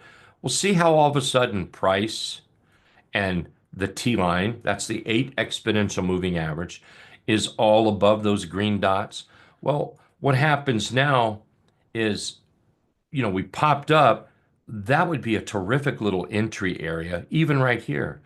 See how we pulled back right through there? Well, even that whole candle might be an entry. See how we rallied up? And this could be an entry with a little swing until it failed. But I'm here to show you a bearish chart setup. And it's what we call a blue ice failure. And it's when price goes from a bullish move and starts bouncing or dancing around that 50 period moving average. And what I like is when we move down and we rally up, and then of course we come down like this. I like that if I'm in it. Well, this right here, that those red dots tells me it's in a downtrend based on my design. And all it is what this is it's a way that TC2000 does it automatically if you know how to set it up. Where when price is underneath those dots, it turns red, and when price is above those dots, it turns green. Well, to me, keeping things pretty doggone simple, wow, that's no reason to be long, unless you get some sort of a reversal candle pattern. Then, that's certainly something you might look at. But we all know, uh, if we move down and put in a low, let me change the color here. We go low to a high to a higher low. This really isn't long until we get over that higher high, which is, if that dot was to turn green, all right, I would be concerned and worried about that if I was in it. Here's another one that's set up. Blue ice failure. See how well, see right here, we were green and then red, and all of a sudden the bulls took charge. And now what we're going to look for on the bullish side, like an entry, is maybe right through here or maybe right through there. So that rise and that rest, I could see some buying in here, in fact. And here we pull back. I mean, right now, we don't have hindsight when everything is live, but right through there, that might be a buy. But you can see price starts to fail, so maybe your stop is below the T line. All of a sudden, our trend is going negative now. So there's what I'm looking for on a blue ice failure. That would be the entry right through there, failing that 50 period moving average. And something I like, because I use moving averages, I'm always going to look for, there's enough distance between the 50 down toward the 200 period moving average. And what that'll give me is profit in that area right there. Okay, on the long side, something we call a gap and a trap. For those that don't know what the 3/8 trap is, it's something we use for, that's not a very good color, is it? It's something we use for an entry, and it's called a 3/8 trap. This is probably the best entry I have ever run across in 36 years. All right. It's a mechanical entry. Um, and this is one perfect right here. What you don't see on the screen here is let me make that red, is the three, and that would be the three EMA, and the three EMA would be probably riding about right here. And the T line, that's the 8 exponential moving average. Well, there's your entry right there. So we're looking for this particular scan that I'm looking for. Um, I'm looking for that gap and then a pullback into the 3-8 trap. I'm looking for price action or the candlesticks. Notice we have a nice trend there. See our green dots. We're over the 50. We're over the 200. I think that right there is a perfect setup. Stop wise, pretty simple. Let me do this. Actually, a couple places. I mean, depending on your risk tolerance. A stop would be a close back below the T line or yesterday's low on this particular chart. And sometimes I'll even keep it all the way down to the dotted or the green dots, trend indicator. If I have a reason to keep that particular stock, sometimes I will do that. So I kind of broke up these charts a little bit. Let's talk about my simple directional options. I tend to trade 40 days plus, open interest of at least 500 or more. Delta, I generally, just say generally because sometimes I don't, but more times than not, generally stay around a 70 delta. And by the way, a 65 delta is close enough for me. And I have been known to stray out of the money just a little bit. I have two accounts that I trade. One is a larger account, and I can pretty much trade what I want, and I can trade. Um, I mean, within reason, the amount of contracts I want to trade. The other account that I have is a smaller account, and this is what I consider when I share with people my road to wealth account. And um, right now it's over $4,000. So it's an account that I really work to double. So times two in 12 months. I've doubled this one last year. I doubled the year before I doubled it. Um, Larger account. So that sort of thing is possible, but it also takes a good market. All right. I don't want anyone to think just because, you sign up for some trading, um, you're automatically going to double your account. Look, there's got to be a lot of things on your side for things like that to happen. And a good market is one of them. By the way, good doesn't have to be bullish, but good can be bearish.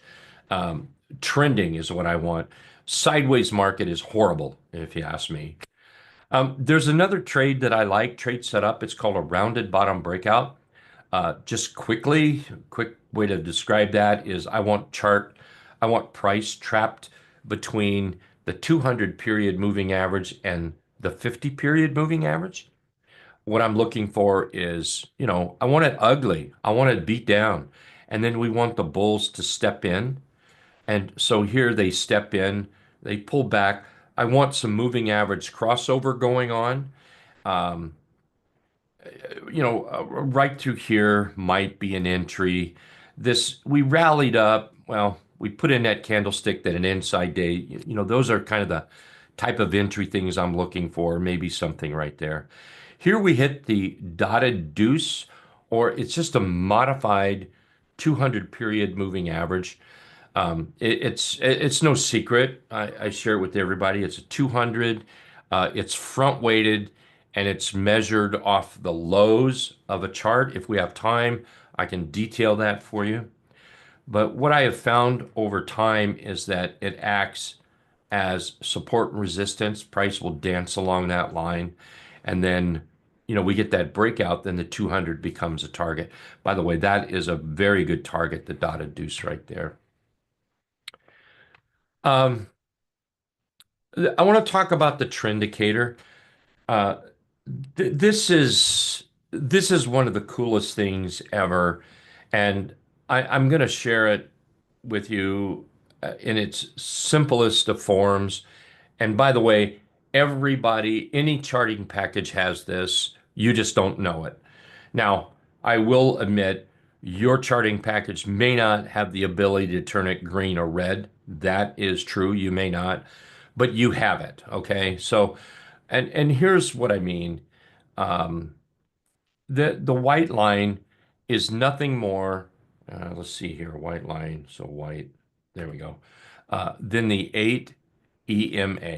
That's all it is. All right. EMA. So we're just using moving averages. The green and red dots, I that's just a moving average, just so you know. Okay. It's nothing super secret. It's nothing special. It's just using two moving averages to clearly point out there's a bullish trend right there, and there's a bearish trend right there.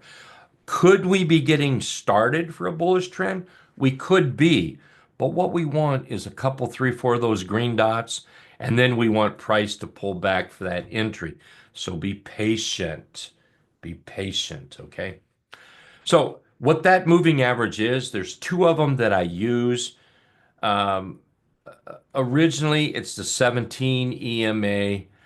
The reason I use 17 EMA is because I couldn't make up my mind to use the 21 or the 20 simple. And really, it doesn't matter. Okay? It does not matter. Remember early on, I talked about your trading world? If this is your trading world, that's all you need to be looking at for long or short right here. Are we trying to step up into a bullish area? We could be. On the other side, what we could be doing is just popping up to come back down short, right? So it's all about that world right there. Anyway, I believe this one right here is the 21 EMA. I've been coaching a few people and they've kind of convinced me to try the 21, which honestly, if you put the 17 EMA or 21 EMA, I'll bet you a great big fat cheeseburger and fries and a milkshake, you wouldn't know the difference. Just, there's your trend right there. Something else I use indicator wise. So, I do claim that I don't use indicators, but really moving averages are indicators, aren't they? They are. So I guess I do. Moving averages, price action, candlesticks, that's an indicator. Well, this is what I think my number one indicator um, as far as indicators go. I know those are indicators, but this to me is the oddball one that I use. And all it is the accumulative 4-week new high, new low ratio. And I only use it on 60 minutes. I find it works really, really good for swing trading a daily chart. And that's what I do. I swing trade daily charts. So by looking at this right now, and by the way, I believe I did. I clipped this today. And so this is like, for the most part, live real time. We can go look at one. And you can see we're in a clear downtrend, aren't we? Remember, based on our rules, what are our rules? Price below the T-line, T-line below the trend indicator. So this is saying be very, very careful with longs. Not to mean you can't have long trades. Yesterday I bought some Amazon up 18% on 10 contracts right now.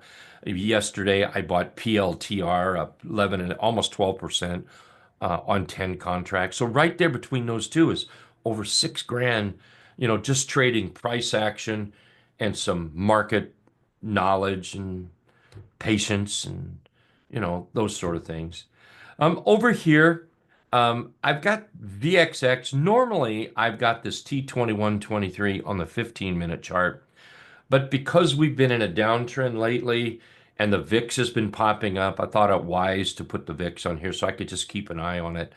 And you can see right here, we're clearly in a bullish trend at the time that I clipped this chart. I will go look at it live in just a second to see what it is. But clearly bullish at this time. And when the VIX is bullish and this indicator is bearish, well, you really, really, really do want to be careful with entering long positions. You really do. All right, let's go take a look at this live really quick. I got to remember how I did that. Just like that, right there. There we go. So let's come down here, T2123. And so this is live. Here, let me put the SPY back up here. And you can see the SPY, we're kind of, we're putting in a little bit of a bounce, bullish candlestick, but we're still in a downtrend. So as much as you might want to be bullish, I want to say just pump your brakes, Hoss. Just slow it down. Now, I'm not a bottom picker. I don't believe in bottom picking. 36 years of trading, I know very few people that actually bottom pick the majority of their positions, and they're still in business for themselves. I know very few people. Usually people will run out of money, go broke, because the fact is the stock is in a downtrend, all right? So, and I'll show you how to do this using the same so simple logic on an intraday time frame to maybe go long, say the SPY or any chart for that matter. So what I want to point out here is price is under the T line. T line is under the trend indicator. That's bearish, right? Okay. So let's go look at this on an intraday chart. Are we starting to turn bullish? Starting. I'm going to bring this to a 15-minute because I want that. See those green dots? I want that to show up right there. See how now you might be able to trade this long. And it doesn't matter if it's the SPY or if it's a diamonds or Apple for that matter. I mean, we can go to Apple, right? There's Apple. Let's look at the daily. Is the daily bullish? No, it's not. Again, that's based on my strategy, my world. Price below the T line below the trend indicator. All right. Now I can draw a trend line on this like I have right here, and we might be bouncing off of it. Yep, we might be, but I can't, although I own it, this is one of those that I broke a lot of rules, but I just felt, Apple, I've been holding Apple for some time. Apple, Nvidia, I bought yesterday, PLTR, picked up some of those charts that are really beat up, looking for relief rallies for now anyway. But let's take this to that hourly chart. Is that a buy? No, it's not. So what I want to show here is mechanically, you can trade on any time frame and follow the exact same rule over and over and over. I think that it takes some of the hardships out of trading. It simplifies trading. So that is not a buy. How about the 15-minute? That is now a buy. What do we have here? Let's go look at this. So get my little arrow out, make that yellow. There we go. So here we have a little bottom put in. It's not quite a bullish engulf, but you certainly have the power up right there. See that consolidation? Could that have been bought? And notice the green dots would have been green. Price over the dots or over that moving average, so simple, is bullish. Now we look for chart patterns. There's a nice little flag. See how we rally up, and now we have another little flag. Also, what do we have? Remember that cool little 3/8 trap entry that I mentioned? There you are right there. 3/8 trap entry, 3/8 trap. Oh, you know what? I'm live. I can, I don't have it on this chart. So if you don't mind, I'm going to switch back over to here. what was that? 15-minute. There we go. 3 EMA. That's all that is. Now, I use 3 EMA high, by the way. That doesn't mean you have to. I like it. But see how we rallied up? Our dots are green, and look where price is. There's price below the 3, trapped above the T line or the 8 exponential moving average. We're up. We're doing it again, right? So those become entry areas right through there. I hope that made some sense. If anyone has any questions and I have time, I'd love to talk more about that. That is just a fabulous, absolutely fabulous way to set up an entry on a chart, on a pullback is what it is. Let's see here. This is looking at that same thing again. Let's skip over that. Here's a trending PBO, what we call a PBO. And all a PBO is a pullback up. Whoops, wrong one right here. That's a pullback opportunity. That's all it is. So if we're looking at this chart, see how we went from red to green and see how we rallied up. See right there, there's a pullback opportunity. Here we rallied up. We're still in trend. This pulled back a little bit more than I would have wanted it to, but we closed back over the T line, so the momentum is still in place. So if that was bought here, you could still be in it. You're making money up here. Here we pull back. We're still holding trend. The green dots. We're still holding that trend right through there. So it's just by using a few moving averages, by you have to look for you have to be able to find stocks that are set up, and I think we'll look at something here in a minute with that. This is what we call a pinball setup. This, by the way, I gave up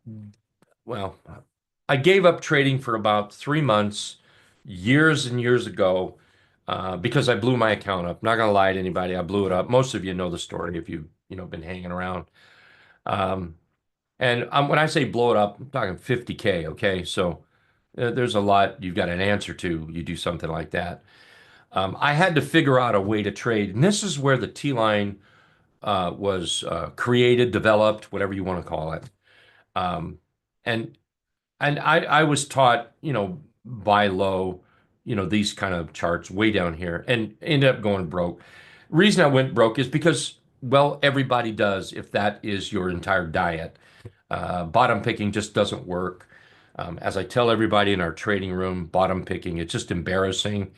And look, if you're a dude, you don't want to do that, seeing you pick your bottom. And if you're a dude, believe me, you don't want a dude seeing your bottom, pick your bottom. So just stop picking bottoms. Here's the thing to do is wait till the stock moves over the T line. Now you've got a little bit of momentum going. Anyway, this was the chart pattern that got me back into trading, and here I am today. And the target is always the 34 EMA up here. I apologize. I only have so much time, so I can't spend a lot of time on these.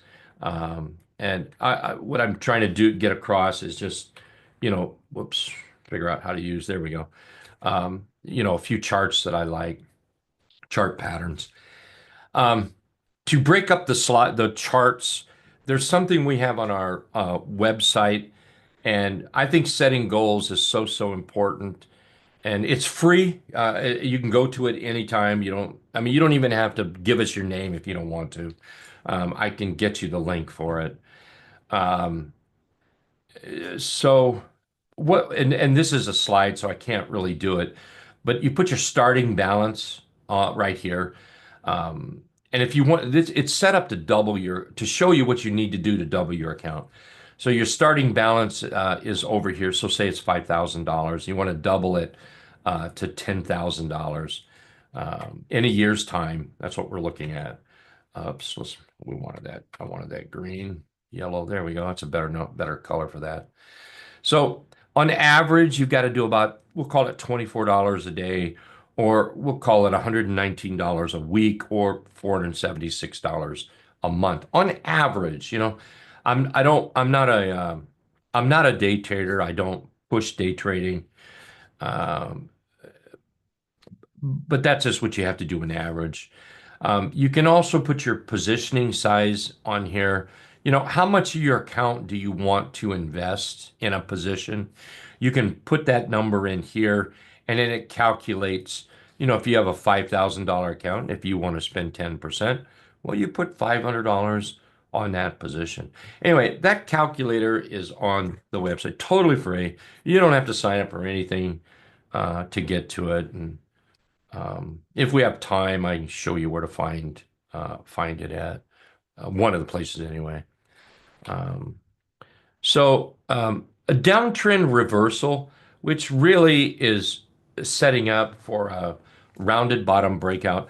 I've probably made more money in this chart pattern than any over the years. In all fairness, I probably used it longer, but it is truly a wonderful, wonderful chart pattern using moving averages. And what we're looking for here is a chart that's been beat down. Okay, really, really beat down. I want this thing, I want it down there. And then I want it to start to do a little price action reversal here. This, by the way, remember, 200 period moving average. This is the 50 period moving average. And all I'm looking for is price action to go from one moving average to another moving average. That's it. Now, I'm going to trade it. I'm not just going to buy this and blindly hold it till it gets there, because there's no absolute guarantee that it's going to get there. This is our modified 200 period moving average. We call it the dotted deuce, and it is an amazing moving average target. It really is amazing. So I will trade this, like I say, if I get a sell signal in here, if I own this, I get a sell signal. Well, I'm not going to sit there and, with my pants down and get in trouble with this trade. I'll get out of it. But overall, this has been such a winning trade when it's properly used. What we're wanting is price to move back over that 50 period moving average. And then, of course, run to that dotted deuce. I'll almost guarantee. How's that for putting a couple of catchy phrases together, catchy words together, that it will consolidate in some manner. It may pull back a little bit more. It may pop up, then pull back a little bit more. But I'll tell you what, I'll bet you every single dollar, every single day, that it will do that here. And then if the bulls catch it, and it starts catching wind, it will continue up a ways. Great, great chart.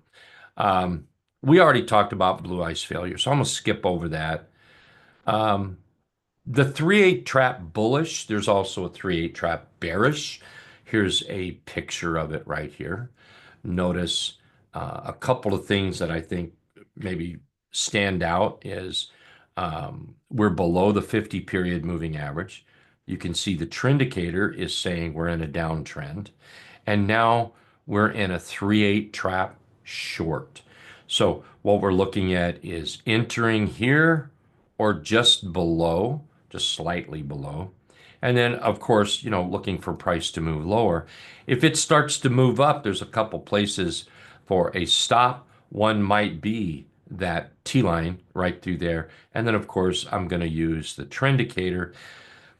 I love price action, so I'm going to always pay attention to price action, for a stop or for an entry as well. A breakout, breakouts are pretty simple. I trade these. No, there's no magic to them really. You've got a chart that's acting really good. Here we rise. This is what we call a pop out of the box, or just tight consolidation. We gap up. So now we're looking, all right, what do we do with this, right? Well, we start to break out right there. Why not? I mean, this chart this candle right there could have been bought as well. Gaps are a piece of cake. They're walk in the park. All that is understanding candlesticks. That's all that is. And following the building blocks. As long as they build, they're good. There's certain, say, candlesticks that suggest our blocks are going to tumble. It doesn't guarantee that they're going to tumble way back down here, but maybe the profits you have are likely to tumble with a candlestick like that. So we, tend to take profits in that when you see something like that. This is the scanner I was talking about. We can look at this live as well if we have time coming up. This is static and this is old. Okay, so there's nothing, you know, updated about this. But it just tells me when stocks are in our gap and go or a bull gap and trap. This is my PBO. I just call it this differently. That's a rounded bottom breakout we looked at. There's a breakout. This is a standard trap, 3-8 trap with a 3-8 trap breakout is what that is. But this is really nice. You can just be kind of humming right along and alerted when stocks are setting up for you. It's just I think it's one of those tools that a trader kind of needs, to be honest. Again, to sum up the way I trade, I must be coming to the end of the PowerPoint here. That's good. We have some time to look at some live charts. I'm a short-term swing trader with goals and profits in mind. I use candlesticks to help with price action. I use moving averages, trade long and short. Stocks, I'll trade options, simple directional options. So long calls or long puts is all I trade. And I think timing and patience is a killer to a trader if you don't get them. If you don't own a basket of timing and patience, you need to just run down to the store and buy a bushel of it. Because in trading, I think timing and patience is so, so important. Order it from Amazon if you want, just you just got to have it. Again, the road to wealth. Doesn't matter what your wealth is. Maybe your wealth is just freedom of whatever. Maybe your wealth is having a boat, a wonderful family. Maybe that's your wealth. Making money. Maybe that's your wealth. No matter what your wealth is, you have to work at it. So don't think it comes easy. It doesn't. And for those that are born into wealth, if they don't work at it, they'll blow it. So stay true to what you do there, okay? All right, let's look at some real charts. See what's going on here. I think I have some time left. So let's take a look at MAN. See how MAN is starting to move up. And this is setting up for a rounded bottom breakout. And I got that alert right here. Make sure that stays on top. So man, just as soon as I killed the PowerPoint, man was up. A couple of them that popped up. But that's like the starting of that rounded bottom breakout. Pepsi, that's coming up on another scan that I have for rounded bottom breakouts. We can look at Cube here.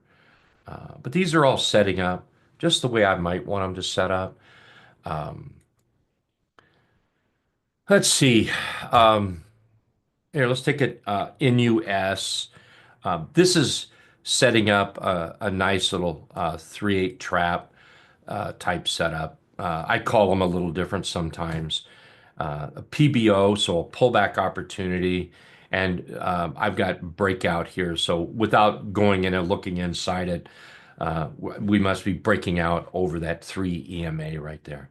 So you can see this chart here. Let me get rid of these lines right there. There we go. So you see how we've gapped up and we've pulled back into a 3-8 trap. Now, all this is a 3-8 trap right in here. All that is. You've got to be able to read a chart when you're trading. You want to wait for that right time. And here, while certainly may have looked at something here as the NUS, you have to admit that why would you want to be going long 3 or 4 days ago or a week ago, the market was tanking. So you've got to be able to pay attention to the market. The market is no good. So, while in US might have been setting up in that 3A trap, the market was not good. So here we are, we gap down, we pop down to the trend indicator here. Now we're moving up. Now we have a morning star signal in here. So we have a morning star signal in here, and we're over that 3M EMA. So we're putting in a little bit of momentum. The only thing I see here is we need to climb over that 817 area. And there's the 200 period moving average for a target on this, okay? MT, right there, MT. That's too far gone, so we can't do anything with that one. Let's take a look at RKT. Look at RKT here. It's moving up. Nice little, look at that trend. Here, let's clean this up a little bit. I'm going to take this off.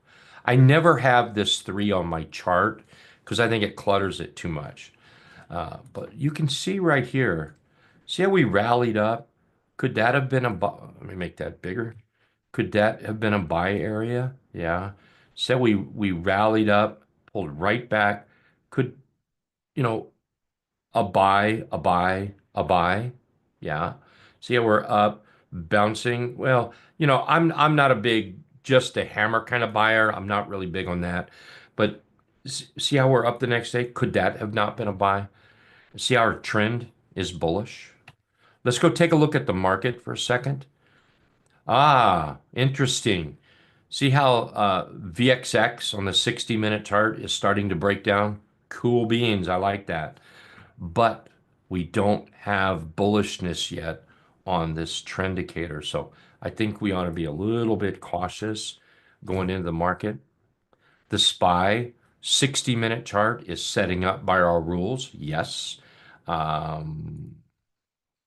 Might be wise to see if it can break out at that 585.50 area first.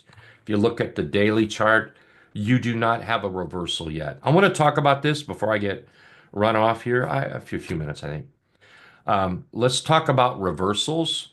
I've learned a lot about candlesticks over the years, and somebody might look at this and say, let me make that a little smaller. Somebody might look at this and say, well, we're close to a tweezer bottom. I'm not going to argue with that. But that does not mean anything bullishness. Hate to say that to everyone that follows that. And I'll share with you why in just a second. Somebody might look at this, and I think it is ever so slightly a bullish engulf. That is not a reversal signal, despite what some people think candlestick signals are. Here's the thing about all indicators, say support. Boy, don't even get me started with that. So I'm not going to deny so far that that's a bullish engulf. I'm not going to deny that's close to a tweezer bottom. I'm not going to deny that that is a doji and a bullish engulf, which can lead itself to a very good candle combination. But that is not a reversal signal. It's only a reversal signal if it, in fact, reverses. Then we can go back and we can say, look, a reversal signal. But this will kill new traders. It will just stab you in the heart. Is you go to a webinar, somebody says, hey, that's a reversal signal, and you believe that stuff. So what you do is you buy into it, and then what happens is, price might move, let's go green. Price might move up just a tiny bit, and then all of a sudden it rolls over, and you're wondering, what the hell just happened, right? Well, that's because you're a rookie trader, or maybe you're a struggling trader, and you don't have patience. Look, let's face some facts here on the SPY. We know, I might as well get over here, right? So we know the SPY can go higher. We clearly know that. Now, can the SPY go to 650? Of course it can. Can it go to 1,000? Of course it can. But it needs to do a couple things first. And trying to be impatient and pick the bottom, well, that's just wrong. We already talked about bottom picking. Very uncool. So what do we need to do? couple of things. Well, I'm going to set this up first, put this right here, and I'm going to put this right there, and then I'm going to delete this. There we go. So a couple of things. To create a bottom, what we need is a low, a high, a higher low, and a higher high. Voila. People pay thousands and thousands of dollars just to learn that one little thing right there. Believe me, it's worth learning. I don't think it's worth spending $1,000 for, but that people spend a lot to learn that. The impatience will clobber you. Example, there's one right there. It would have killed you if you would have bought this chart long. Doesn't matter what chart is. Okay, another thing. You see that line I put up? That's the 50% retracement of this high and this low. Look, if you're trading quality stocks, SPY, PLTR, Amazon, Google, all the Meta, I mean, there's a lot of good quality, and they don't have to be high dollar stocks out there, but just good quality stocks, then they can go higher. So if you just allow that 50% retracement, think of this as a great big ocean. Here's the boat. That's the boat.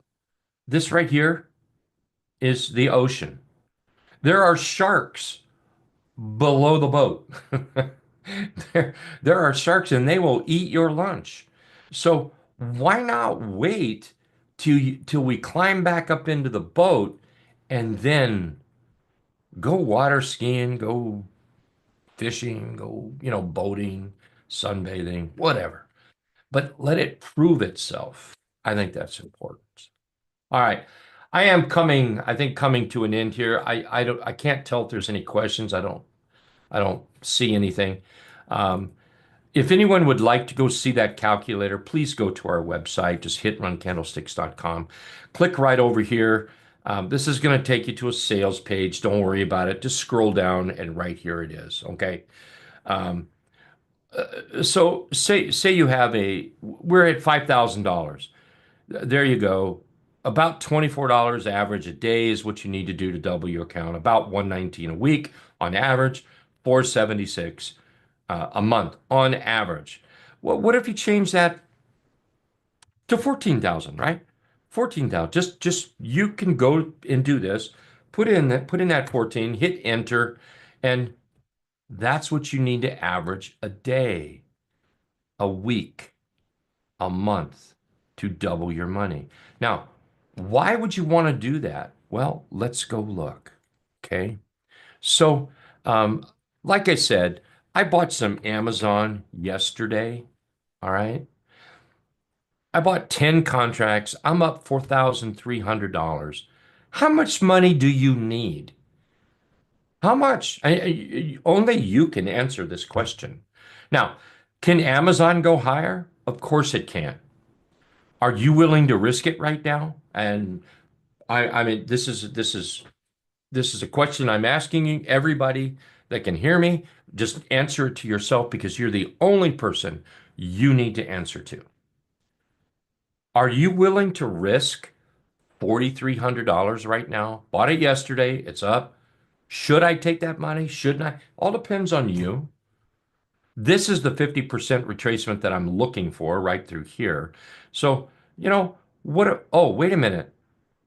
Maybe what I could do is take half off the table, put $2,200 in my pocket, and then I could mess around with the other. Remember, I know what it takes to double my account.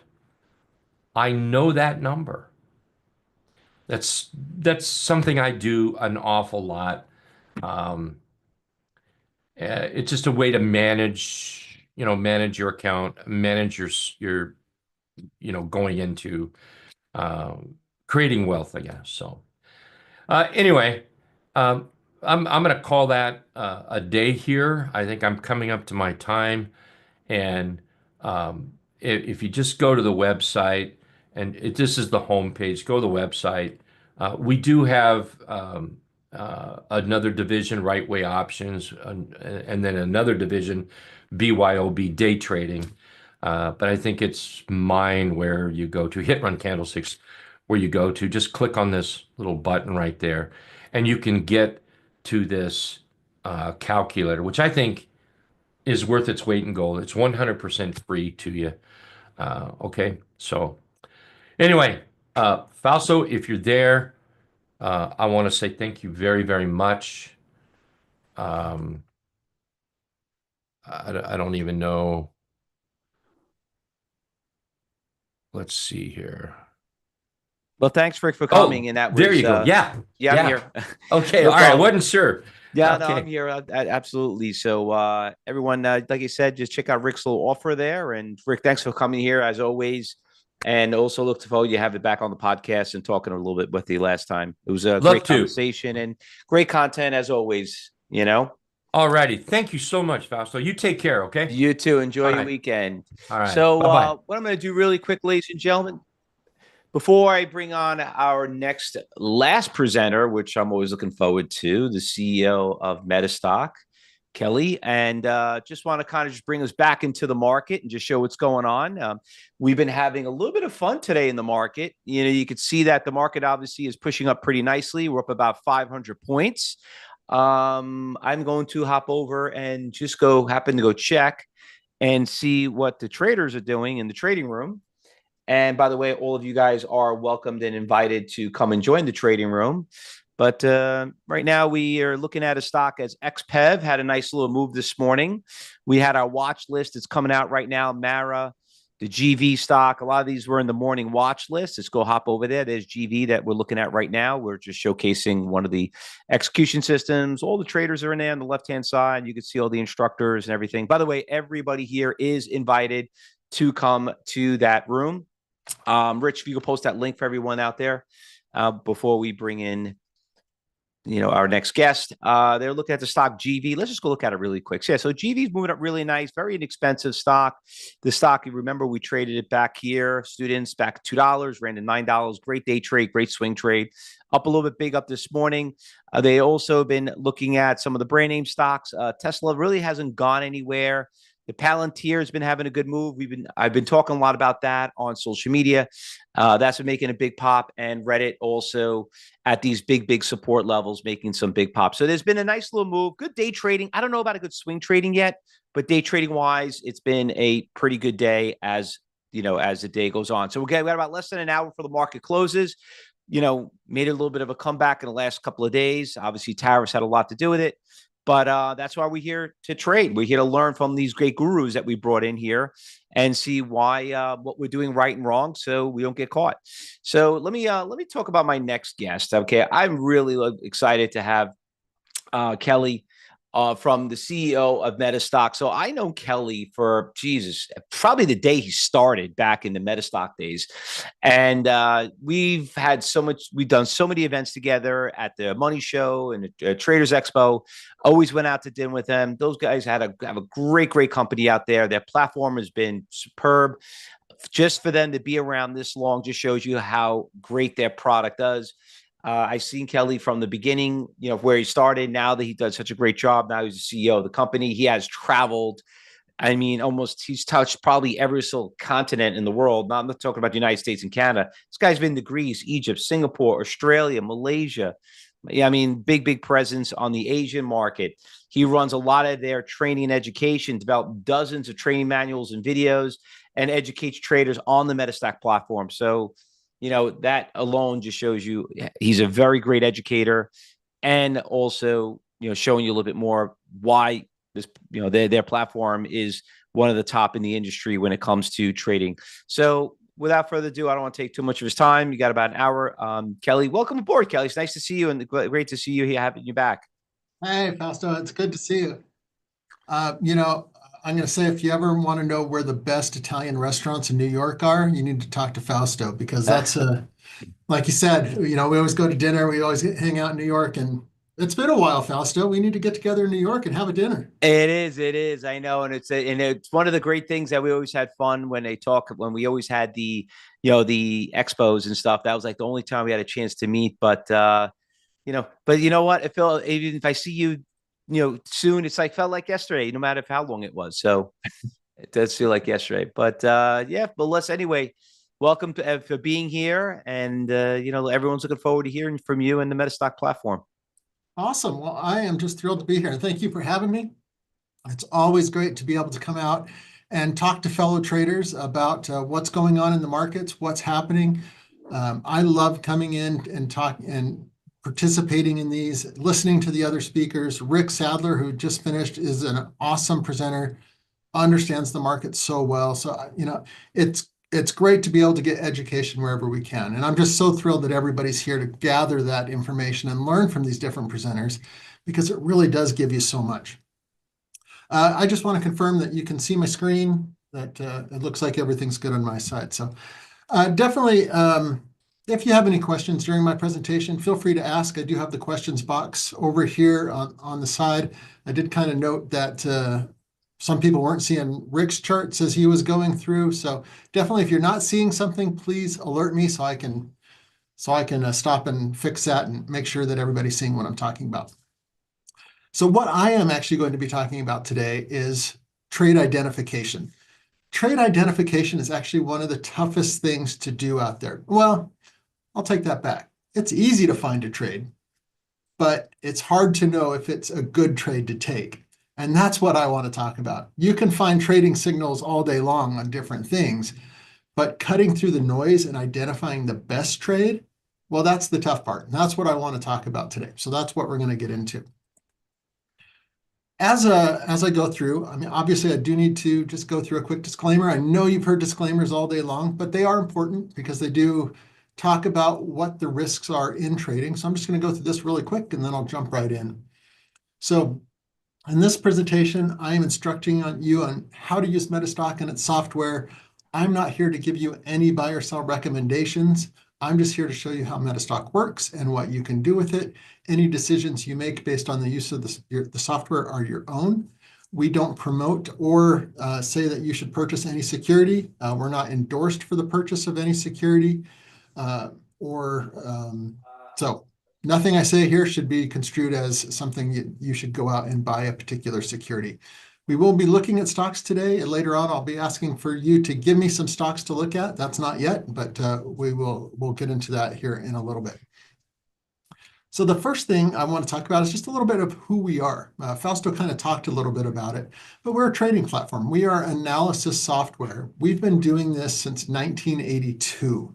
So we're one of the software companies that's been around the longest because of we have such a robust platform. Our software is really designed to help traders find the best opportunities, test their strategies, and make sure they're finding the right ones. So we go back to 1982. We were purchased by Reuters. If you know who Reuters is, they're a news organization, and they bought us because they actually provided big banks, hedge funds, institutions, data. And those data in those hedge funds and institutions needed charting software. And we are the charting software that these big banks and hedge funds and institutions use and still use to this day. So we provide software to both retail traders and institutional traders. So we've had a long history. We've separated out from Thomson Reuters back in 2013, so we could focus on mainly the retail investor and help them, but we still do provide institutional software. So that's just a quick introduction to us. We've also won the Reader's Choice from Stocks and Commodities magazine for over 30 years. So the readers of Stocks and Commodities have voted Metastock the best technical analysis platform for 30 years in a row. That's a huge accomplishment. And this is the readers. This isn't us advertising or anything. This is the readers saying, hey, Metastock is the best charting software out there. So that's something to keep in mind as we go through the presentation. So to start, what I want to talk a little bit about is the emotions of trading. And when we're trading, I think a lot of us actually want to feel like this, right? We want that excitement. Things are going well. Things are going right. I'm making great trades. Yeah, the market's going up today. Yes, I'm rallying. I'm making it.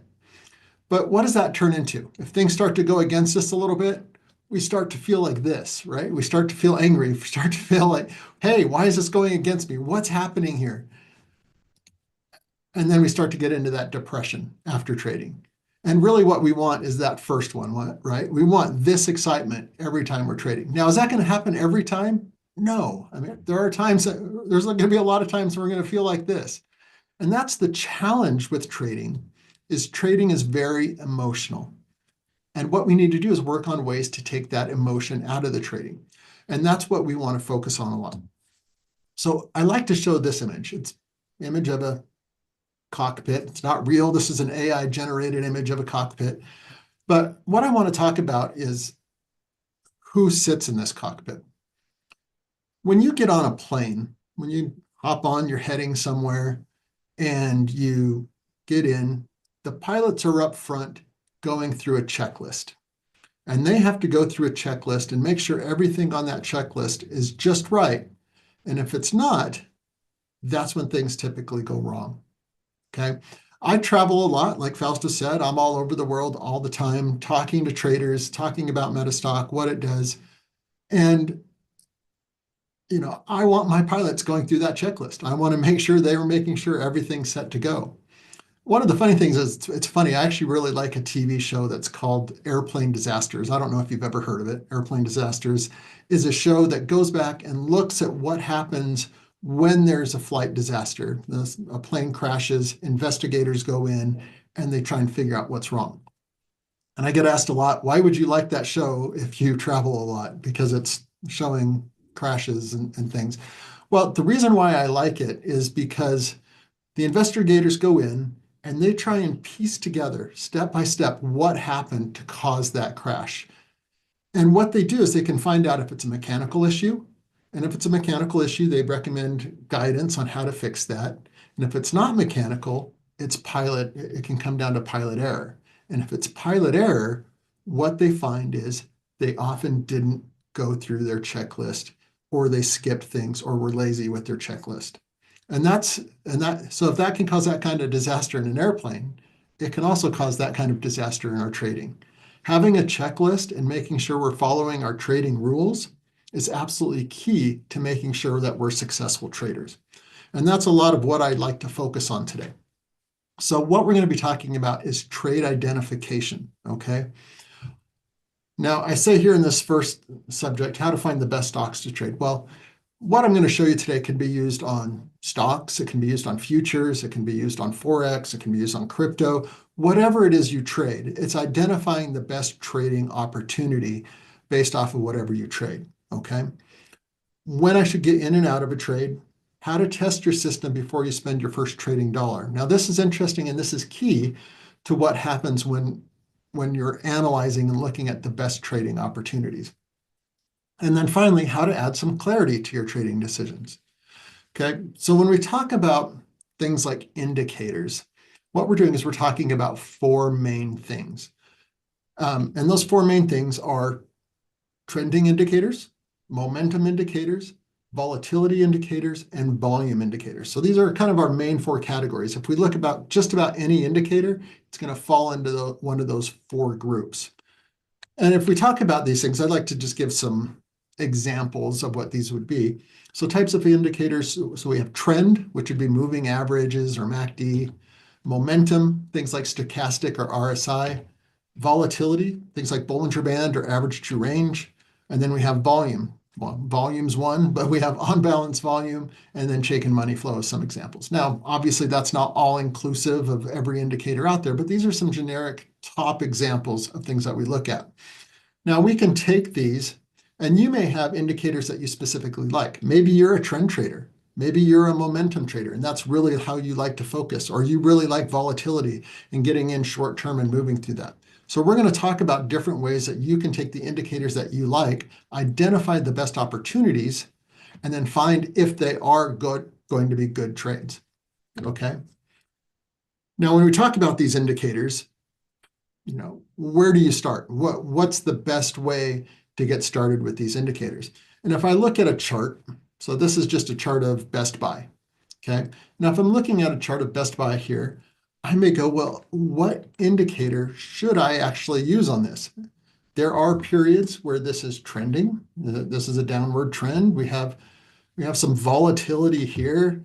Okay, we have got some momentum in here. We've got some volume spikes. You know, where do I start? as a trader, what's the big thing for me here? So what I want to do is I want to talk about ways that we can, one, let's say that you have a favorite indicator that you like to trade. I'd like to show you how to scan the market for that trade and then test it to see if it works well, okay? And then we're going to talk about how to find the best indicators to trade on a specific stock or future or whatever it may be. Okay, so these are the two workflows that we're going to go through today. Both of these have great qualities to them, and neither one's, specifically right or wrong, but we're going to go through these examples. So what I'm going to do is we're going to spend most of our time in software. We have a few more PowerPoint slides, but I want to talk about now how do I really identify those trading opportunities.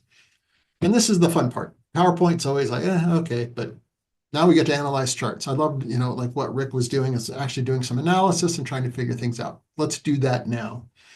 So what I want to do is I want to take maybe a generic example to start us off here. Okay, so what I have the SPY up here.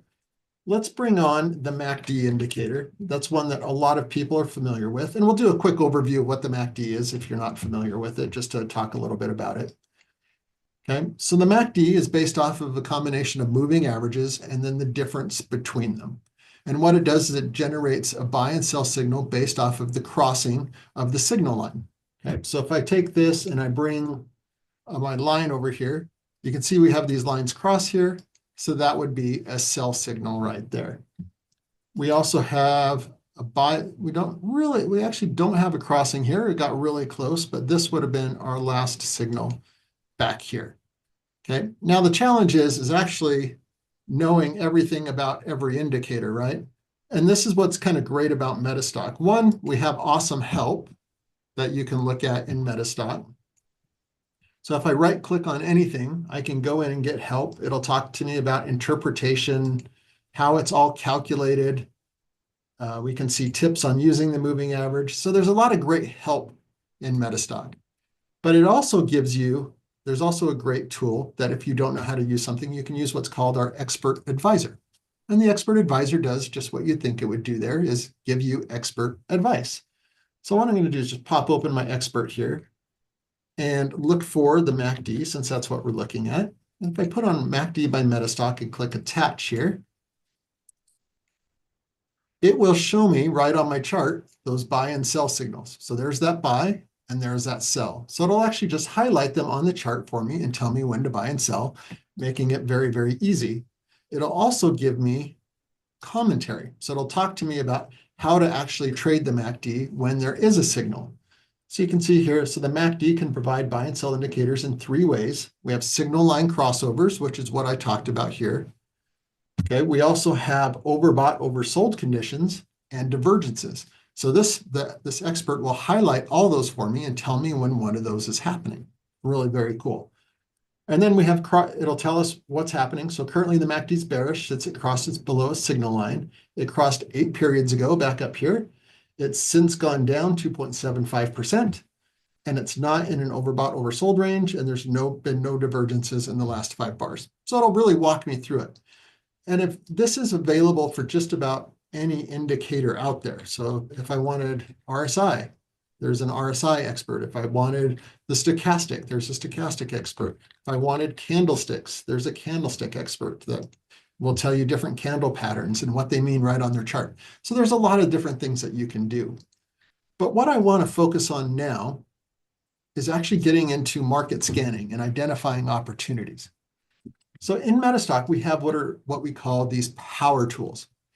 So there's several power tools. One is charting, one is market scanning called Explore, and one is called System Tester. These are the three we're really going to focus on today. There's others that you can do, but I want to focus on just these three. And this tool right here, this Explorer, is actually my favorite tool in Metastock. Because what it lets me do is pick any system that I want, any strategy, put it against any list of stocks in any time frame, depending on the version of Metastock I have, and get buy opportunities. Okay, it's as simple as that. So I can say, hey, I want to look for the MACD, since that's what we were just showing an example for. If I put in MACD, it'll bring up everything that has MACD in it. So there's different derivatives of the MACD. So I want to use this expert system. So this will look for the buys, the sells, overbought, and oversold for me. So it'll highlight all of those. And then what I want to do in our example today, I'm going to put it against the S&P 500. So let's find the S&P 500 here. Okay, so here's the S&P 500. Now, Metastock covers just about every market globally, so there's a lot of different lists in here. So here's my S&P 500. What I want to do is scan daily. Now, we have two different versions of Metastock. There's Metastock RT, which lets you do real-time or delayed 1 minute, 5 minute, 30 minute, any intraday time frame, daily, weekly, monthly, quarterly. And that's what I'm using here. We also have what we call our daily charts version, which is daily and above, but our daily charts are delayed, so you can look at daily delayed information throughout the day on a daily chart. Okay, so I'm going to do a daily bar here. So we are still open on the market, so we're scanning today's data. Okay, so let's go ahead and start our exploration. And let me bring it over to the right screen here. It keeps going over there. So what it's doing now is it's going through that list of the S&P 500.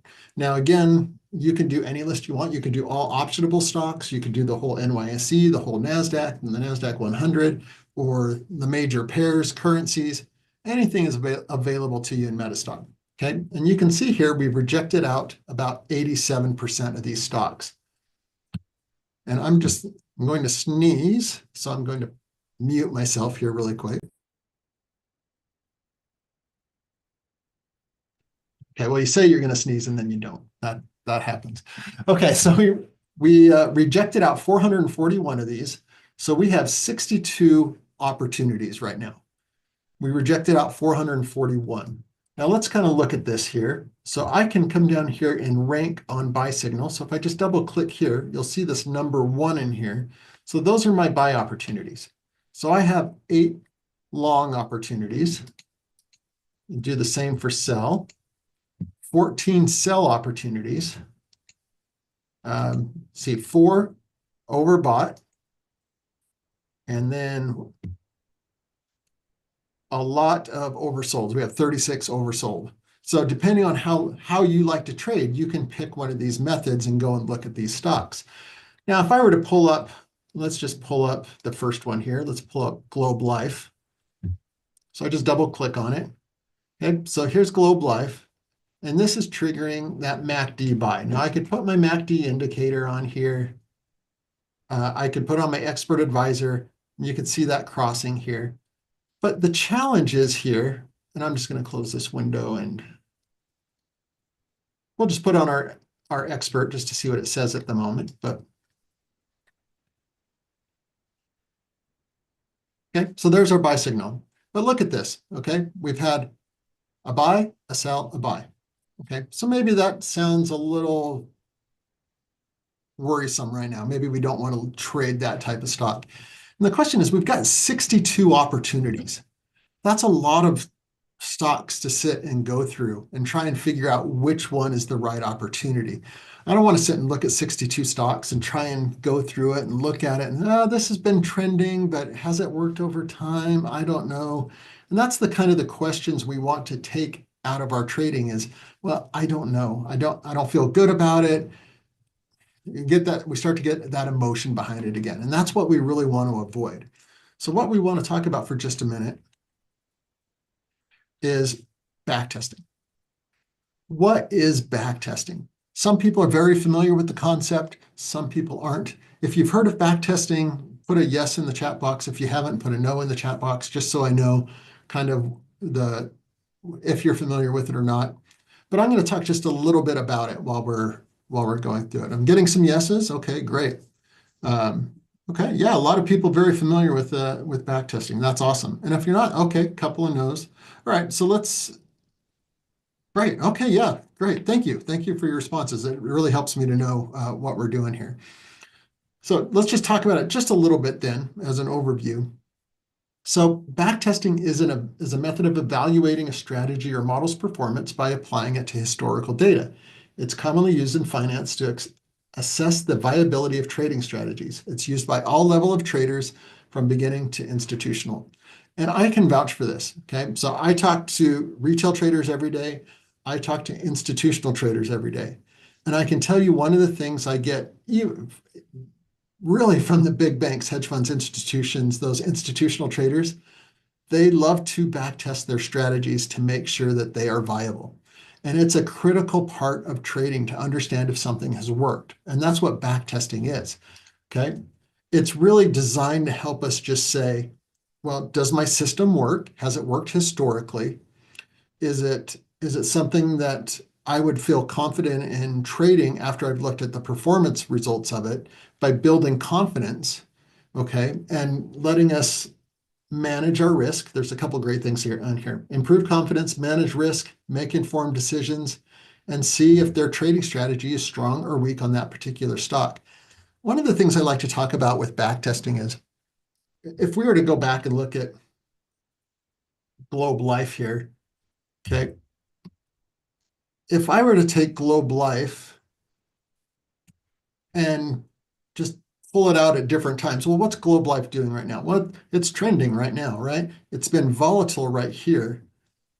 Here it's been, we've got a lot of momentum downward here. So there's a lot of different things happening on Globe Life, right?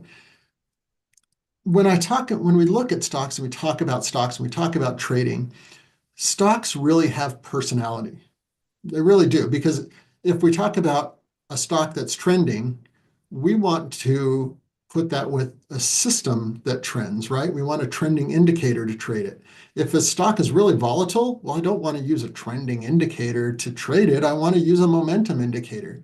And what we can do with backtesting is we can use this kind of personality test to see if the personality of our system matches the personality of the stock. And even if I go into Globe Life on a daily chart versus a 5-minute, well, hey, it could be a completely different game. 5-minute could be very volatile while the daily is trending. Okay, and it depends on the time frame that you're trading too. So that's really important to think about in your trading, making sure that you're finding the personality match. Okay, it's like Match.com for stocks, right? That's kind of what we're talking about here. Okay, and I like to highlight this improved confidence because it's really a big part of identifying that trade. Okay, so what we're going to do is we're going to do our personality test and see if we can find which of those 62 stocks look like they would be the best opportunity based off of what we're doing. Okay, so what I'm going to do is go back into my power tools and I'm going to go into my system tester here. So just about the majority here of people that answered are familiar with backtesting, but it may be a little bit different in Metastock from what you're familiar with. So I'd like to just kind of go through and show you a little bit. So what we're going to do is we're going to take the MACD. We'll just search for the MACD again here. And we'll do this expert system. Now what I want to do is put it against those 62 stocks that matched my criteria. So in Metastock, every time I run a scan, I can always go back and look at this last exploration result list. It automatically generates it and populates it for me. So these are all the stocks that have that opportunity today. Now, when we're trading, and if I were to talk to each of you, now this is a question not to answer. If I were to talk to each of you, you're going to tell me that you have a different amount of money in your bank account. You're willing to risk a different amount in every trade. Your stop levels are going to be different. So every trader here is different from the other. You all have a different way of trading. So what you have to do is kind of tell the system tester a little bit about you so it can analyze it in the way that you trade, okay? So when I'm doing this, I have to tell it, well, I go long, I do longs only, I do shorts only, or I do both, okay? Very easy question to answer. We need to tell the system tester how long we want to look back for. So in this example, and what I usually like to use is about 5 years worth of trading data on a daily. So that's why I have 1250 in here. There's about 250 trading days in each trading year. And 1250 gets me about to that 5-year period, okay? Then I need to tell it what time frame I'm testing in. I'm testing in a daily. And then I just need to do some trade options here. And these are just some quick questions. And the big one we need to put in here is account. Now, account basically tells the system tester how much you're willing to risk in a trade and what you're willing to do. So there's a couple ways we can do it. We can do either percent of available equity, transaction cost, or number of units. So number of units would be saying, well, no matter the price of the stock, I'm always going to trade 100 shares or 10,000 shares or 1,000,000 shares, whatever it is, one share. You can put that in, okay? And it will trade just one share at a time. You could do transaction cost, which is just saying, okay, well, I'm only ever going to put $10,000 into a trade or $100,000 or $1,000,000, whatever that is. Or you could do percentage of available equity. And this is the one I usually show is percentage of available equity. But people like to do this different ways, and that's why there's these different models in here. So if I do percent of available equity, and let's just say I have $100,000 in my trading account, and then what you're doing here is saying what of that $100,000 you're willing to risk. So let's just say I'm going to put 20%. Now, would I ever recommend putting 20% of your money into any given trade? No, I would not. The reason why I'm using that as an example is because the math is easy for this presentation, okay? So if I have $100,000 and I'm risking 20% of it, I'm risking $20,000 in a trade. If my money goes up to $200,000, I am then still risking 20%, which would be $40,000. If it goes down to 50, I'd be risking $10,000, okay? So that just some easy math there. Okay, so here, if you are paying a commission to trade, you can put that in here. Now, we do default that to 0 because most people here in the US pay $0 for commission now. But international, there's still commissions on trades and things like that. And that's why we have that in here. You can also put if you trade on margin, if you make money on a money market account when you're out of a trade, if you want to account for that, you can put that into it as well. So there's a lot that you can put in here, okay? And then finally, this last one, and most of these are just, you're just never going to change it, but they're available if you do, okay? So realistic market prices under trade execution. Now, what in the world would realistic market prices mean in system testing? Well, what it means is, so let's say that I have one of global life here is giving a buy signal today. Okay. Typically what happens when we get a buy signal is we wait for the end of the bar and then wait for the confirmation on the next bar, if that's the way you trade. Okay, so that's what realistic market prices is doing, is saying, okay, you had a buy signal today, but I'm getting you in on the next bar. You can set this to say, no, get me in on the current bar because I do this midday and I want to see how it performs that way. You can change that. You can also say, well, wait till the next bar and buy on the high of the bar to make sure that it goes up above a certain price. You can do that. So you can be very flexible and customize with the system tester in the way you want it to get into a trade. Here we have slippage. Well, what's slippage? Well, slippage is basically what happens when you say you get a buy signal today, you put a market on open order for tomorrow, and let's say you don't get right in at the open. Maybe it slips 1%. Well, you can account for that 1% slippage, that loss as part of your trade. Okay, so you can account for all that. There's a lot of variables, a lot of things you can do with system testing. For me, I like to keep it very basic. I just leave this standard. I leave broker standard. The only thing I really play with here is the account settings and changing it to what I actually have in my trading account, what I'm willing to risk. Okay, so what this will now do is if I click OK, and then I start system test. Now that's a one-time thing. Once you'd set that, you don't have to go back and change that every time. It's just a one-time setting type of thing. Okay, so you're filling out your personality profile on Match.com. Let's go ahead and hit our system tester execution. It's going to go ahead and go through. And now what it's doing is it's taking every trade over 5 years on all 62 of those stocks. Okay, and it's already done. And let's see what we've got here. So I'm just going to maximize this a bit. And now what I have here is I have a representation of what my money looked like over time. So how did my money perform? What did it do? And this is what's so important about system testing. So if you take anything away, it's look at system testing and how it has performed historically, okay? So if I rank these stocks, I come down here and go to percent gain. Okay, so you can see here that Carnival Corporation over that 5-year period had a profit of $90,000 for 90% gain, 246 trades over that 5-year period. So this is something that says, okay, well, 246 trades over 5 years, okay? It's kind of active, not, so 246 into 1250. So you can kind of do some math there and figure out, well, how often you're trading and say, is that too much for me? Is that about right? Kind of figure that out. We had 131 winning trades, 115 losers. Okay. Let's look at the next one here. Tesla. I had a 60% gain, 299 trades, 149 were winners, 150 were losers, but it was my second biggest trading wins. So what does that tell us? Well, when the MACD trades on Tesla, the wins are probably bigger and my losses are probably smaller. Okay, so that's kind of an interesting thing.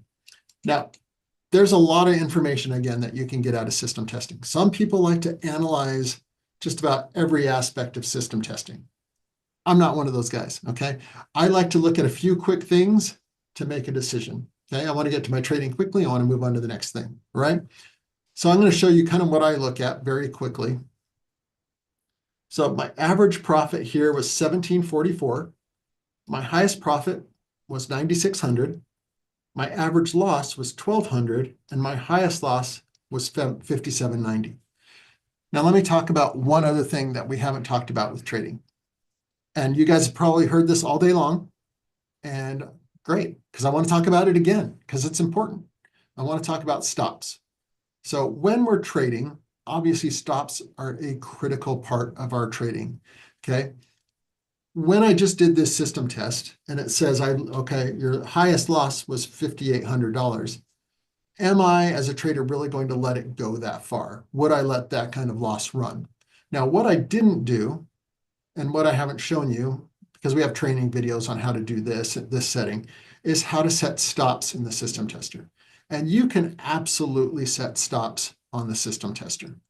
But what I like to do is I like to look at how the system stands on its own. How does the MACD perform overall on its own without me putting in stops and doing that? Because when I trade, yes, absolutely, I'm going to put in stops. Here I'm seeing how the system stands on its own. You are welcome to go in and put stops in and see how that changes the system test. Absolutely, that's not a problem. But I did want to highlight that I did not test with stops. This is just when it says buy, buy, when it says sell, sell, okay? That's all I did in this. But stops are critical in trading, and make sure that you are using stops to protect your money and your assets and your wins and stop those big losses, okay? Okay, so those are quick things I like to look at here. I like to look at this risk reward index, and all this number is it's saying how long it stayed above the equity line. So it was above its equity line 97% of the time. And we'll talk about the equity line in just a second here. But you can go through and you can look at when every order was placed, what it did with it, when it stopped out. You could look at position excursions and how it all worked out. Okay, I don't spend a lot of time in these tabs. What I like to look at is this bit of information right here. For me, system testing, this is what I want to see right here, is the equity line. What the equity line is? Well, the equity line is what my money has done over time trading this system on this stock, okay? It's not the stock's performance, it's what my money has done over time, okay? So if I had been trading this, I would have had that initial $100,000, and then here's my 5 years of data right here. So I can see how this would have traded over time. Okay, you can see this is actually pretty consistent. My money has gone up consistently and has worked pretty well across this stock. Okay, so if I were to look at this as a system tester, I would say, yeah, I mean, I kind of like this one. My only hesitation with it is the last year, maybe, the money growth on it's been kind of flat. Over the long term, it's been fairly consistent. So I could put a, yeah, maybe on this one. This one would be a maybe contender for me. Okay, let's look at what that looks like with Tesla. Now look at Tesla. It's only spent 77% of its time above the equity line. So a little choppier maybe. So you can see back here, it had losses trading with the MACD. But what's it been doing recently?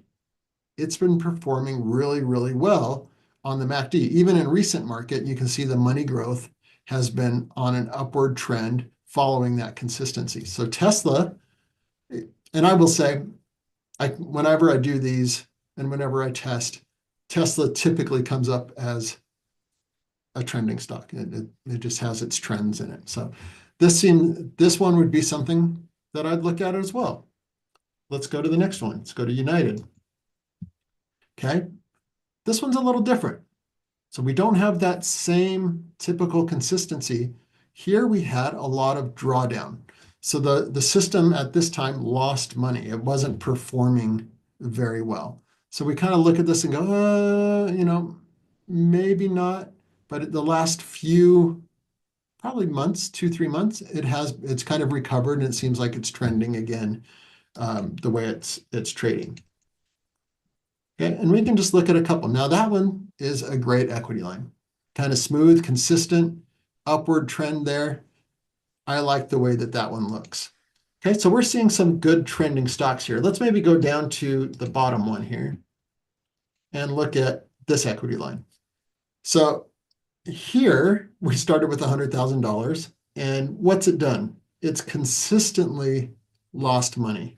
So if I look at NetApp, I think was the one that here was the bottom one. So NetApp didn't trade well using the MACD over the last 5 years.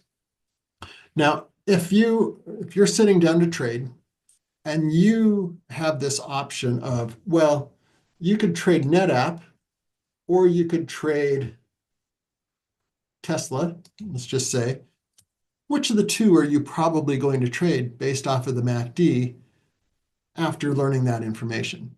Well, okay, so historically, Tesla has performed very, very well, and it's been consistent trading with the MACD, whereas NetApp has consistently lost money using the MACD. Well, which one are you going to choose? Okay, and that's the point of system testing. Now, does that guarantee that the next trade is going to be a winner? Absolutely not. And that's where the disclaimers come in at the beginning, right? System testing is hindsight. Hindsight's 2020, right? I could say, yeah, Tesla's been trending. It's been doing awesome. Let's pull up Tesla here really quick and let's look at it. So if I come up to chart.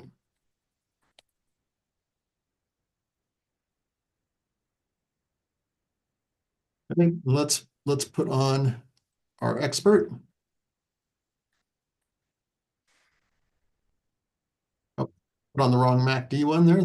Like I said, there's a couple in there. So we want this MACD by Metastock. Okay, so this right now, actually, so it's in a sell, but it's also in an oversold range. And that's the signal on this one. It's in an oversold range. So that's the consideration there. So, obviously this one wasn't a buy. This one is in an oversold range, which is one of our criteria. So if you are trading based off of that method, would you take that trade here? And that's something for you to consider. Okay, so when I look at it, okay, have the past signals worked well? Well, they seem to have, and the system tester has confirmed that. So that's how you can use the system tester to help you identify opportunities, okay? So let's just take another quick example here. And what I want to do is, in just a moment, I want to do some system testing based off of stocks or futures or whatever it is that you have that you may want to look at which system might work best.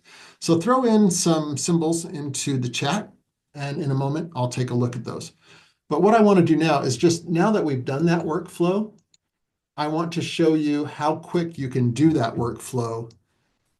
We've spent half an hour on it. Let's spend just 1 minute and find some trade opportunities based off of a strategy. So again, I just go to the Explorer. This time, let's do RSI. Okay, actually, we'll do this stochastic RSI. This is a mix of a stochastic and an RSI together. And then let's go down and let's do the S&P 500 again. Actually, let's uncheck this. I've got a couple selected, so let's do RSI again. Okay, so stochastic RSI again, S&P 500. So I'm just going to have it go through the S&P 500. Thanks for the symbols. I'll get to those in just a second. Okay, so we're doing the same thing. We're market scanning really quick through our list that we want. So this is the S&P 500 against the stochastic RSI.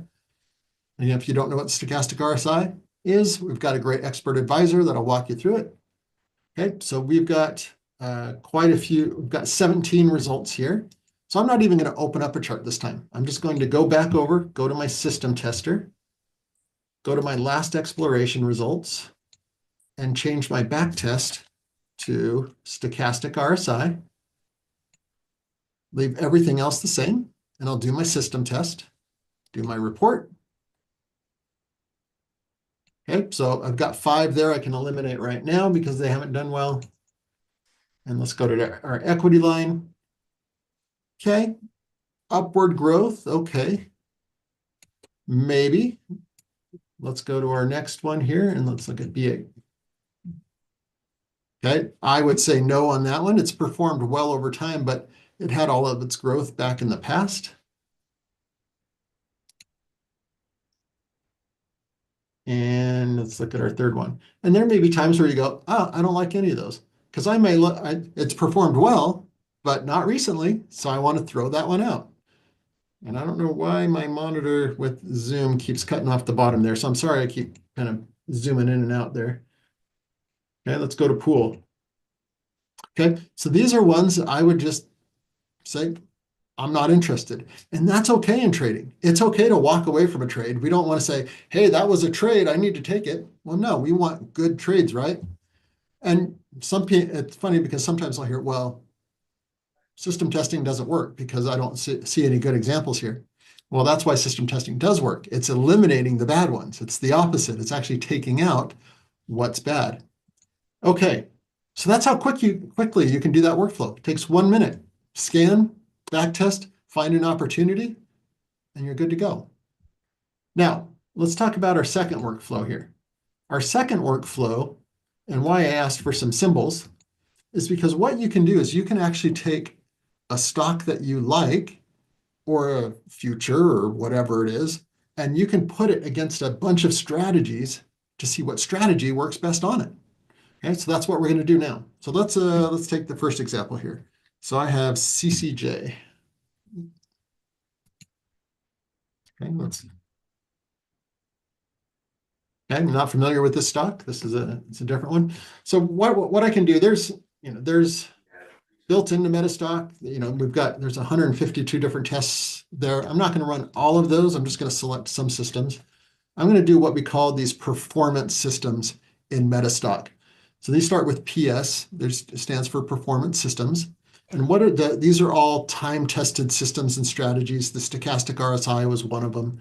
And you can take these or any system that you want and test, okay? So I'm just going to select all 84 of these systems. It looks like I have the Ichimoku in there as well. We'll put that in.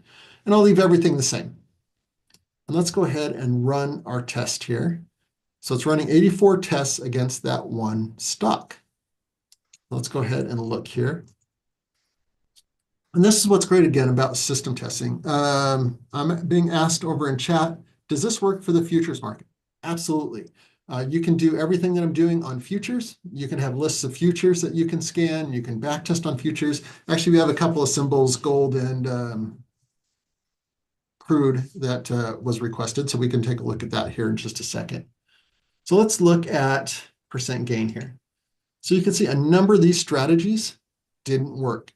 Now, again, it's not because, it's because the system is matching the personality of the stock, okay? So here on this one, what stock was this again? CCJ. Of the systems I tested, the PS pattern trading system number 1 was the most profitable, 47%, 152 trades, 92 winners, 60 losers. So it was more winners than losers. And let's just look at the equity line. Okay, pretty good looking equity line overall. Now, the only difference here between what I just did is if I go and pull up CCJ,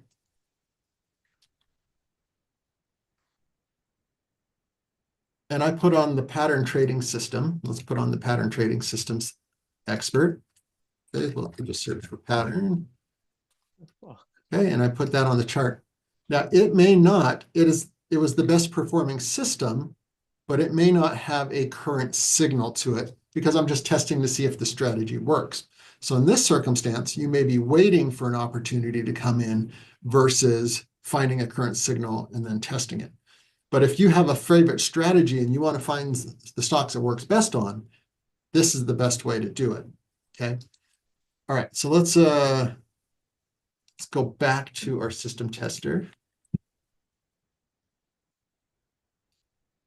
All right, let's do the same thing. Let's do it on a future here. We're going to do this on crude light.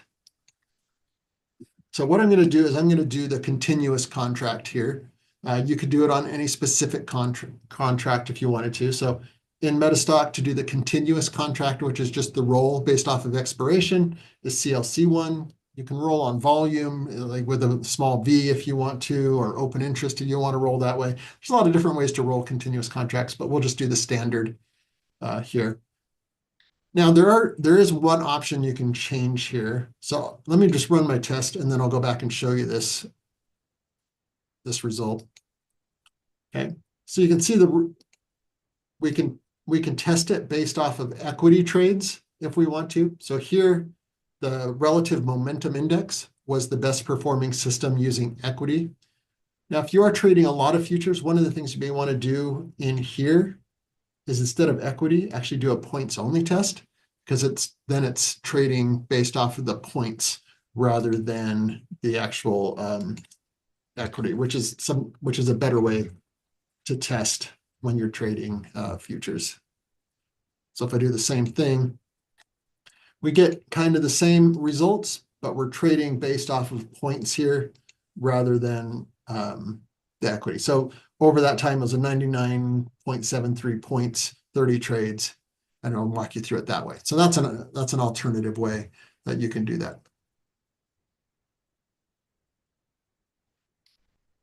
Let's see. Okay. GEV was one. It sounds like it's kind of a whipsaw stock is what we're saying in chat. So let's go back to system tester. Let's just GEV. Okay. Another stock I'm not really familiar with, but that's okay. Well, actually, so I did points there. I don't want to do points on an equity. I want to do equity on an equity.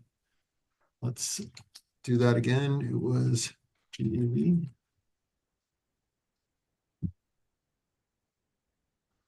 Okay, let's view our report here.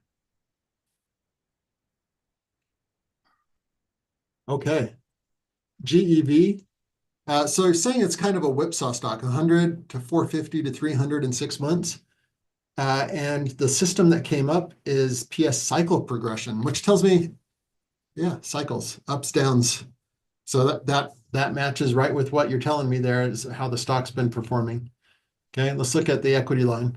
And hey, there's a great consistent upward equity line.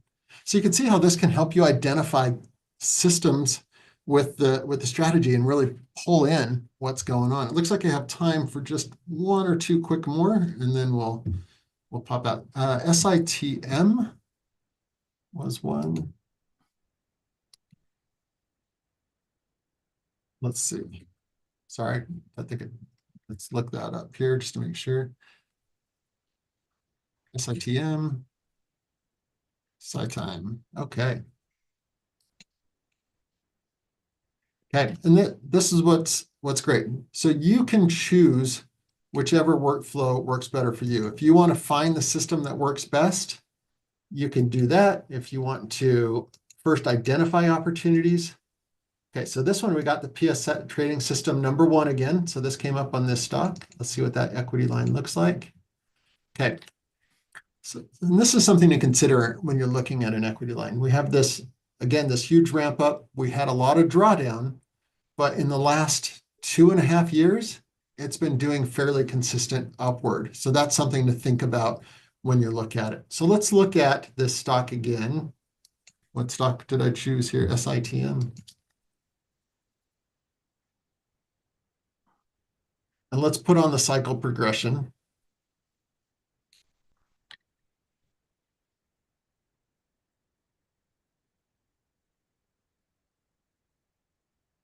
Okay.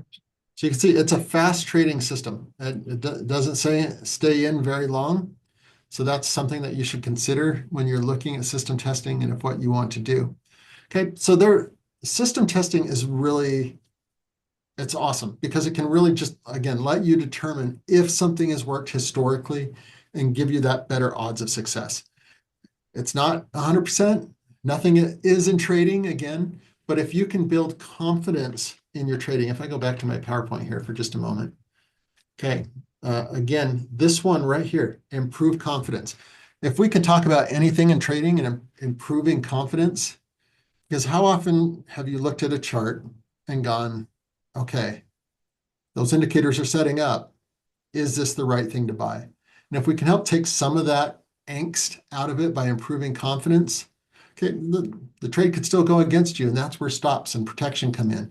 And that's what you need to be aware of. But improving confidence in your trading and making informed decisions is absolutely huge in trading. So let's go and talk about how you can trade Metastock. Looks like I'm just right on time there. So again, Metastock has been the winner for Stocks and Commodities Reader's Choice Award for the last 30 years, and you can see why. I mean, there's so much to Metastock. There's amazing charts, there's amazing market scanning, and that is market scanning is one of the things that people love most about Metastock, because you can actually even write your own scans. If there's something specific you want to look for, you can let it go through and scan the market for you based on what criteria you want. You can combine things together. If you want a MACD and a moving average cross, you can combine that together and do it. So it can filter for you. It can even look for stocks in certain price ranges. There's all kinds of things that you can do with it. Okay. How much does Metastock cost? So again, I alluded to the two different versions of Metastock. So there's Metastock DC, which stands for daily charts, which lets you look at daily, weekly, monthly, yearly, all those time frames. But it does it in a way that you can look at delayed information on the daily bar. So you can look at, if I was looking at basically everything I did today on the daily chart, you can do that with our end of day product. It runs $74.95 a month. That includes stock data, futures data, index data, minus some exchange fees, but typically most markets are included in that. And it's $74.95 a month. That includes everything around the globe. That's just not US markets, that's Australian markets, that's the Asian markets. So whatever markets you want to analyze and do what I've just done on, you can do it. So futures, Forex, whatever, okay? $74.95 a month. If you want to do it real time, it's $265 a month. That includes Metastock plus a product that we call Zenith, which gives you real-time news from Reuters, analysts data, all kinds of additional data to go along with it, the fundamentals, all that as well. So $265 a month plus any exchange fees if you want them real time. We also do something here that we call white glove service. So once you get set up with Metastock, we will actually call you, help you get Metastock set up.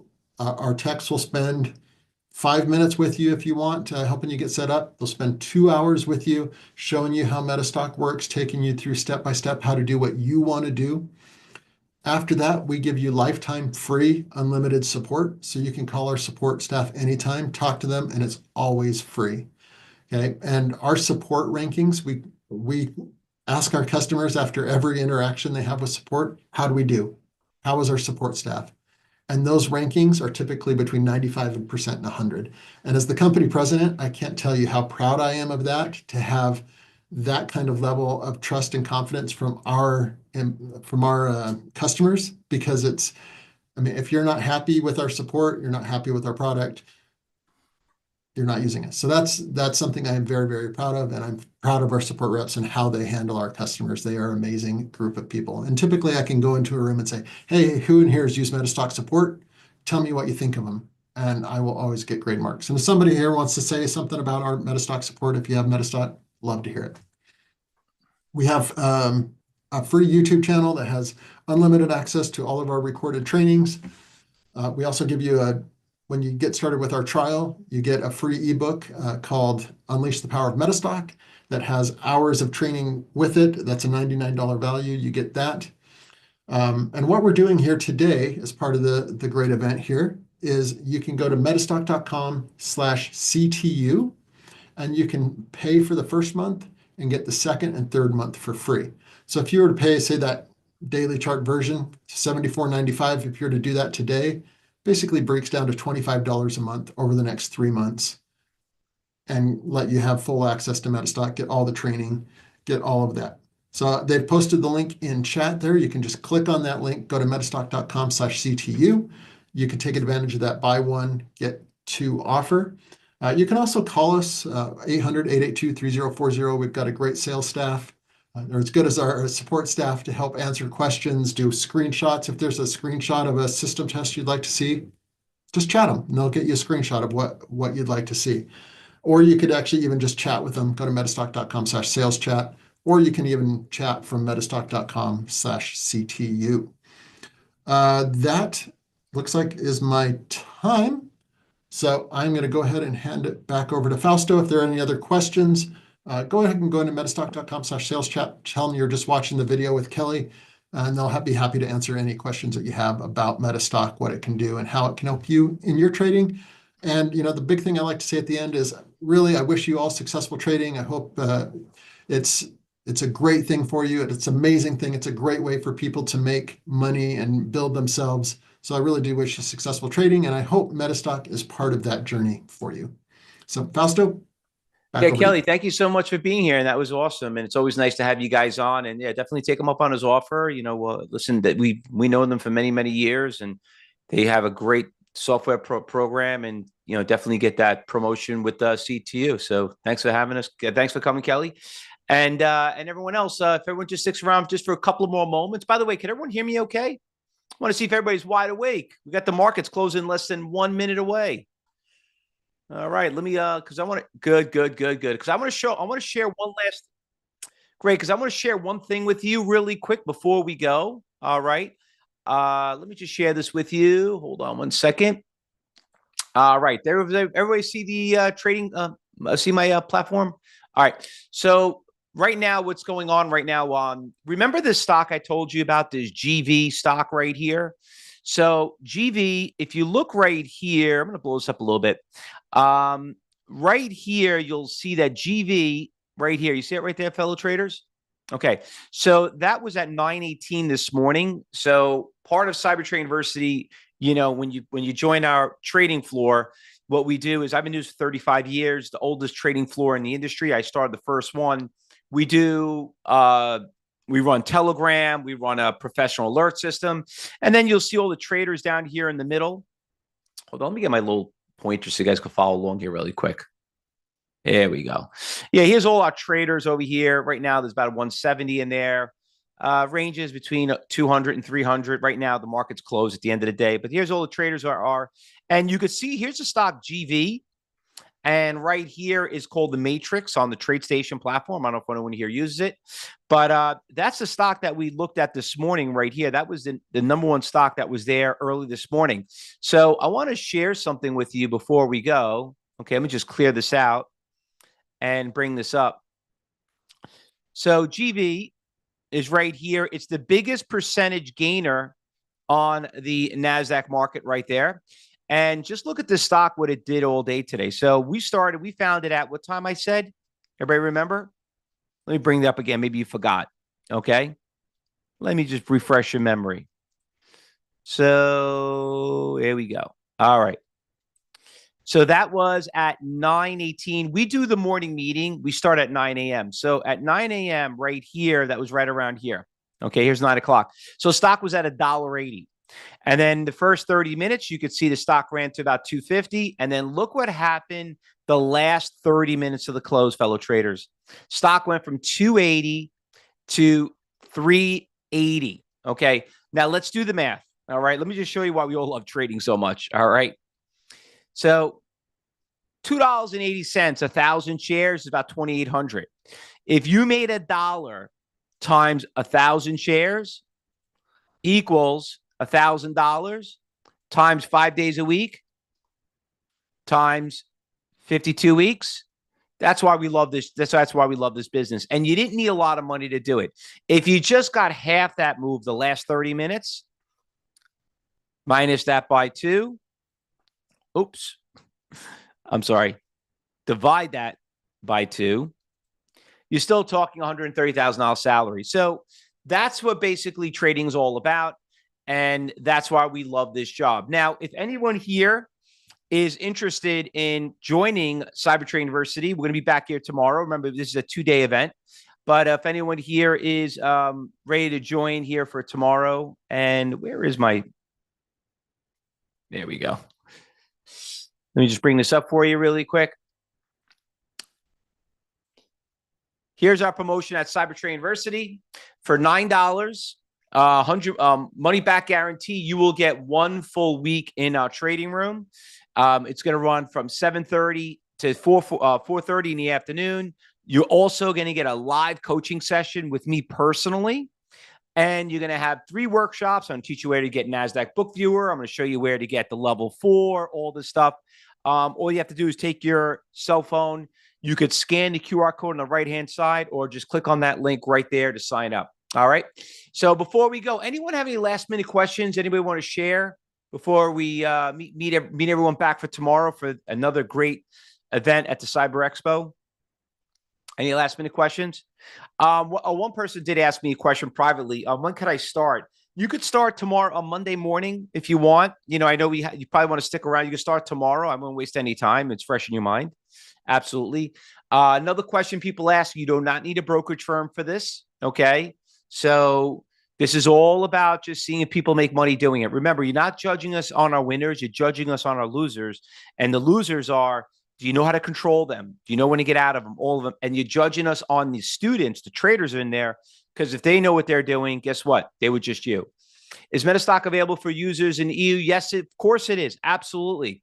If you heard me from this when I intro Kelly, they're very big in Europe. They're huge in Asia. Absolutely. He's been everywhere all over there. All right. Any other questions? All right. There's that link right there. There's all the stuff you're going to get. Oh, and by the way, I'm also going to give you my book. And I'm going to show you where to get NASDAQ, where you can get the exchange, so you can see what's going on the floor. All right.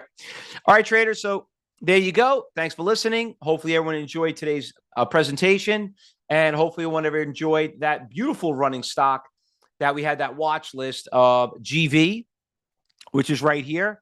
And to see more stocks like this and why we trade them, once again, $9 trial, 1 whole week. You can sit in the trading room after enjoying this. All right, guys. Good luck, everybody. I will see everybody tomorrow morning at 10 a.m. Thank you so much. Good to see you, Bob. John, thank you so much. Carmine, everybody. We'll see you then.